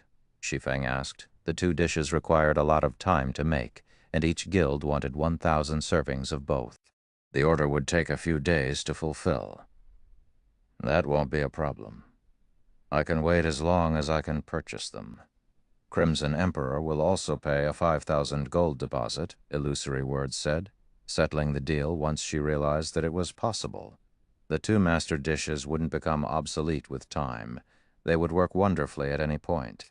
She had worried that Shi Feng would reject her offer, but now that he had agreed, she decided to form a contract, binding the agreement as a precaution. With this, she had reaped an additional benefit from her trip here. Meanwhile, Unyielding Heart chose to do the same, binding the agreement with Shi Feng and paying a 5,000 gold deposit. Naturally, Shi Feng was more than willing to play along with the 2 vice guild leaders. After signing the contracts, an additional 10,000 filled Shi Feng's pockets. With this, he had made a total of 52,000 gold from this single boss raid. If the various first-rate guilds knew about this, their envy would drive them mad. After all, current first-rate guilds were fortunate if they even had 30,000 gold in liquid funds. Following which, Unyielding Soul and Crimson Emperor's members used return scrolls and returned to the Dark Knight Empire. Meanwhile, Shi Feng had Zero Wing's members return to Zero Wing City to rest. As for Shi Feng, he used the 7 Luminaries ring to teleport to the Million Forest, which happened to be the Emerald Dryad's territory. The Million Forest was a dangerous location to almost all players due to the area's large Dryad population. If a player encountered a single Dryad, it would immediately call for reinforcements, and a large number of the creatures would quickly gather. Moreover, this cycle would continue. Once a certain number of Dryads had gathered, it would attract the Emerald Dryad's attention. Hence, very few players were willing to adventure in the Million Forest.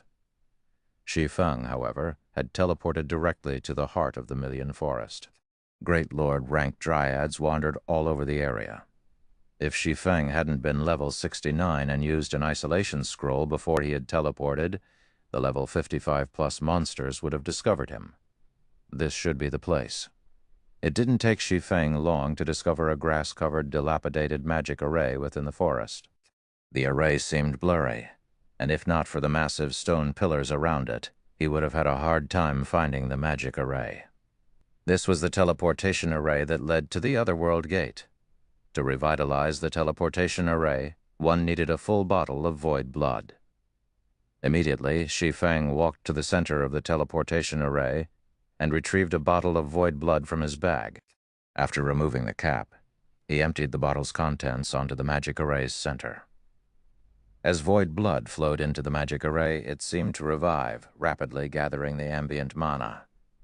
The magic array seemed to absorb mana from farther away as time passed, and eventually it drew mana from throughout the Million Forest, making the area's Dryads tremble with fear.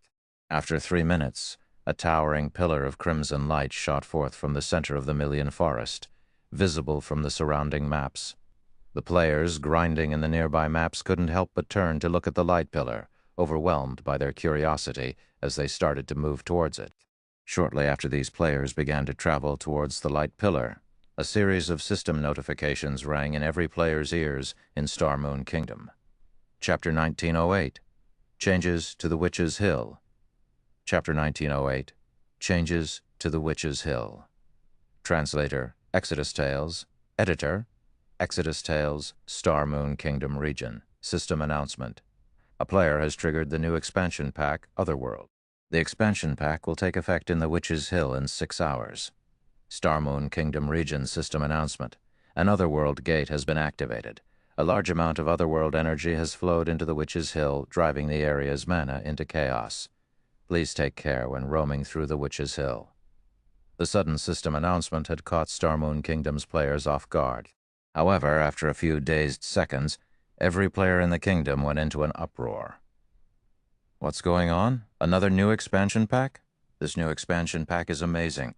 Doesn't this mean that we can head to an otherworld to level up? According to rumors, it seems that other worlds have more abundant resources than the continent of God's domain. I've heard that too. Not only are other worlds rich in resources, but leveling there is also much faster. We'll be able to travel to another world from the Witch's Hill in 6 hours. In that case, I'm heading there immediately. The large guilds have already monopolized every high-resource map. Independent players like us can't even earn enough money to afford the latest equipment. The moment they heard the system announcement, independent players and adventurer teams began to swarm towards the Witch's Hill. As the number of resource maps in Star Moon Kingdom dwindled as players reached higher levels, there were fewer opportunities for independent players to earn money. Now that a completely new map, one not owned by any guild, had appeared, this was a golden opportunity for independent players. As players reached higher levels, money would become an increasingly larger problem. Although players continued to earn more money each day, they had had higher expenditures. Take weapons and equipment, for example. After level 50, the drop rate for top-tier weapons and equipment had decreased drastically. Even ordinary weapons and equipment drop rates had been affected. This caused the prices for level 50-plus weapons and equipment to skyrocket. This was also the case for repair fees. Moreover, as high-level resource maps were so far from NPC cities, teleportation fees had increased. High-level resource maps also had harsh environments, so players had to prepare appropriate weapons, equipment, tools, and potions if they wanted to grind effectively in these areas, and everything cost money. As God's Domain continued to develop as a game, it provided a wider variety of services for players to enjoy as well. After a hard day of work, many players sought food, beverages, and all sorts of entertainment. There were also the fees to learn skills and spells, and applying for a promotion quest was expensive. Now that a new opportunity to make money had arisen, how could anyone miss it? Naturally, Star Moon Kingdom's various large guilds had called their upper echelons for a meeting the moment they had learned of the Otherworld Gate. A path to another world? This is a perfect chance for our guild. I've heard that the players and guilds in the Black Dragon Empire have made a fortune due to the path to the Ice Crystal World. We have to monopolize this other world's resources before the other guilds. But the Witch's Hill is Zero Wings territory. If we try to set up in the other world, I'm afraid that. What's there to be afraid of? Now that Star Moon Kingdom has its own other world, the kingdom's guilds are going to swarm to it. Can Zero Wing hope to stop so many guilds? Although you have reminded me of something, start raising funds right now and figure out a way to build a town in the Witch's Hill.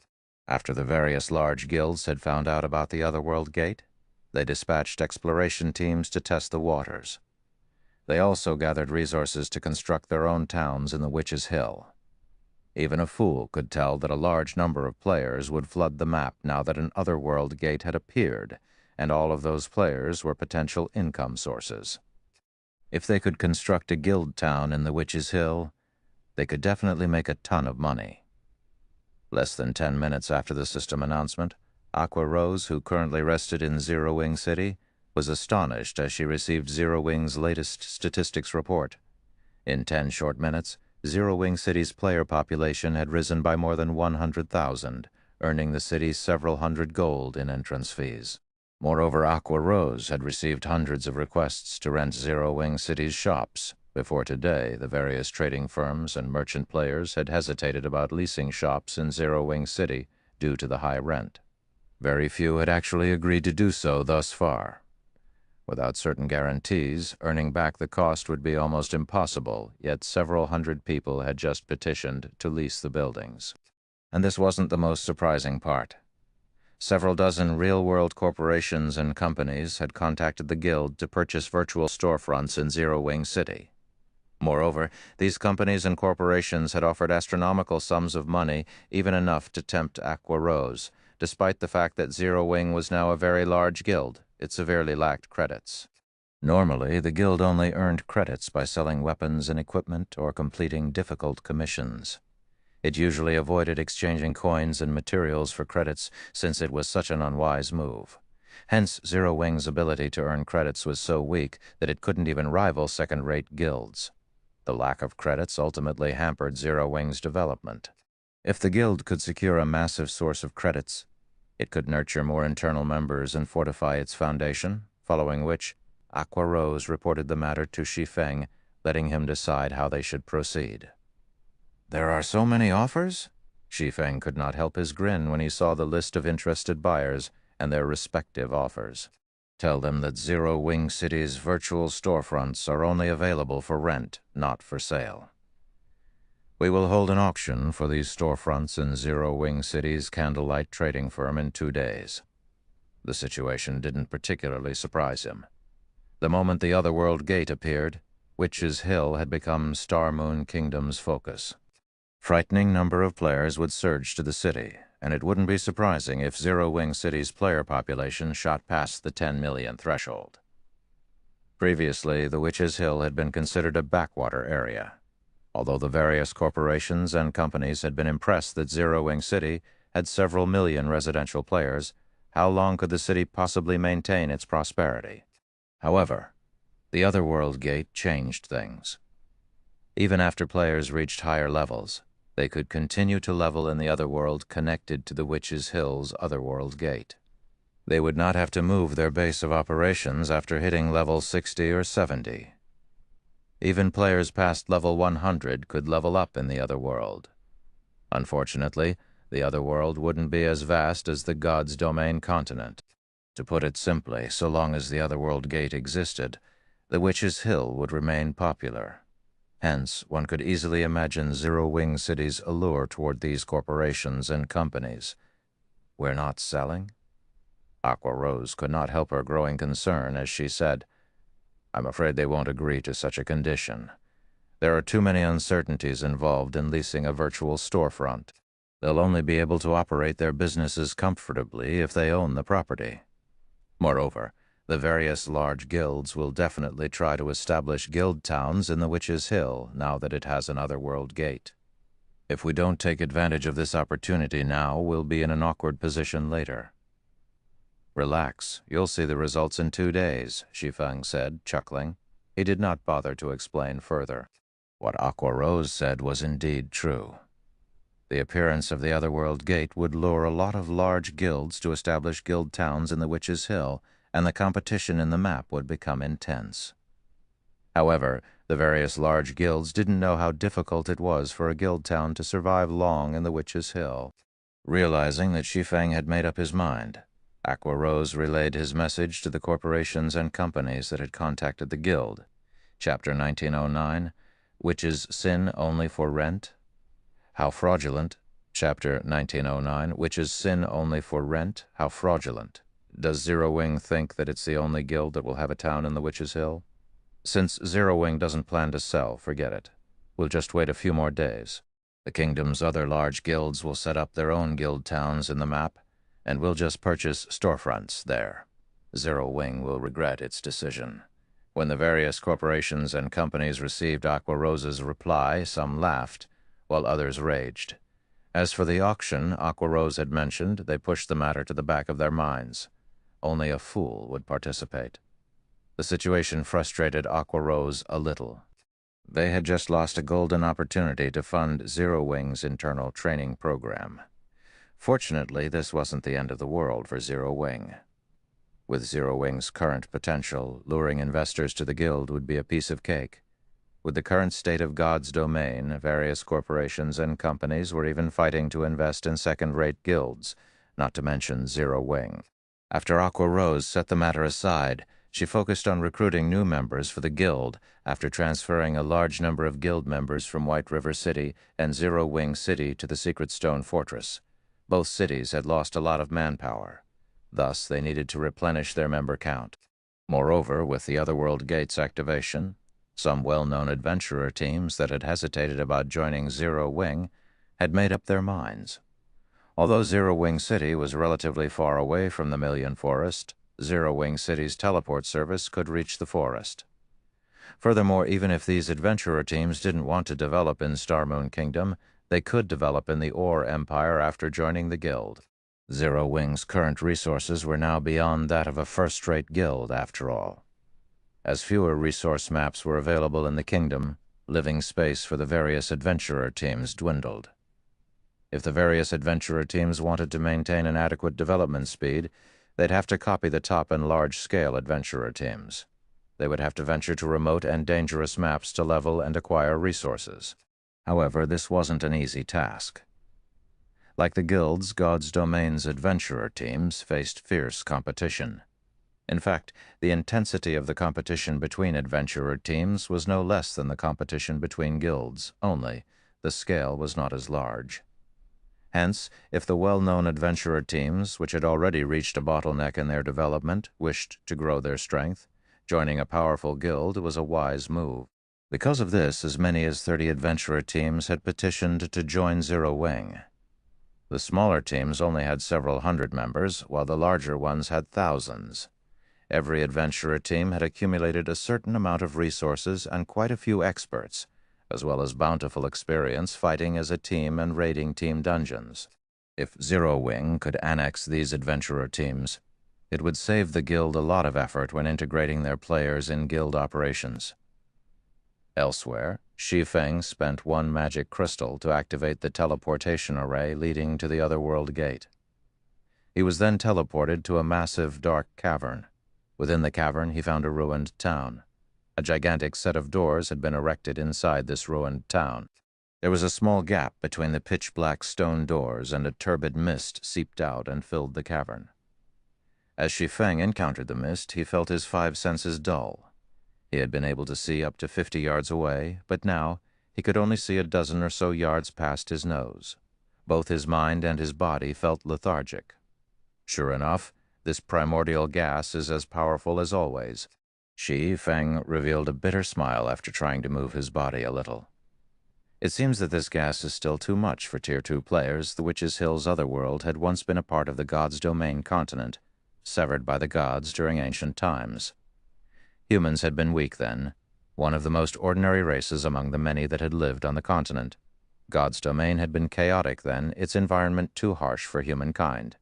However, after a catastrophic war between the gods, the continent of God's Domain had been divided into various sections, thoroughly changing the environment. It was no longer as chaotic or violent. As a result, the human race had gradually grown stronger, but even to this day, certain sections retained their harsh environments. Meanwhile, the turbid gas flowing out of the Otherworld Gate was none other than primordial gas. When Shi Feng had first entered the Otherworld Gate, he had already Tier 3, so the primordial gas hadn't significantly affected him. This time, however, he could feel the gas's negative effects. His combat power had just decreased by roughly 30%. The primordial gas affected more than just his reaction speed and senses. Even his physique had considerably weakened. Shi Feng now, more or less, understood why only Tier 2 and higher players were allowed through the Otherworld Gate. Only a small trace of primordial gas leaked out of the Otherworld Gate, yet its effect on a Tier 2 player like him was so powerful. If players entered the Otherworld, filled with primordial gas, its effect would be absolutely terrifying. Not only did the primordial gas suppress players, but it also created a perfect environment for monsters to thrive. The primordial gas drastically increased monsters' combat power, and once the Otherworld Gate opened fully, the gas would spread throughout the Witch's Hill. The area would become chaotic and violent, which was why only 4 guild towns had survived in Shi Feng's previous life, despite so many guilds establishing guild towns. The towns hadn't fallen because of the various first-rate guilds suppressing its weaker counterparts, but because the second- and third-rate guilds hadn't been able to fend off the monsters that had assaulted their towns at night. As Shi Feng prepared to enter the ruined town, a wizened, dignified voice reached his ears. "Young adventurer, are you the one who activated the teleportation array I had left behind?" When Shi Feng turned around to the origin of this voice, he discovered an old woman in black robes and carrying a wooden staff.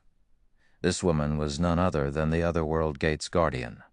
She was also a legendary existence in God's Domain, the Jealous Witch. Shi Feng had only thought of the jealous witch as an incredibly powerful Tier 5 NPC during his previous life. But after learning about demigods, Shi Feng concluded that this NPC was one such being. She was only a step short of becoming a Tier 6 god and was one of the strongest NPCs on the continent of God's domain right now. Yes, esteemed Lady Witch. Shi Feng nodded. He did not dare to hide information from the jealous witch. She was known for being unpredictable. Sometimes she would help slaughter the dark forces, but other times she would casually massacre tens of thousands of innocent humans. Her behavior had frustrated God's domain's human population. The jealous witch maintained her unpredictable behavior towards players. There had been instances in the past when she had exterminated players she had encountered. When those players had died by her hand, their accounts had been so crippled that their only option of maintaining a career in God's domain had required a new account. After dozens of these incidents, players had learned to fear the jealous witch in the Witch's Hill and did their best to avoid her. Meanwhile, Shi Feng had visited this ruined town despite knowing that the jealous witch would be here to pick up an important epic quest. If he could complete the quest, he could obtain the rumored advanced field magic array, Void Field. Field magic arrays were insanely rare among magic arrays, and if not for the chance to obtain one, he wouldn't have risked meeting the jealous witch. Excellent. Since you have opened this origin of sins, I'll give you a quest. Go and collect 200,000 magic crystals for me within 7 days. If you fail, you and all of Star Moon Kingdom will perish, the jealous witch announced. All right, you can leave now. Remember, you only have 7 days. With a wave of the jealous witch's hand, a bright flash blinded Shi Feng. By the time Shi Feng's vision recovered, he noticed that he had returned to the Million Forest system. Congratulations, you have accepted the inferior legendary quest Witch's Sin. Quest content: collect 200,000 magic crystals in 7 days. Rewards unknown. Chapter 1910, Independent Mode. Chapter 1910, Independent Mode.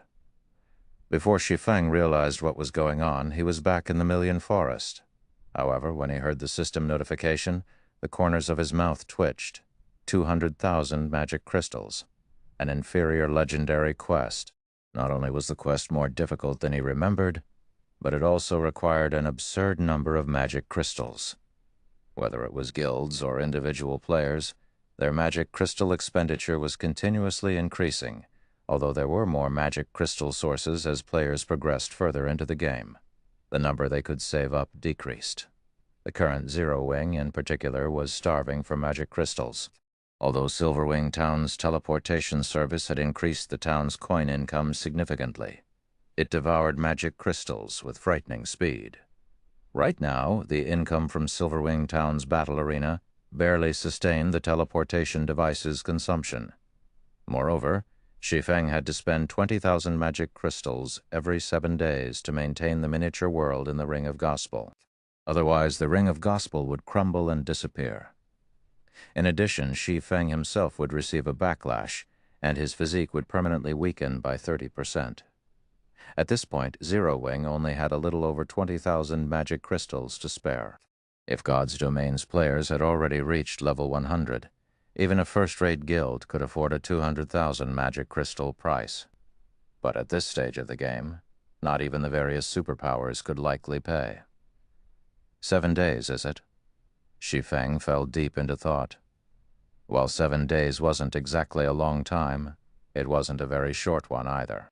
If he sold some hell tanks to Unyielding Heart, Phoenix Rain, and Illusory Words, he should be able to gather so many magic crystals in time. However, doing so would rob Zero Wing of its monopoly over the hell tanks. Moreover, nobody could guarantee that these hell tanks wouldn't fall into the hands of Zero Wing's enemies. Yet if he did not sell them, he would have an extremely difficult time collecting 200,000 magic crystals in 7 days. It seems I'll have to take down Kama Island right now.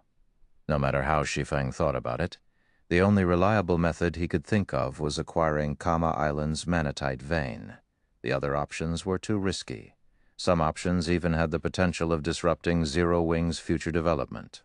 Although they had accidentally discovered a source fire vein in the Flame Demon's Valley, Its environment was too harsh for players to endure long-term. Aqua Rose and Melancholic Smile hadn't even finished the preparations to send people to the mine. Even if they could send people, they wouldn't be able to send many. After all, fire resistance equipment capable of allowing ordinary players to survive in the scorching environment was simply too rare. It was impossible to equip many players adequately. The Manatite vein on Kama Island was much safer. Players could survive there so long as they had some darkness resistance. The problem could easily be dealt with via a darkness resistance potion. Furthermore, the area's low mana density wouldn't affect the mining player's performance. Thinking up to this point, Shi Feng pulled the Abyss pendant from his bag and used Abyss teleport. He planned to rent a few more hotels and restaurants in the Sea of Trees before setting off for Kama Island.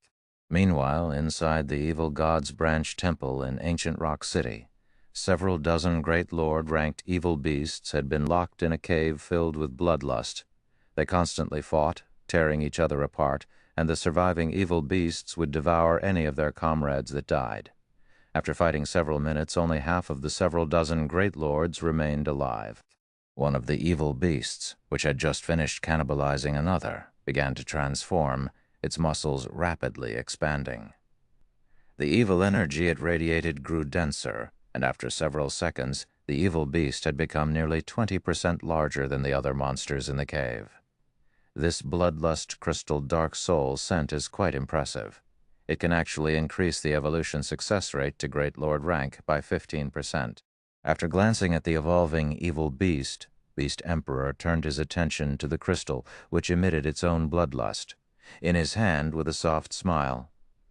The partnership between the Evil God's temple and Dark Soul had been far more effective than he had expected. He had thought that Dark Soul would be useful for acquiring materials and sacrificial players for Dust Edge at most. He hadn't expected the Alliance to acquire such a lively bloodlust crystal. As of late, his evil beast army had recovered plenty of its lost combat power.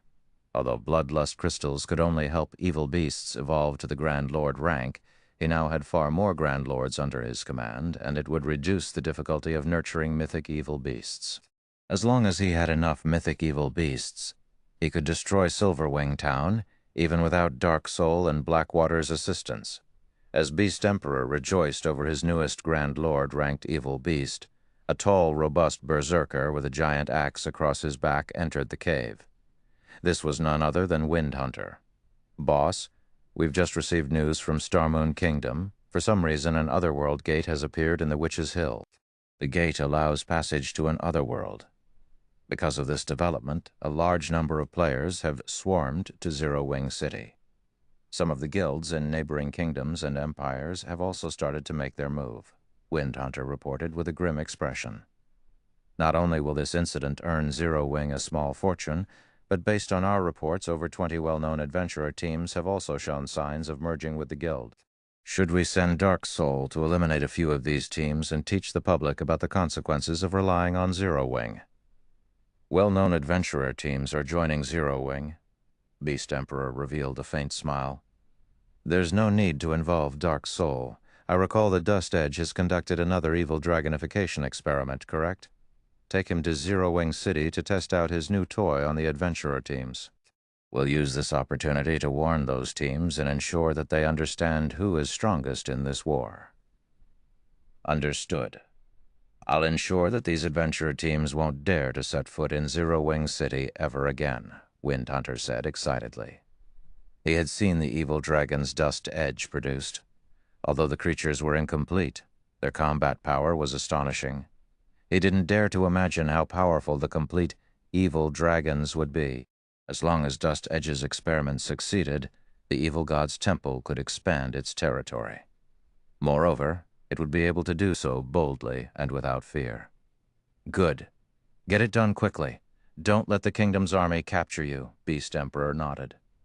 "Boss, rest assured, by the time the kingdom's army arrives, the adventurer teams will be long dead," Wind Hunter said, licking his lips in anticipation. After Wind Hunter left, Beast Emperor proceeded to release a new batch of Great Lord-ranked evil beasts into the caver, starting another round of slaughter.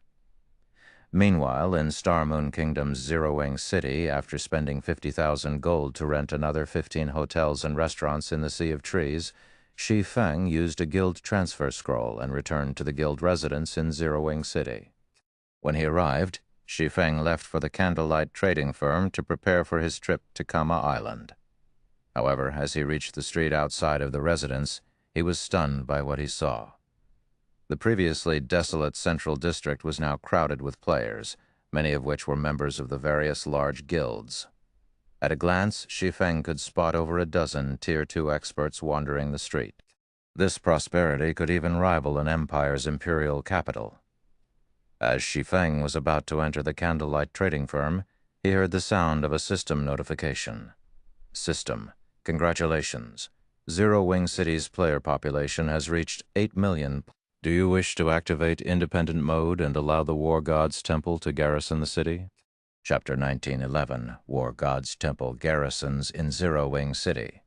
Chapter 1911, War God's Temple garrisons in Zero Wing City. The city's development sure is fast. Shi Feng could not help his elation when he heard the system notification. He had thought that Zero Wing City would need another 1 or 2 days to reach a player population of 8 millions. Even with the Otherworld Gate. But only a few afters the gate's activation had been announced, Zero Wing City had hit the mark. In God's domain, any guild city with a player population of 8 million would activate the independent mode. When this so-called independent mode activated, the city's NPCs would be liberated, allowing other NPC forces to intervene in the city's affairs. The buildings these NPC forces set up in the guild city wouldn't be subjected to players' management, which meant that these NPC forces took responsibility for their establishment's security, stationing their own guards.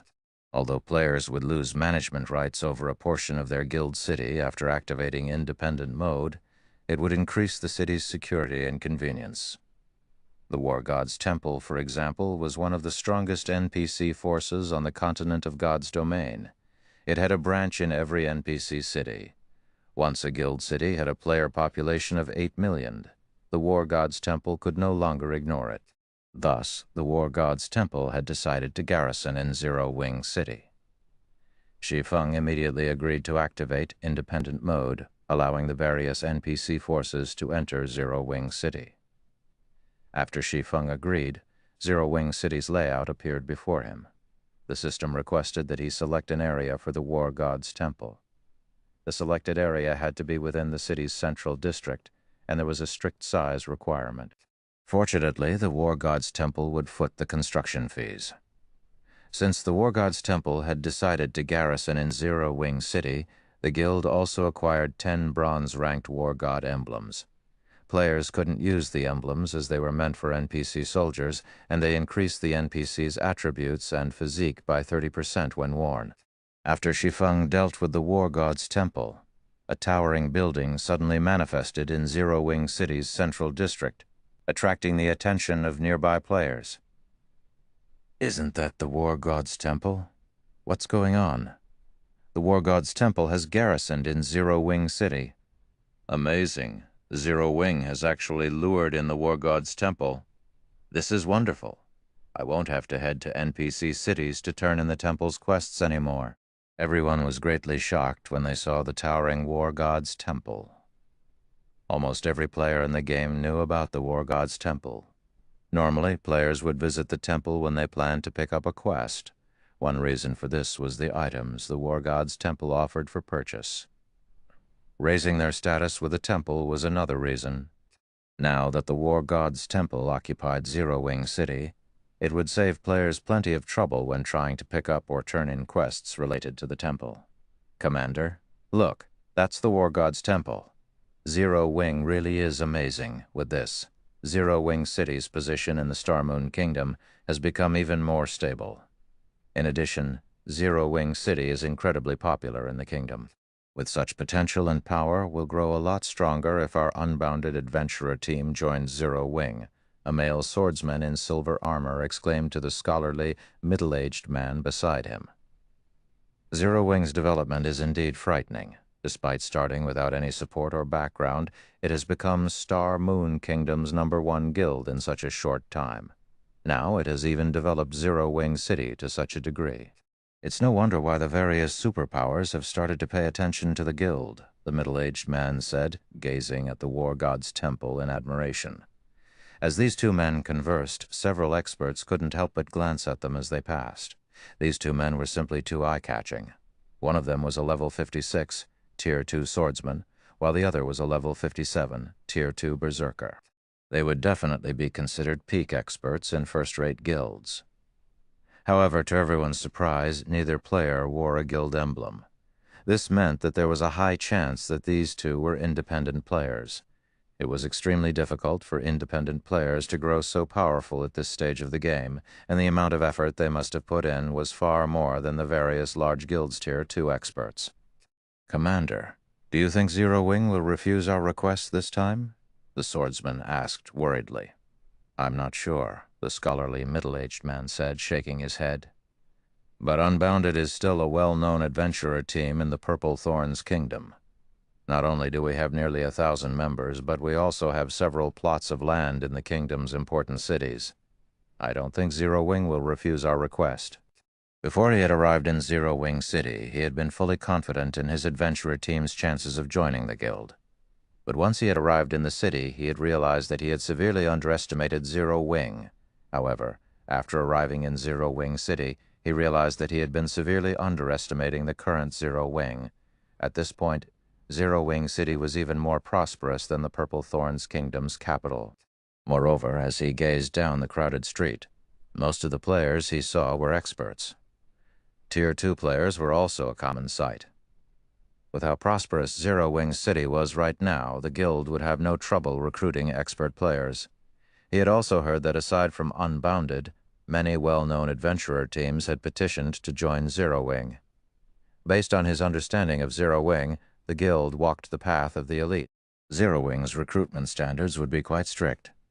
Although Zero Wing was fully capable of recruiting a large number of players and strengthening the guild to a frightening degree, Zero Wing had refused to do so. Instead, it had invested more resources in a small number of elite and expert players. That decision had ensured that Zero Wing's elite and expert players were far higher quality than those in first-rate guilds. Even some of the ordinary superpowers were no match for Zero Wing in this regard. Meanwhile, with so many wage-known adventurer teams applying to join Zero Wing, the guild naturally wouldn't accept every adventurer team. The guild would only recruit the most valuable adventurer teams. The swordsman youth's excitement dampened upon hearing his commander's reply. Even before the commander had announced that their adventurer team would attempt to join Zero Wing, he had possessed a deep understanding of the guild due to the battle between Zero Wing and Beast Emperor's armies near the primordial divine ruin. While that battle might not have been important to Zero Wing, it had left a deep impression on him who had only been a Tier 1 swordsman at the time. Back then, Black Flame, Zero Wing's guild leader, had repelled a mythic monster with a single attack. Shocking the spectating powers, Black Flame's prowess had even caused thousands of Blackwater's experts to freeze in fear. He had never imagined that a swordsman could be so strong. Had he not been a member of the Unbounded adventurer team back then, he might have applied to join Zero Wing. When he heard that his commander wanted Unbounded to merge with the guild, he had been overjoyed. When he heard that his commander intended to visit Zero Wing City to negotiate with the guild's upper echelons, he had been the first to apply to join his leader. Don't be so disappointed, although Unbounded isn't a top adventurer teams in the Purple Thorns Empire. Moreover, our adventurer team has as many as 4 Tier 2 players, and all 4 have cleared the hard mode class change quest. We have more of an advantage than the other teams that only challenge the normal mode quest, the middle-aged man said in consolation. All right, we should head to Zero Wing's residence. In response, the swordsman youth nodded. Meanwhile, 2 cloaked players a short distance away stared at the men from Unbounded. Sickle, those men are 2 of your targets. Remember to make as much of a commotion as possible? We need to teach Zero Wing and the other adventurer teams a lesson, Windhunter said, sneering as he gestured to Unbounded's players. Understood, the robust man named Dark Sickle nodded, a hint of excitement flashing in his eyes. Chapter 1912, Evil Dragon Appears. Chapter 1912, Evil Dragon Appears. Zero Wing City, Candlelight Trading Firm. When the system had announced the Otherworld Gates activation, a large number of Star Moon Kingdom's independent players had flooded Zero Wing City. This also increased the number of players visiting the city's Candlelight Trading Firm. Meanwhile, 3 cloaked players enjoyed a meal and admired the populated street from the second floor of an open-air restaurant opposite of the trading firm. If one used a high-ranking identification skill on these 3, they would definitely be surprised. None of these players were human. Among the 3, one was a beautiful female half-elf, one was a female catkin with cat ears and tail, and one was a male tigerkin with a powerful, robust body. All 3 were members of the Ninth Heaven Guild, with a female half-elf being Melody, Ninth Heaven's guild leader. Big Sis Melody, this city is so prosperous, even more so than our forest city. I can see more than 100 Tier 2 experts from here. The catkin, Scarlet Heart said, watching the sea of players downstairs with a shocked expression. Indeed. I never thought that a kingdom's guild city could develop to this extent. Melody was similarly surprised by the number of Tier 2 experts roaming the street below. Before coming to Star Moon Kingdom, she had specifically asked Thoughtful Rain about Zero Wing's current state of affairs. However, she couldn't believe Thoughtful Rain's reply. Thoughtful Rain had mentioned that Zero Wing City's player population had already reached 5 million, and experts were a common sight in the city. Moreover, Zero Wing City had many rare items for sale. Based on these descriptions, Zero Wing City sounded no less successful than Forest City. How could that possibly be true? However, when she had arrived in the city, she discovered that it was far more well off than Thoughtful Rain had described. In Zero Wing City, expert players were as common as ordinary players, and plenty of Tier 2 experts wandered the city streets. Tier 2 experts were very rare even in Forest City. Even Ninth Heaven, which was almost as powerful as a first-rate guild, had only nurtured around 30 Tier 2 experts thus far. However, the number of Tier 2 experts on the street outside of the restaurant already outnumbered Ninth Heaven's. If even Zero Wing City was so popular, she couldn't imagine how strong Zero Wing had already become. Guild leader, although Zero Wing is stronger than we expected, I doubt it can help our guild. Our current opponent is the legendary Death God Workshop. The Death God Workshop has even provoked super guilds before, and none of them could do anything about it, closing an eye to the workshop's transgressions. The tigerkin named One-Arm Rashomon said worriedly. On the other hand, the Setting Sun Guild is more reliable. Moreover, guild leader, your family has a close relationship with Setting Sun's guild leader, whether it is for profit or that relationship. Setting Sun will go all out to help our guild. In addition, the Death God Workshop would more or less fear of the strength of a recently promoted super first-rate guild like Setting Sun and might give up on targeting us. Stop. While Setting Sun might be stronger than Zero Wing, Setting Sun's condition requires Ninth Heaven to become its subordinate. I will never agree to that, even if I have to fight the Death God Workshop to the death. Melody's voice was frosty. Her guild had gone to great lengths to complete the high-ranked quest in the Flame Demon's Valley and acquired a precious treasure. However, an information leak had informed the Death God Workshop of their new acquisition, and the workshop had attacked Ninth Heaven to steal the treasure. The Death God Workshop was not a guild. It was an organized adventurer team. Not only were its movements erratic, but the adventurer team also had its fair share of experts. Moreover, as an adventurer team, the Death God Workshop did not have a permanent base of operations. But Ninth Heaven was different. The guild had already grown considerably large and secured a permanent base of operations. One could easily imagine the outcome of a struggle between the two organizations. The Death God Workshop always had the initiative in battle. Moreover, the Death God Workshop also had experts that could even contend with Super Guild's peak experts. The workshop's members had used guerrilla tactics against Ninth Heaven's players, and the guild had been powerless to stop them. Big Sis Melody, it's almost time Rain and Blue should have returned to Zero Wing's residence by now, Scarlet Heart said as she checked the time. All right, let's go. Taking a look herself, Melody noticed that it was nearly time to meet with thoughtful Rain. She immediately stood to leave the restaurant.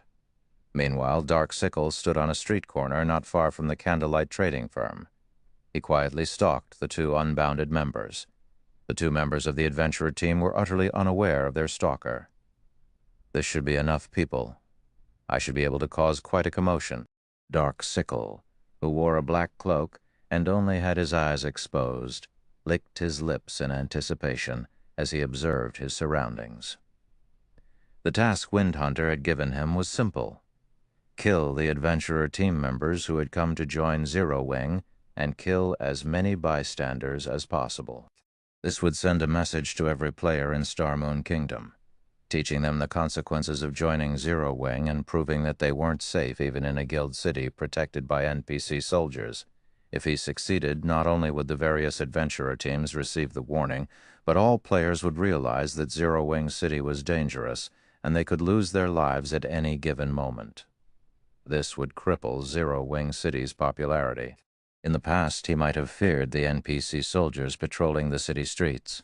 But now that he could transform into an evil dragon, not even level 80, Tier 3 NPCs could pose a threat, much less level 80, Tier 2 NPC soldiers.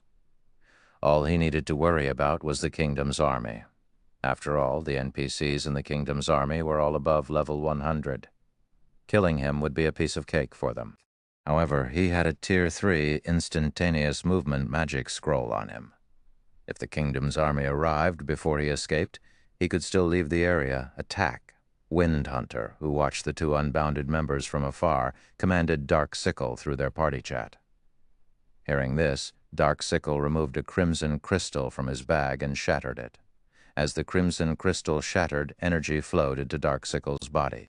In the next moment, the magic circuits drawn on his skin disintegrated as if some seal had been removed. Once the magic circuits had disintegrated, Dark Sickle howled as his muscles rapidly expanded, his sudden growth tearing his black cloak to shreds. When passers-by saw Dark Sickle's growing form, they were dumbfounded. Before these players could react, Dark Sickle transformed into a 10-meter-tall evil dragon roar. After completing his transformation, Dark Sickle released a deafening roar echoing throughout the city's central district. A dragon? What's going on? Why has a dragon suddenly appeared? The players on the street panicked when they saw the evil dragon. They could feel the threat of death emanating from the creature. With a flap of his newly grown wings, Dark Sickle shot into the air above the two unbounded players. Unbounded adventurer team, since you dare attempt to join Zero Wing, you will suffer the consequences. Dark Sickle shouted before swiping at the swordsman and berserker with a claw. Die. Both the scholarly berserker and the swordsman youth felt powerless against the massive incoming claw. They had only caught a glimpse of the claw's afterimage, and the power it contained was so great that space around it had become unstable. However, just as the dragon claw was about to strike the two players, everyone saw a blue flash before an agonized cry filled the air. The evil dragon flew over a dozen yards backward before crashing heavily into the ground, the impact leaving a crater under the creature. This outcome dumbfounded the surrounding players once more. Chapter 1913, Commotion at Zero Wing on the Crowded Street. Chapter 1913, Commotion at Zero Wing on the Crowded Street. When the two unbounded members saw the evil dragon crash into the ground some distance away, they were dazed for a short moment, failing to process what had just happened. What's going on? We didn't die. Stubborn Bone, Unbounded's commander, stared at the small crater a little over a dozen yards away from him and the evil dragon lying in it with a befuddled expression. A second ago, he had heard the evil dragon state its intent to kill him and his companion. When the creature's claw attack had descended on them, he had known their deaths were sealed. The attack had been too fast for either of them to keep up with, much less block or dodge. Yet, after a bright blue flash, the mighty evil dragon had vanished, crashing into the ground some distance away. Once his mind began to work again, Stubborn Bones spun towards the origin of the blue flash, discovering a cloaked player wielding a blue longsword who was slowly walking towards the evil dragon. Was it him? Stubborn Bones stared at the cloaked player in disbelief. He found it truly hard to believe that an attack from a one-handed sword could send such a powerful and fast evil dragon flying. Crap, what's going on? Why is a dragon in the city? That's not right. Look at the marker above the dragon's head. That's a player's marker. That dragon is a player. I think I heard the dragon say that it was going to kill the adventurer teams that try to join Zero Wing. By the looks of it, the dragon seems to have some kind of grudge with Zero Wing. But what happened just now? I only saw the dragon begin its rampage, and before I realized it, the creature had been thrown. The players on the street couldn't help but discuss Dark Sickle's sudden attack. The situation confused them. When the various major powers' upper echelons on the street saw the gigantic evil dragon, realization dawned on them. Isn't that the evil god's temple's evil dragon? This is interesting. It seems the evil god's temple can no longer sit still after watching Zero Wing City's rapid development. I wonder how Zero Wing will deal with this problem. This evil dragon is clearly much stronger than the ones over at the Dark Witch's Tower. Even the NPC soldiers should be powerless against it. Good. Keep making trouble. Once Zero Wing City's fame is ruined, our guilds will have a better chance of luring the Witch's Hills players later. The various guild upper echelons watched Dark Sickle, who stood back up and seemed mostly unharmed, with anticipation. They hoped that Dark Sickle would cause a large enough commotion in the city that they could take advantage of, attracting more players to the guild towns they would build in the near future. Who are you? You dare to make an enemy of the evil god's temple. As Dark Sickle regained his footing, he glared at the cloaked man wielding the blue longsword, his voice echoing throughout the central district as he spoke. Zero Wing's Black Flame? Shi Feng said, chuckling as he took off his black cloak. Satisfied? You? How? Dark Sickle's anger vanished when he saw Shi Feng, and he was abruptly alert. When the spectators saw Shi Feng's appearance, they could not help but gape. What? It's the Sword King. Lucky. I never thought I would get to meet the legendary Black Flame on my first visit to Zero Wing City. Amazing.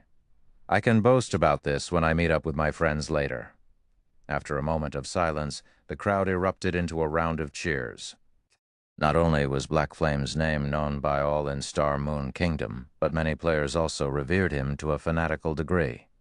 This swordsman had been responsible for many miracles in the kingdom, and a large portion of players trying to join Zero Wing did so because of his presence in the guild. Why wouldn't they be excited now that he had shown up in Zero Wing City? Damn it. Why is Black Flame here? When the various guild upper echelons saw Shi Feng, their expressions darkened. They knew what kind of strength Black Flame possessed. When the man went all out, he could even stand toe-to-toe with a mythic monster for a short time.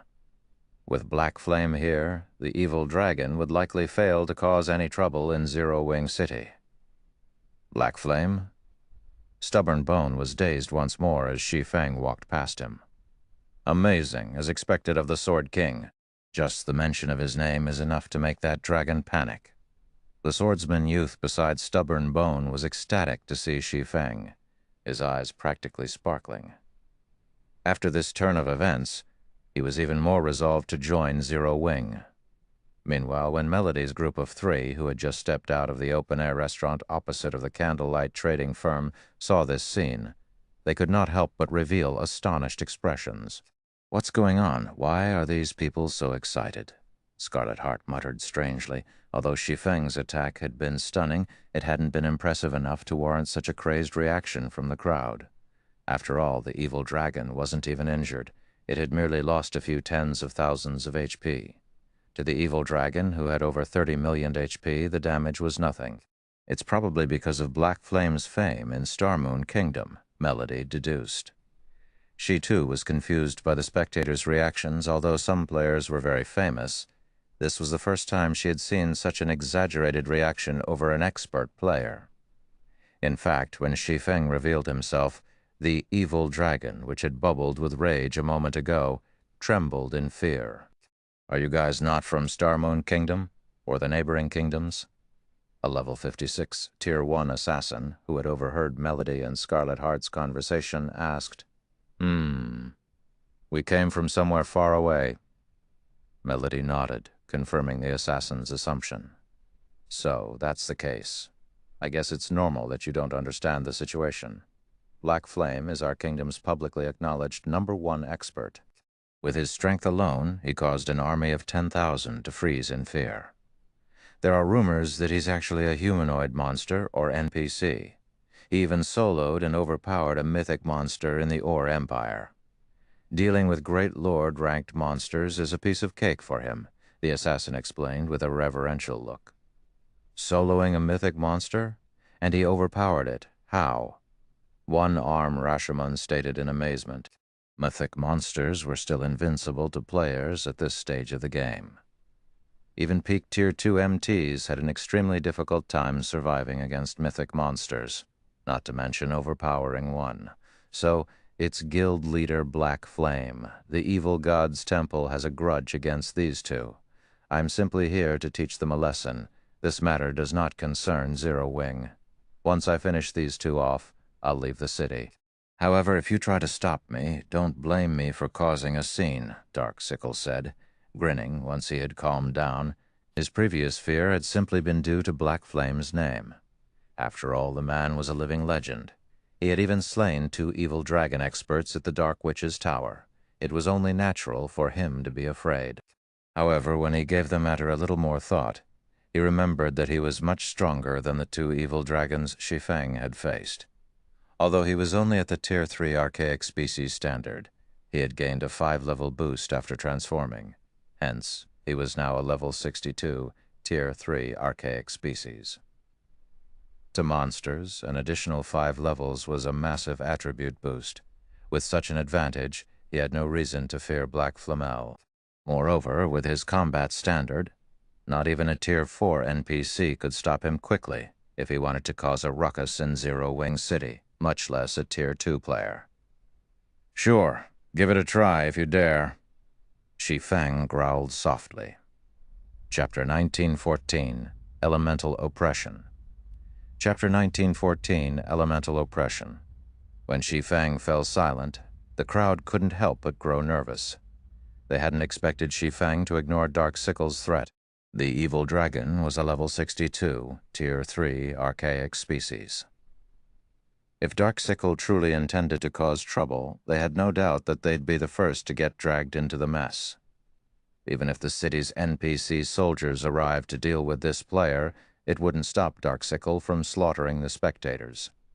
Unlike monsters, players couldn't be aggroed. Darksickle could simply ignore the NPCs and massacre players as he wished. With how powerful the evil dragon's attacks were, most players would die in one hit. Only those with invulnerability skills might survive. They were merely bystanders. It was unreasonable for them to get dragged into this. When Darksickle heard Shi Feng's response, he was stunned. He hadn't expected that. "Good.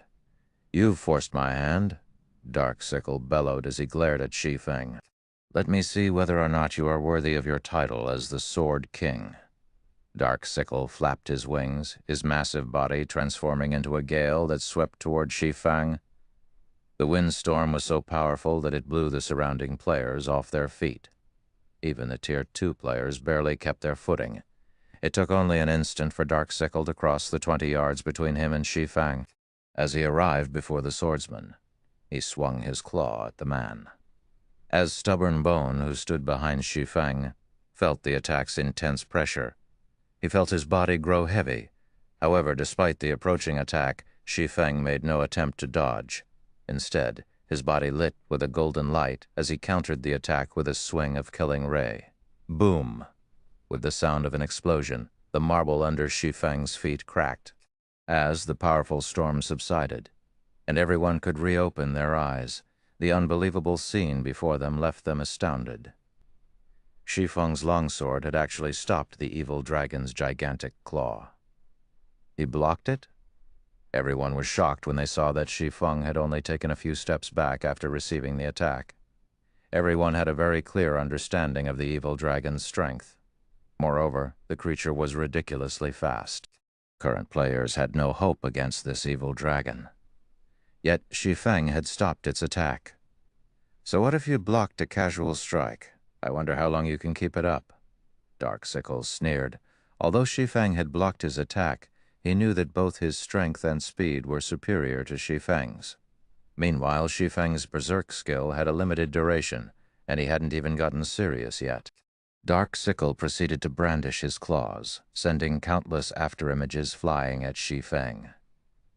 When the crowd saw the innumerable afterimages, they were momentarily stunned. If they were in Shi Feng's position, they wouldn't have any way to nullify the attack. They had never thought that a player-controlled monster would be so horrifically powerful. Unlike players, monsters couldn't fully exhibit their combat power, and they couldn't execute rapid chain attacks, which was why players had a chance of defeating them. But as these players watched the evil dragon's attacks, they were overcome with despair, instinctively giving up on any form of resistance. Finally getting serious, Shi Feng wasn't particularly surprised to see the approaching afterimages. Immediately, he unsheathed the abyssal blade and brandished both swords, Purgatory Pentaslash, Shadow Blade. One sword light after another flew from Shi Feng's hands and clashed with the claw afterimages, sparks and sounds of explosions filling the air. The exchanges between Shi Feng and Dark Sickle were so fast that not even the surrounding Tier 2 experts could discern what was happening. They could only hear the booms as a strong wind pushed against them. Too strong. Black Flame can actually fight that powerful evil dragon to a standstill. Is he really a player? An indescribable shock filled the spectators as they watched the showdown between a human and a dragon. As for Dark Sickle, the more he fought, the more frightened he became. He clearly had the advantage when it came to strength and speed. Yet Shi Feng's swords always deflected his attacks, as the swordsman employed an impeccable defense and only lost a small amount of HP from each clash. Even after more than 10 seconds, Shi Feng hadn't even lost 10% of his HP. Big Sis Melody, Black Flame, is ridiculously strong. He can actually face off against a player with the strength of a Tier 3. Archaic species. If Black Flame is willing to help us, we might be able to resolve the matter with the Death God Workshop. She was breathless. Yet Shi Feng's breathing remained steady despite such an intense battle. Black Flame is quite powerful, but at the end of the day, he's still using a berserk skill. He can't keep this up for long. Once his skill's duration is over, he won't be able to stop the evil dragon. "We should leave quickly," One-Arm Rashomon said worriedly. "There's no need to be afraid. We're in a guild city. There are plenty of NPC soldiers nearby. That evil dragon can't keep fighting for long either," Melody said as she turned to look at Zero Wing City's NPC soldiers who had just arrived. The first NPC soldiers to arrive were a 20-man patrol squad, and every soldier was a level 80 Tier 2 NPC. Upon arriving, the NPCs attacked Dark Sickle without hesitation. As these Tier 2 NPCs received an attribute boost from the city's core magic array, their strength could rival great lords of the same level.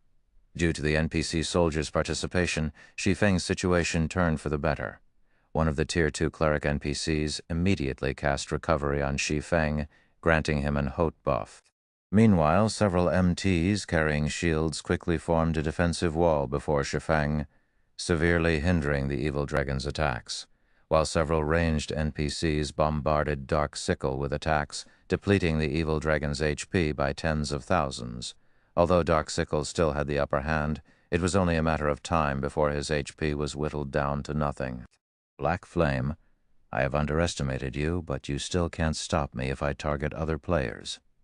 When Dark Sickle saw the growing NPC crowd around him, he realized that continuing his fight with Shi Feng would be detrimental. He then shifted his gaze to Unbounded's two members, sneering as he said, "I'll show you the price of angering me." After saying so, Dark Sickle flapped his wings and dashed towards Stubborn Bone and the swordsman youth. Since his strength and speed were so much greater than Shi Feng and the Tier 2 NPC soldiers, it only took him a second to shake them off and reach the Unbounded duo. "Elemental oppression," Shi Feng shouted. Suddenly a beam of light shot up from each of the 4 towers of elements located in Zero Wing City's 4 corners. A colossal magic array enveloped the city from above, freezing space within the city's walls. Every player in the city felt their bodies become indescribably heavy. As for Dark Sickle, it felt as if his body had been submerged in a pool of water. Now it took a lot more effort to move his claws, decreasing his attack speed by more than 50%. After activating elemental oppression, Shi Feng used Instant Strike to appear before Dark Sickle. He then swung Killing Ray at the evil dragon's descending claw. Peng! After repelling the attack, Shi Feng thrust the abyssal blade towards Dark Sickle. Although the evil dragon saw the attack and tried to intercept it with his other claw, he was simply too slow to keep up with Shi Feng's strike. Suddenly, Dark Sickle felt pain in his chest before his body was thrown backward, the attack's outcome surprising him.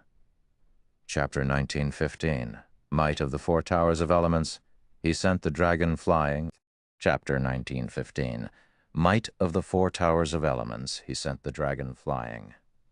The crowd stared in shock as Shi Feng threw the evil dragon backward by over a dozen yards.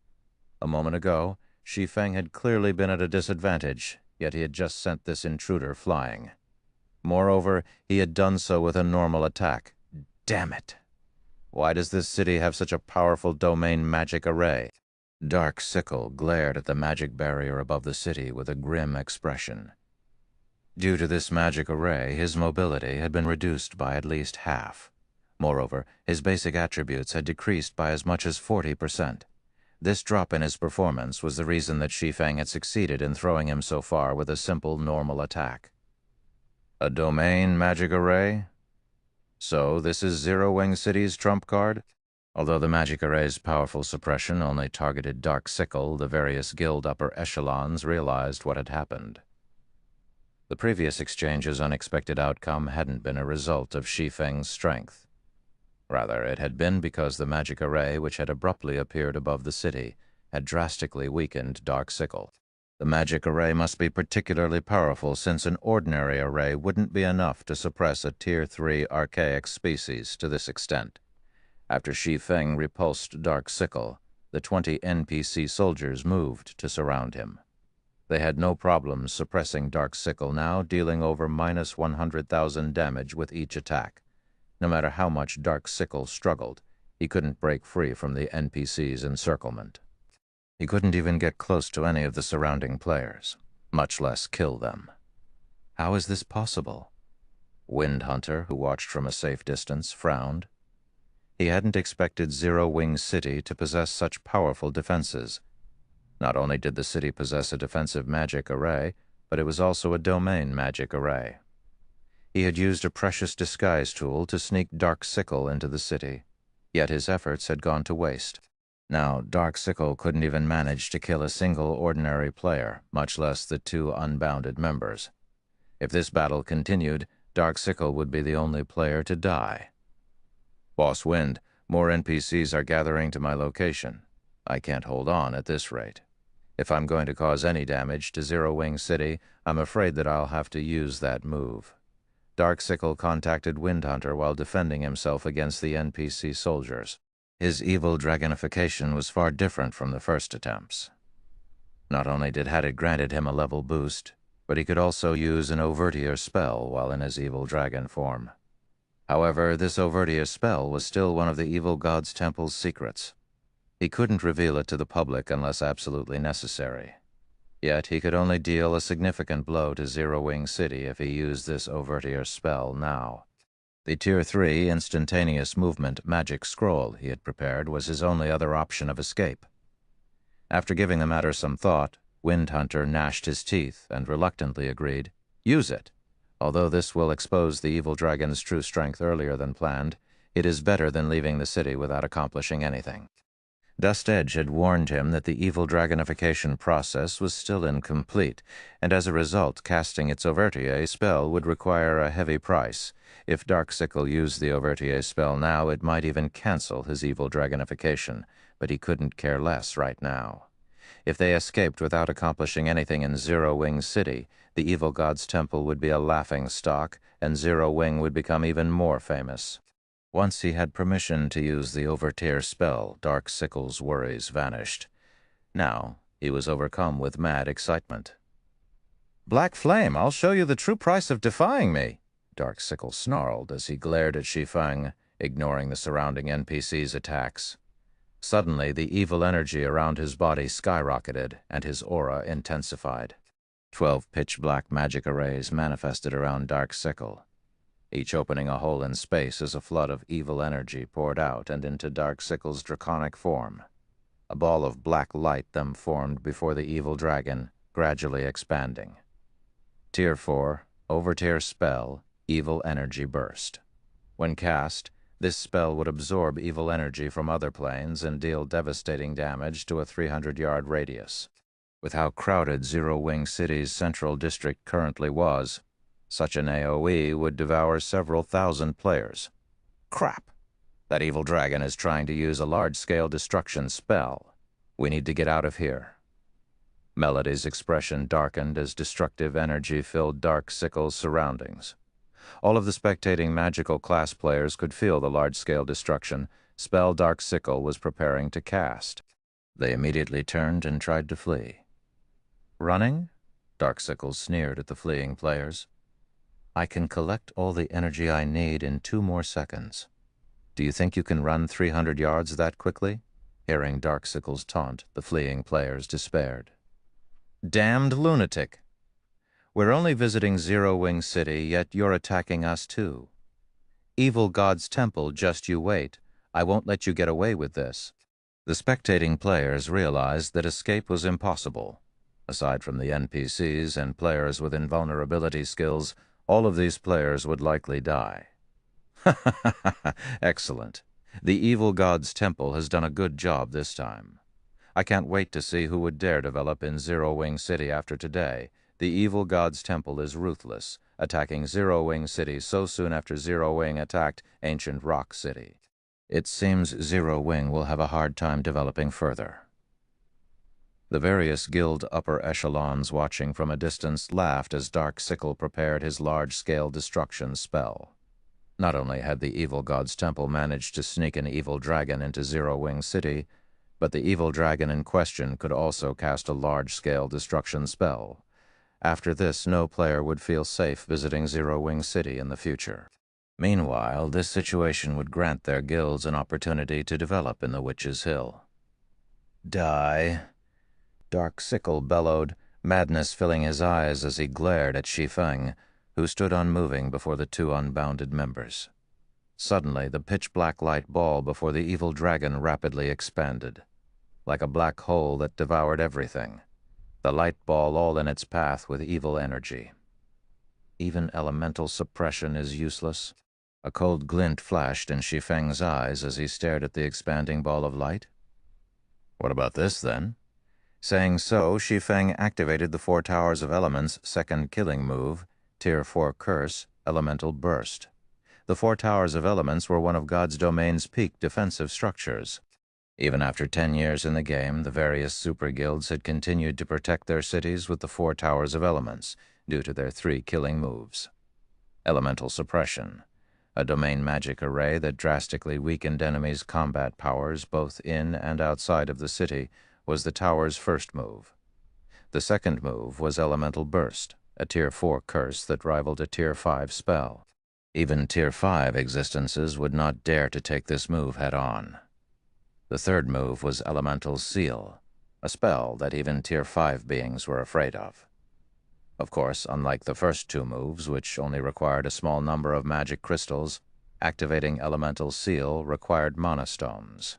As Shi Feng activated Elemental Burst, a 4-colored beam descended from the magic array above Zero Wing City, slamming into Dark Sickle and the black light ball before him. By the time the light faded, only an empty crater over 10 meters deep remained. Chapter 1916, Fame spreads, The Evil Dragon is Dead. Chapter 1916, Fame spreads, The Evil Dragon is Dead. Impossible. That's a Tier 3 archaic species we're talking about. The spectating players gaped at the deep crater in the middle of the street, utterly frozen in shock. They had thought that their deaths were certain a moment ago, but in the next second, the evil dragon, which had been about to release a large-scale destruction spell, had died. It had been so thoroughly destroyed that not even ashes remained. So strong, that attack instantly killed the half-HP dragon. Big Sis Melody. Do you think that Zero Wing launched that attack just now? Scarlet Heart asked, overcome with shock. Although the evil dragon had lost a lot of HP during its fight against the NPC soldiers, it had over 15 million HP just a second ago. However, when the four-colored light pillar had descended, the evil dragon hadn't even had time to scream before it had been destroyed. This was the first time she had witnessed such a devastating attack since joining God's domain. Not even a Tier 4 large-scale destruction spell could compare. Such a powerful attack would likely even injure mythic monsters. That's likely, but Zero Wing City's defenses truly are terrifying to annihilate a Tier 3 archaic species in one hit.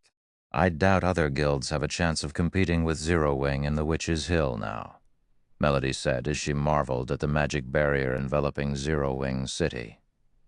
If Ninth Heaven's Guild Town were as powerful as Zero Wing City, it wouldn't have any problems dealing with the Death God Workshop. When players chose a guild town to visit, the most important aspect they took into account was the town's security. Whether it was independent players or merchant players, nobody wanted to die for no reason, wasting all of the effort they spent on leveling. Not only did Zero Wing City provide such a comfortable living environment, but its defenses were also immensely powerful. If they had the option, players would definitely choose to operate out of this city. What was that spell? Darksickle's magic resistance should have been boosted after transforming into an evil dragon. How could he have died despite still having over half of his HP? Windhunter's expression twisted when he saw the crater, void of the evil dragon. Although Darksickle was only a member of the second batch of experiments, the evil god's temple had spent a lot of resources on Darksickle's evil dragonification. Now that Darksickle was dead, those resources were gone. This outcome wouldn't have been so terrible if Darksickle had damaged Zero Wing City, but he hadn't even killed a single player. All Darksickle had accomplished was further solidifying the public's confidence in this city, which was the exact opposite of the evil god's temple's goal. The various guild upper echelons watching from a distance were in a similarly gloomy mood. Not only had Zero Wing City revealed its powerful domain magic array, but it also had command of such a powerful offensive spell. If any power had still harbored ideas of causing trouble in this city, they'd likely abandon the idea after today's display. I have to report this to the guild leader right away. Zero Wing City actually has such frightening defensive measures. It seems that we'll need to alter our plans and give up on the idea of harassing the city. We'll have to build a guild town in the Witch's Hill as soon as possible, if we hope to compete with Zero Wing City. After this battle, the various guild upper echelons promptly reported to their respective superiors. They suggested that their guilds shift their focus to constructing a town in the map as soon as they could, and avoid interfering with Zero Wing City's operations. If even a Tier 3 archaic species failed to cause trouble in the city, their guild's attempts would be an utter joke. Meanwhile, Shi Feng, standing some distance away from the new crater, wasn't surprised in the least that Darksickle had died so quickly. Immediately, he instructed some of his NPCs to repair the damaged street and disperse the crowd, quickly ending this farce. The four towers of elements could even threaten a Tier 5 being, much less a Tier 3 evil dragon. This was also why he had stationed the Magic King in Silverwing Town instead of Zero Wing City. Once the lively Central District had returned to its former state, Shi Feng called up Zero Wing City's system interface and selected 10 Tier 2 NPC soldiers with the most potential. He then armed them with the Bronze War God emblems. Although the Bronze War God emblems' effects would not help these Tier 2 NPC soldiers reach the Tier 3 standard, it pushed them quite close to it. Even if a level 80 Grand Lord came to cause trouble, a patrol squad with one of these pseudo-Tier 3 NPCs could keep the creature busy until other squads arrived with the four towers of elements' elemental suppression. If possible, Shi Feng preferred to avoid using elemental bust. After all, the Tier 4 curse cost 2,000 magic crystals each time it activated. It was a considerable expenditure to Zero Wing. Meanwhile, news of the commotion in Zero Wing City quickly spread throughout Star Moon Kingdom. Players bombarded the kingdom's forums with discussions about the event. Tier 3 Evil Dragon appears in Zero Wing City. Tier 3 Archaic Species gets instant killed. The various discussions on the forums brought Zero Wing City into a new light for the kingdom's players. Some independent players and adventurer teams, who hadn't been particularly interested in the city, decided to shift their base of operations to Zero Wing City. In God's domain, NPC cities were the safest locations for player residences. Hence, many players preferred to develop in NPC cities that lacked resources rather than in cities with abundant resources and lacking security. After all, the cost of death was simply too high. They would rather level up at a slower pace than take such a risk. However, the situation had changed. Since Zero Wing City could even instant kill a Tier 3 archaic species, it was more than capable of doing the same for current players. If any player dared to cause trouble in the city, they'd suffer a similar fate as the Evil Dragon. One could say that Zero Wing City was now even safer than an ordinary NPC city. It also provided many benefits and occupied a resource-rich area. For a time, a large number of players in Star Moon Kingdom started to migrate to Zero Wing City, awaiting the Otherworld Gate's activation. In less than half an hour, Zero Wing City's player population had reached 10 millions. Although many more players tried to enter the city, it had reached its maximum capacity. If players wished to enter the city, they would have to wait for others to leave it. Due to this, more than 100 adventurer teams now petitioned to join Zero Wing. Every one of these adventurer teams contacted Aqua Rose in the hopes that she could facilitate their merger, offering resources and lands that tempted the Zero Wing Vice Guild leader. One adventurer team's resources might not be a match for a large guild's, but over 100 teams combined would have a frightening amount. Furthermore, many of the teams applying to join Zero Wing were well-known adventurer teams from Star Moon Kingdom and other countries. Their resources and lands were things that Zero Wing severely lacked. Because of this, Aqua Rose was at a loss, unsure of which adventurer teams to accept into the guild. Meanwhile, Melody, Scarlet Heart, and One-Arm Rashomon waited at the entrance to Zero Wing's guild residence. As they gazed at the many adventurer teams lined up to join the guild, they couldn't help their growing nerves. Big Sis Melody, with how powerful Zero Wing is right now, do you think Guild Leader Black Flame will accept our request with the remuneration we plan to offer? Scarlet Heart asked nervously as she looked at the Tier 2 experts of the various adventurer teams entering Zero Wing's residence. These well-known adventurer teams all had a lot of resources and land saved up. Even so, they were still willing to hand everything over to Zero Wing in the hopes of merging their entire adventurer team with the guild. Compared to what these adventurer teams were offering, the remuneration they had prepared in exchange for Zero Wing's help with the Death God Workshop was simply, "I don't know. We'll only find out once we've started the negotiations," Melody said, shaking her head. She wasn't particularly confident about their chances either. The only thing they could do was rely on the relationship with Thoughtful Rain. Chapter 1917, Forest City Transaction Zero Wing City, Zero Wing's Residence. Chapter 1917, Forest City Transaction Zero Wing City, Zero Wing's Residence. A large number of players crowded around the residence's entrance, applying to join Zero Wing. Many of these players were well-equipped, high-level experts, and quite a few were Tier 2 players. This scene surprised many passers-by. Tier 2 was currently the symbol of an expert. Even players that had only completed the normal mode promotion quest were considered experts. After all, the Tier 2 promotion quest was not easy to clear. It was impossible without reaching a certain standard. However, compared to the Tier 2 players outside of the residence, the adventurer teams in line truly dumbfounded the nearby spectators. Every adventurer team entering Zero Wing's residence possessed a certain degree of fame. Moreover, all of the team's representatives wore excellent equipment, with a few wearing level 50 fine gold equipment. There were also plenty of Tier 2 experts among these adventurer teams, and unlike the independent Tier 2 experts in line, the weakest among these adventurer team experts had completed the hard mode promotion quest. They had far more potential than the experts that had only completed the normal mode quest. With so many adventurer teams seeking to join Zero Wing's strength will quickly and significantly increase. Amazing, I've seen more than 20 adventurer teams entering the residence thus far. Combined, these adventurer teams have even more overall combat power than third-rate guilds. Hopefully, Zero Wing doesn't accept too many. Otherwise, independent players like us will have a much slimmer chance of joining the guild. The independent players in line were excited and worried as they watched the various adventurer teams following after Zero Wing's representatives. Now that Zero Wing City had revealed its powerful defenses, countless players wanted to develop in the city. Zero Wing's future was clear.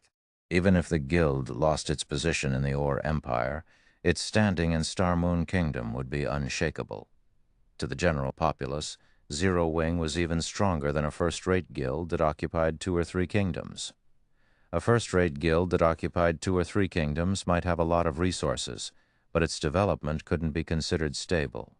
There was still a very high chance that other guilds would steal its resources. However, that was not the case for Zero Wing. As long as Zero Wing City stood, the guild's position in the kingdom would remain stable. With how powerful Zero Wing City's defenses were, it was very hard to imagine any power capturing or destroying the city. Even if a power were capable of doing so, it wouldn't likely be interested in a backwater country like Star Moon Kingdom.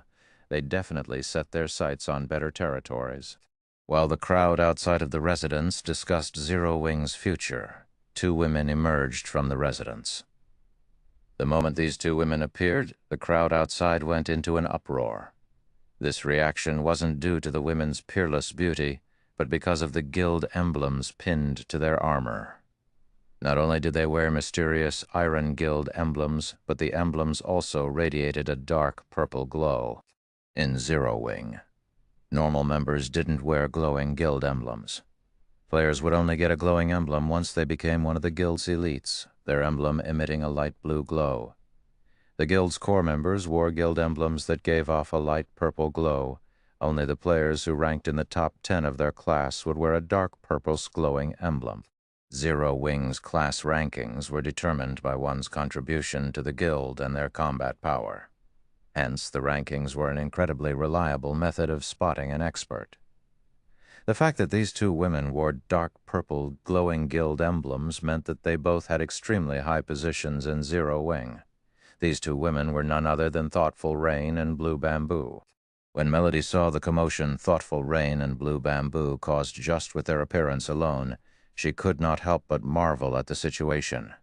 She had only become acquainted with Thoughtful Rain after helping the woman in a neutral map. She had recognized Thoughtful Rain's strength and had thought of poaching the woman into Ninth Heaven. However, looking at it now, she found the idea laughable. "Rain, what did your guild leader say?" Melody anxiously asked as the woman approached. "Big sis, Melody, don't worry, I've already talked to the guild leader. He says he is willing to hear you out," Thoughtful Rain said, smiling. "The guild leader is waiting for you in his office right now. I'll bring you to him." "Your guild leader is willing to talk?" Melody released a sigh of relief. Now that she understood how powerful Zero Wing was, she knew that it would be very difficult to secure a meeting with its guild leader, especially since her guild was merely an up-and-coming second-rate guild.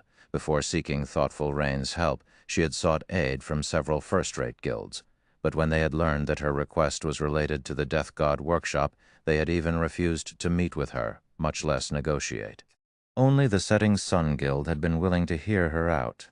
As the players in line watched, Thoughtful Rain led the Ninth Heaven trio into Zero Wing's guild hall. The guild hall bustled with activity. Many of the guild's experts had returned to the residence in anticipation for the Otherworld gates opening. Currently, over 200 Tier 2 experts loitered around the first-floor hall, stupefying Melody and her companions. Zero Wing's Tier 2 experts easily outnumbered Ninth Heavens by many times. Moreover, this was only a portion of the guild's Tier 2 experts. Even first-rate guilds paled in comparison to Zero Wing. After a short moment, the group arrived before the guild leader's office on the guild hall's top floor. Currently, several dozen Tier 2 experts sat outside of the office, every one of which was level 56 or higher. These experts were all from the various adventurer teams applying to join Zero Wing. They would all be top-ranked players in any first-rate guild, but they sat quietly as if waiting for some kind of judgment. The hallway was deathly silent. However, thoughtful Rain ignored these people as she led Melody's group into the guild leader's office.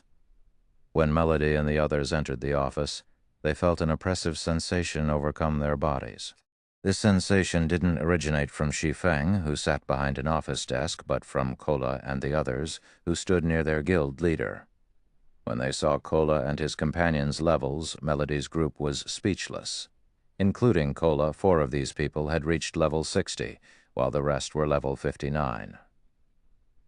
Right now, even the highest-leveled player in Forest City was only level 58. You're here. Rain has already told me about your situation. Zero Wing can help you with your problem, but in return, Zero Wing wants 2 shops in Forest City's central district. What are your thoughts on this condition? Shi Feng said when he saw Melody entering the room. 2 central district shops. Melody breathed a sigh of relief when she heard this. She had been afraid that Shi Feng would try to take advantage of their predicament and rip them off, but he had simply asked for 1 more shop than she had initially prepared. That won't be a problem. However, may I know when Guild Leader Black Flame intends to deal with the matter regarding the Death God workshop? If the situation dragged on for too long, Ninth Heaven's losses would become increasingly severe. Unfortunately, dealing with an organization like the Death God workshop wasn't easy. Preparations had to be made. If Shi Feng could give her a time frame, she would have an easier time coordinating with his guild. Once we sign a contract, I'll send Kola's group with you to Forest City to deal with the issue, Shi Feng responded. Just them? One-Arm Rashomon's eyes widened in shock when he heard Shi Feng's plan. Turning to Kola and the others, he could not help but feel that Shi Feng was taking them too lightly. Either that, or he had no idea of the Death God Workshop's strength. The Death God Workshop had several hundred members, and every one of them was an expert. Moreover, the workshop constantly employed hit-and-run tactics, making its movements unpredictable. Stopping the Death God Workshop, with only the several players in Kola's party, would be impossible. If the matter had been that simple, Ninth Heaven could have resolved it without help. Guild Leader Black Flame, the Death God Workshop is quite powerful, adept at using guerrilla warfare against guilds. Even superpowers have to tolerate their antics. With so few people, I'm afraid that, Melody tried to warn Shi Feng. Relax. Kola's group will be enough. If it isn't, I'll find another way to deal with this problem, Shi Feng said, chuckling. If you have no other concerns, let's sign the contract. Melody could not help but sigh at Shi Feng's response. But since he had agreed to help, demanding too much wouldn't benefit her. She could only see how this played out if the problem persisted. Zero Wing would dispatch more experts to deal with the Death God Workshop. Chapter 1918, Fairy Country. Chapter 1918, Fairy Country. Once Shi Feng and Melody had signed their contract, Kola and Fire Dance, whom Shi Feng had tasked with leading a 20-man team, followed Melody's group to Forest City. When Shi Feng had finished with the situation regarding Ninth Heaven, he selected a few adventurer teams to annex into Zero Wing. These adventurer teams had been relatively powerful during his previous life, although they had yet to reach their full potential. Fortunately, their experts were no weaker than those in large guilds. They only lacked resources and combat experience. Among the adventurer teams that had applied, the Purple Thorns Kingdom's Unbounded had truly surprised Shi Feng. Even now, Unbounded ranked among the top 100 adventurer teams in its kingdom. Stubborn Bone, Unbounded's commander, had also been quite famous in the past. Not only had he developed Unbounded into a top adventurer team, but he had also become a Tier 4 berserker himself. Unfortunately, due to a lack of equipment, he had never reached Tier 5. There was also another Unbounded member who had reached Tier 4, the Archlight Sword Emperor, 7 Light. Although 7 Light had been slightly weaker than Stubborn Bone, the difference hadn't been related to their technique standards, but due to a lack of proper equipment and weapons. Meanwhile, due to the fact that Unbounded had 2 Tier 4 expert members, it had barely qualified as a top adventurer team in the secret pavilion's eyes. Even so, the feat was impressive. After all, top adventurer teams that earned the secret pavilion's recognition could even rival the best second-rate guilds, with some of the more powerful teams rivaling first-rate guilds. Now that Zero Wing had annexed Unbounded, this had guaranteed that Zero Wing would have 2 more peak experts in the future.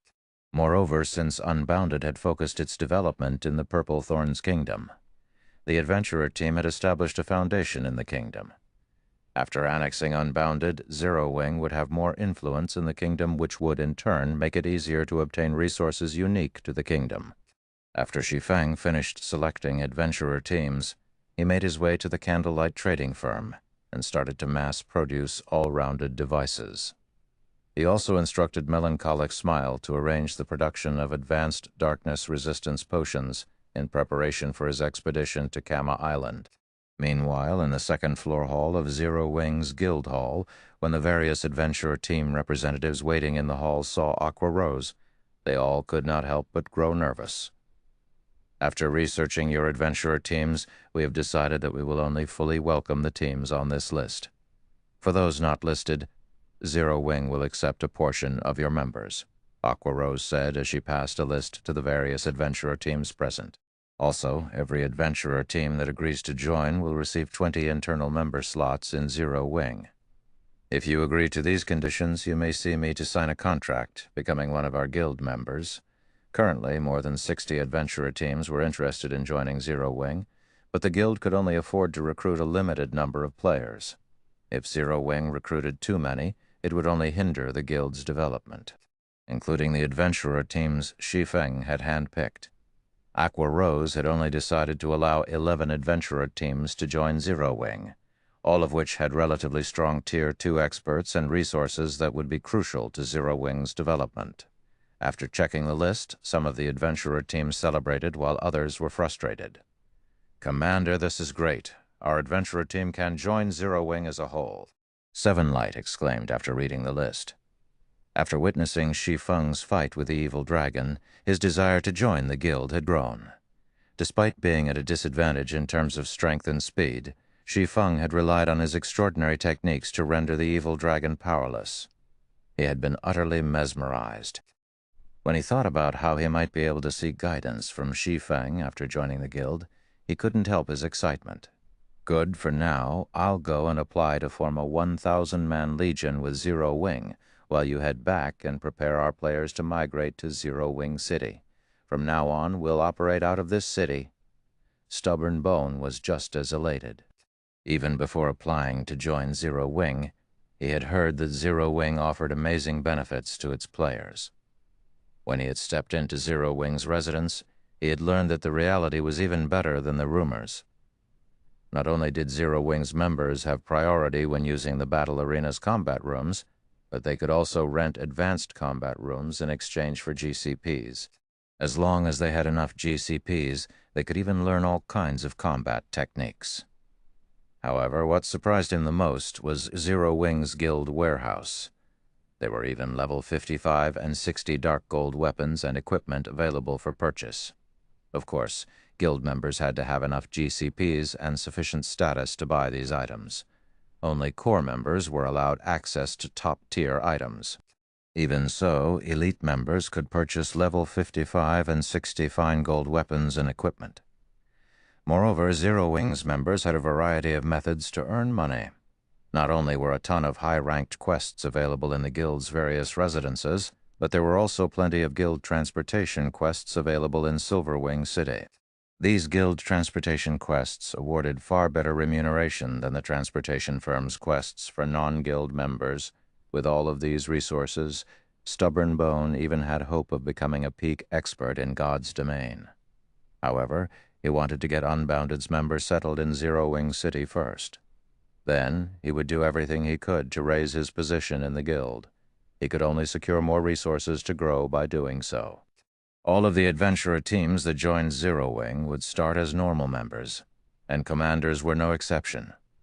Meanwhile, in the fairy country, a neutral map far away from Star Moon Kingdom, Under Melody's lead, Kola and the others finally arrived at the fairy country's forest city. This place is so prosperous. It seems like there are so many more players here than in Star Moon City. Shadow Sword was a little surprised to see half-beastmen and half-elves filling the streets. Fire Dance and the others nodded in agreement.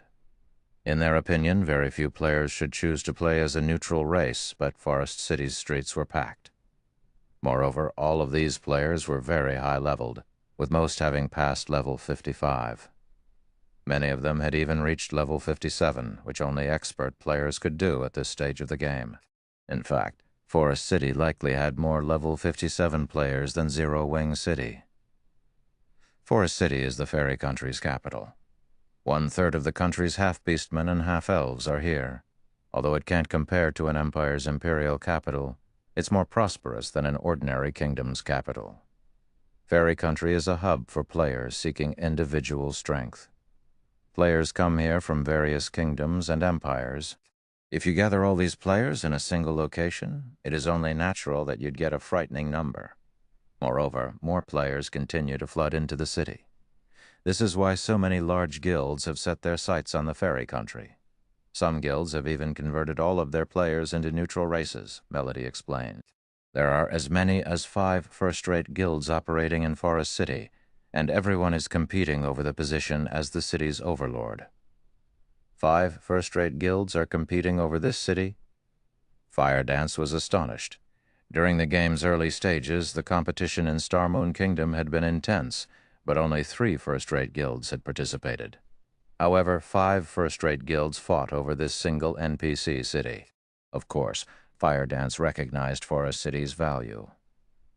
Not long after Melody introduced Fire Dance and her team to the mesmerizing Forest City, she received a message. As she read it, Melody's expression darkened. "Has something happened?" Fire Dance asked when she noticed the change. "I've just received a report stating that the Death God Workshop has taken action yet again." "Just some time ago, the workshop ambushed one of our 1,000-man teams while it raided a field boss," Melody said grimly. "The Death God Workshop?" Hearing Melody's words, a joyful smile lit up Fire Dance's face as she asked, "Can you take us there now?" "Now?" Melody was stunned for a moment. "We're pretty far from the ambush site. By the time we arrive, they will be gone. Moreover, the Death God Workshop only dispatched a 100-man team this time, and every member is an expert. With just the 20 of you, I'm afraid that." "It's fine. Just lead us there to take a look," Fire Dance gently demanded with a calm smile. Chapter 1919, Battlefield of Monsters. Chapter 1919, Battlefield of Monsters. Hearing Fire Dance's confident tone, Melody sent One-Arm Rashomon to organize a team, while she understood that Fire Dance and the others were extraordinarily strong. The Death God Workshop was not a simple opponent, otherwise Forest City's various first-rate guilds wouldn't have such a massive headache over the workshop. It should be known that the Death God Workshop had ambushed those guilds' teams many times, but the workshop's members were quite cunning. Despite doing all they could to retaliate, their efforts had been wasted on a few small fries. They couldn't reach the Death God Workshop's core. This was also why only the super first-rate guild, Setting Sun, of all the guilds she had reached out to, had been willing to help them. However, the Setting Sun's price was just vicious. Accepting Setting Sun's offer was no different than giving the guild, which she had gone to great lengths to develop, away. She would never agree to such a thing. Meanwhile, with how many members the Death God Workshop had mobilized to ambush Ninth Heaven's 1,000-man team, they'd suffer a massive loss if Fire Dance and her companions actually found the workshop's members. Hence, as a precaution, she had decided to take some of her people along. She couldn't afford to let Fire Dance and the others die so soon after reaching Forest City. It would be hard to explain to Zero Wing. Due to time constraints, One-Arm Rashomon was only able to gather a little over 200 experts from the guild, before Melody led Fire Dance and the team to Wisp Cemetery, a level 60 to 75 map some distance from Forest City. Dark clouds covered the sky above Wisp Cemetery throughout the year, and although lush forest occupied the area, it gave off an oppressive and gloomy aura. However, since this was a high-resourcer map, many guilds often grinded and collected resources here. Melody and her group carefully advanced down a forest path as they made their way towards the reported battlefield. Although not many monsters called Wisp Cemetery home, the wandering wisps in the area were incredibly troublesome. Once they spotted living creatures, they'd call upon a small force of undead creatures to eliminate the intruders. These little monsters could easily summon hundreds and thousands of undead creatures with its call.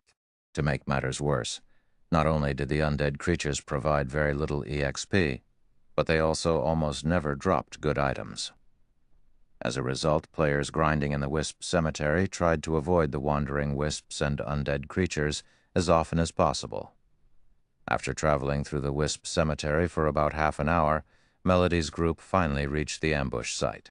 The Death God Workshop had ambushed Ninth Heaven's players at the entrance of an underground tomb. The tomb contained a level 63 field boss, and the Death God Workshop had killed both Ninth Heaven's members and the field boss during its ambush. Traces of combat were evident in and outside of the tomb. It was clear that the recent battle had been intense. Players' blood had been scattered across the ground, filling the air with its stench. They must have executed the ambush during the boss fight. They must have stationed some players outside of the tomb to stop anyone from escaping. Were there any survivors from the 1,000-man team? Thoughtful Rain turned to ask Melody after observing the bloodstains. Not one person managed to escape. The Death God Workshop always operates this way. Whenever the workshop launches an ambush, it uses a magic scroll to seal the area, preventing players from using instantaneous movement scrolls and return scrolls, Melody said, gnashing her teeth. Although the ambush team wasn't the guild's main force, it was an elite team led by expert players. Losing the entire team had incurred significant losses. Not only had every player died, but they had also all lost a piece of equipment. The lost weapons and equipment were far more of a problem than the lost levels. Big Sis Fire, too much time has passed since the end of the battle. The players from the workshop have already left the area, and their tracks have faded. I'm afraid that chasing after them is impossible, Flying Shadow said after getting no results from his tracking skill. Your Tier 1 tracking skill isn't enough. Fortunately, I recently learned Mana Perception, a rare Tier 2 tracking skill. I can now perceive traces that aren't visible to the naked eye. To put it simply, I can see the mana fluctuations players leave behind. It's been less than 3 hours since the battle ended, so the Death God Workshop players are still within my perception range. Not even a Tier 1 anti-tracking skill will have any effect against my skill, Firedance said, smiling faintly. Why else do you think the guild leader sent me? Hearing Firedance's words, Flying Shadow grew a little excited.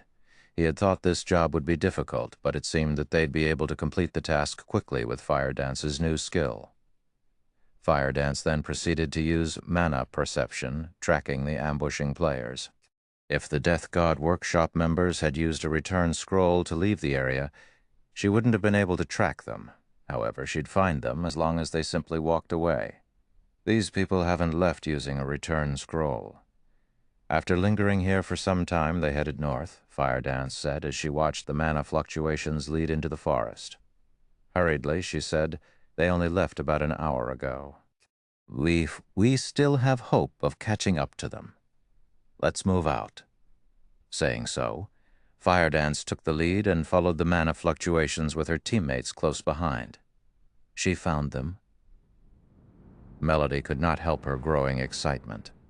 Hurriedly, she and the 200-plus experts from her guild followed after Firedance. She had never thought that Firedance was so amazing to locate a trail that was more than an hour old. Ordinary tracking skills were impressive enough if they could find 30-minute-old traces. If the target had an anti-tracking skill, finding them would be even more difficult. After following the trail for about half an hour, the group finally arrived before an ancient temple nestled in a thick grove of trees. At a glance, over 500 players were gathered before the temple's entrance. However, these players were a part of two different groups, a 60-man team and a 500-man team. All of the 500 wore uniform equipment of relatively high quality, and they were all level 56 or above. This was obviously a guild team. Huh? Isn't that East Crow's troubled madness? Melody, who had hidden behind a tree, wondered aloud when she saw a righteous man among the 500-man team. The man wore aqua-blue mage robes and held a staff embedded with 3 resplendent gemstones. Why is he here? Troubled Madness was a vice guild leader from East Crow, a first-rate guild.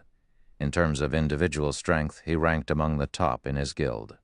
He was also one of the top-ranking elementalists in Forest City, and he wasn't any weaker than she was. East Crow's 500-man team had surrounded the Death God Workshop's 60 members. It was evident that East Crow had located the troublesome players before her group. How fortunate. I had never thought that I'd get to meet 2 of the Death God Workshop's famous commanders, Frost Rain and Chopped Axe, at the same time. You have been challenging to track down. Now it's time to pay for your past transgressions. Troubled Madness snarled as he glared at a man and a woman amidst the Death God Workshop's group. The middle-aged man that had a scholarly look was a level 58, Tier 2 swordsman, while the tall woman exuding a wild aura was a level 58, Tier 2 berserker. "Frost, what do you think we did to East Crow?" the tall woman asked as she considered the situation. It seemed as if she were trying to remember what she had done to this first-rate guild. "I don't remember. We've done a lot of things. There's no way I can remember everything." "Since we can't remember, it shouldn't have been important, Frost Rain," the scholarly man said with a wave of his hand, expressing his lack of concern over such trivial matters. "A mere workshop dares to mock East Crow. We already have you surrounded. None of you should think of leaving this place alive." Troubled Madness bellowed in rage. East Crow's other members went into a frenzy, killing intent flooding from them as they charged at the Death God Workshop players. The workshop's players had previously killed their guild leader in the fields and stole an important epic weapon, yet they acted as if the incident meant nothing. Why wouldn't this enrage East Crow's players? Countless spells and arrows rained down on the Death God Workshop's members as East Crow's MTs and melee players tightened their circle. All of these guild players were experts, and their coordination was seamless. "After so much talk, you still attack us," Chopped Axe, the tall woman, exclaimed. "I haven't had my fill yet, so let's see how far you East Crow players can go." After saying so, Chopped Axe charged into the shrinking wall of players. Frost Rain, however, showed no interest in the battle. He yawned with boredom, further inciting guild players' fury. The MTs and melee players on the front line began to employ their specialty moves, meeting Chopped Axe in battle, elated. Chopped Axe raised the excessively large axe in her hands and brandished it at the approaching players. Pang, pang, as the 2 sides clashed. The level 56-plus shield warriors, guardian knights, berserkers, swordsmen, and assassins were sent flying, their HPs plummeting. Not even their healers could keep up with the damage. In less than 30 seconds, Chopped Axe had carved a hole in East Crow's encirclement. Seeing this, the Death God Workshop members surged through the gap and assaulted the guild's ranged players. In less than a minute after the battle had begun, only half of East Crow's 500-man team remained alive. Yet the workshop's team had only suffered a few casualties. The guild players' screams filled the battlefield, and to make matters worse, not a single player lasted more than 5 moves against Chopped Axe. Even Tier 2 MTS fell after 4 of her attacks. She was unstoppable on the battlefield. "Is she a monster?" Troubled Madness was dazed as he watched the woman's rampant slaughter, his fighting spirit fizzling out. "How boring. You're giving up already?" Chopped Axe clicked her tongue when she noticed the fear in Troubled Madness's eyes, clearly disappointed. "All right, Axe. That's enough. We don't have time to play with these people. We need to get into the temple quickly." Frost Rain, who hadn't made a single move, reminded his comrade as he gestured to the temple before him. He completely ignored the 200-plus East Crow members that were still alive. Chapter 1920, Zero Wing vs. Death God, as Troubled Madness and the other East Crow members lost their fighting spirit. They started to pull away from the Death God Workshop's team, trying to avoid the axe-wielding Chopped Axe in particular. Fear overwhelmed the guild players, No matter how they looked at it, this one-sided battle felt like a nightmare.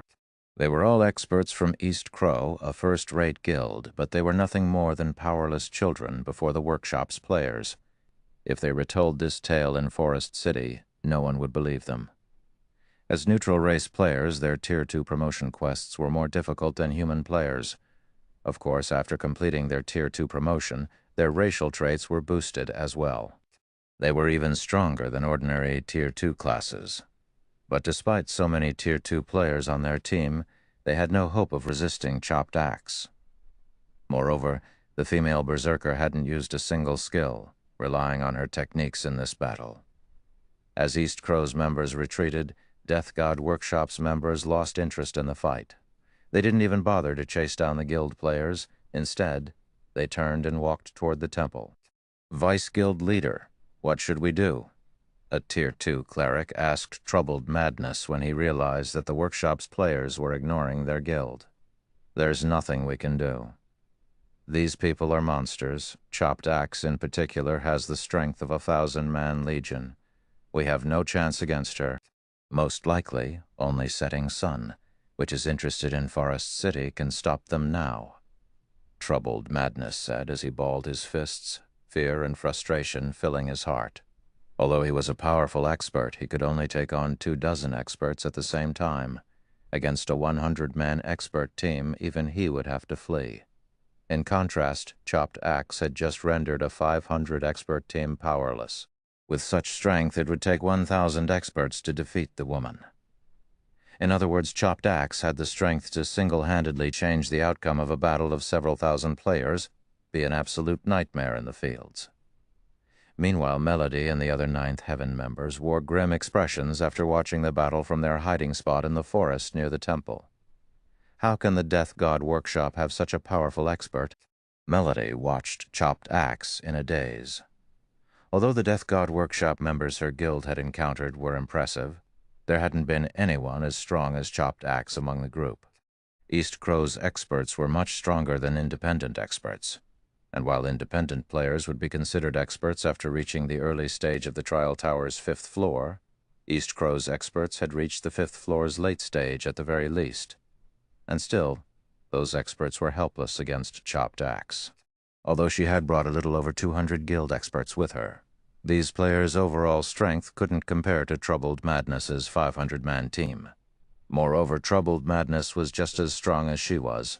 So they're the Death God Workshop's members? "Fire dance?" asked Melody. "Mm-hmm. They are." Melody nodded. "It seems this trip wasn't a complete waste of time after all," Fire Dance said as she watched the group of players approach the mysterious temple.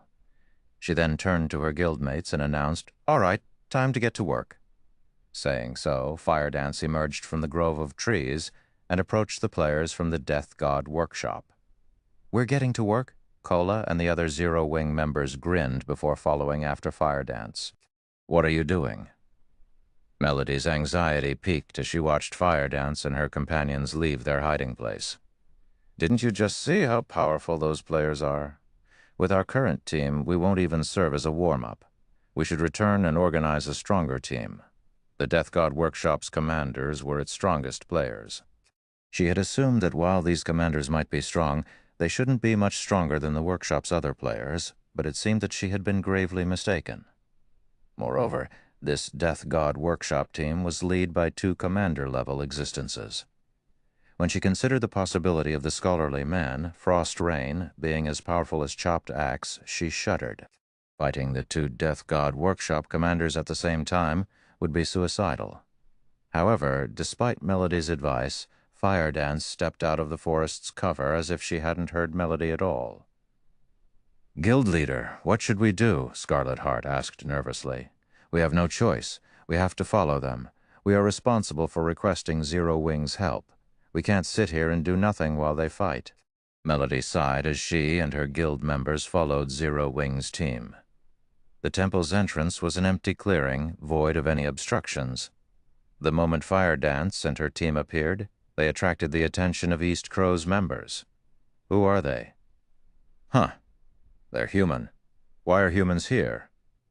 East Crow's members softly discussed the approaching players. Aside from merchant players, human players were rare in the fairy country. Naturally, spotting a group of 20 human players would be odd. Shortly after Zero Wing's members left the forest, Ninth Heaven's players revealed themselves. Since Ninth Heaven was a local first-rate guild, East Crow's members recognized the expert players, especially Melody. For a time, a commotion erupted among East Crow's members. What is Ninth Heaven's guild leader doing here? Did she come to take revenge for the Death God Workshop's recent ambush? That shouldn't be the case, right? Didn't she see the fight just now? Even with our numbers, we were no match. And she only has around 200 experts with her. With so few players, they won't even be a warm-up for Chopped Axe. They must have missed it. Why else would they make such a foolish move? East Crow's members were shocked as they watched Ninth Heaven's team approach the Death God Workshop members. They could not figure out what Melody was trying to do. Troubled Madness agreed that Melody must have lost her mind. Even if she hadn't seen the battle, she should at least notice the corpses littering the clearing. Oh? Aren't you from Ninth Heaven? Chopped Axe recognized Melody's group immediately. Smiling, she asked, "What? You want revenge for the trash we killed just now? Feel free to try. I can use this chance to stretch before going into the temple." Guild leader Melody, don't mind Chopped Axe. She is just joking. Don't take her seriously, Frostrain, who stood beside Chopped Axe, said, smiling at Melody. If Ninth Heaven is willing to hand the item over, the Death God Workshop will stop targeting your members. I hope that you have carefully considered the matter. Don't even think about it. I will never hand it over to you, Melody growled, rage burning in her gaze. It seems guild leader Melody still doesn't understand us. Since you're here, then, I'll show you the difference between us personally, Frostrain said. Turning to his team members, he said, "Go. Remove these players, but leave guild leader Melody alive." Hearing Frostrain's command, the several dozen Death God Workshop members pounced on Ninth Heaven's members like wild beasts. They treated the 200-plus experts before them like prey awaiting slaughter. "Everyone prepare for battle. Do not fight alone," Melody said, her expression grim as she glared at the 50-plus players charging towards her. Although these Death God Workshop members were not as monstrous as Chopped Axe, they were extraordinarily powerful. She knew from watching the previous battle that they were far stronger than ordinary experts. Just before the workshop's players reached Ninth Heaven's members, a black-clad figure appeared before one of the level 57, Tier 2 Guardian Knights leading the charge. This figure then transformed into a shadow as it pierced through the Guardian Knight. Without time to utter a scream, the Tier 2 Guardian Knight collapsed to the ground, his HP bar drained to nothing. The workshop's players slid to a halt after seeing the shocking attack, turning towards the figure. "Who are you?" the Death God Workshop members demanded as they watched the figure, afraid. "I am Zero Wing's Fire Dance." Fire Dance introduced herself as she sheathed 1,000 transformations. Sweeping a glance over the Death God Workshop's members, she calmly stated, "I'm here to bury you.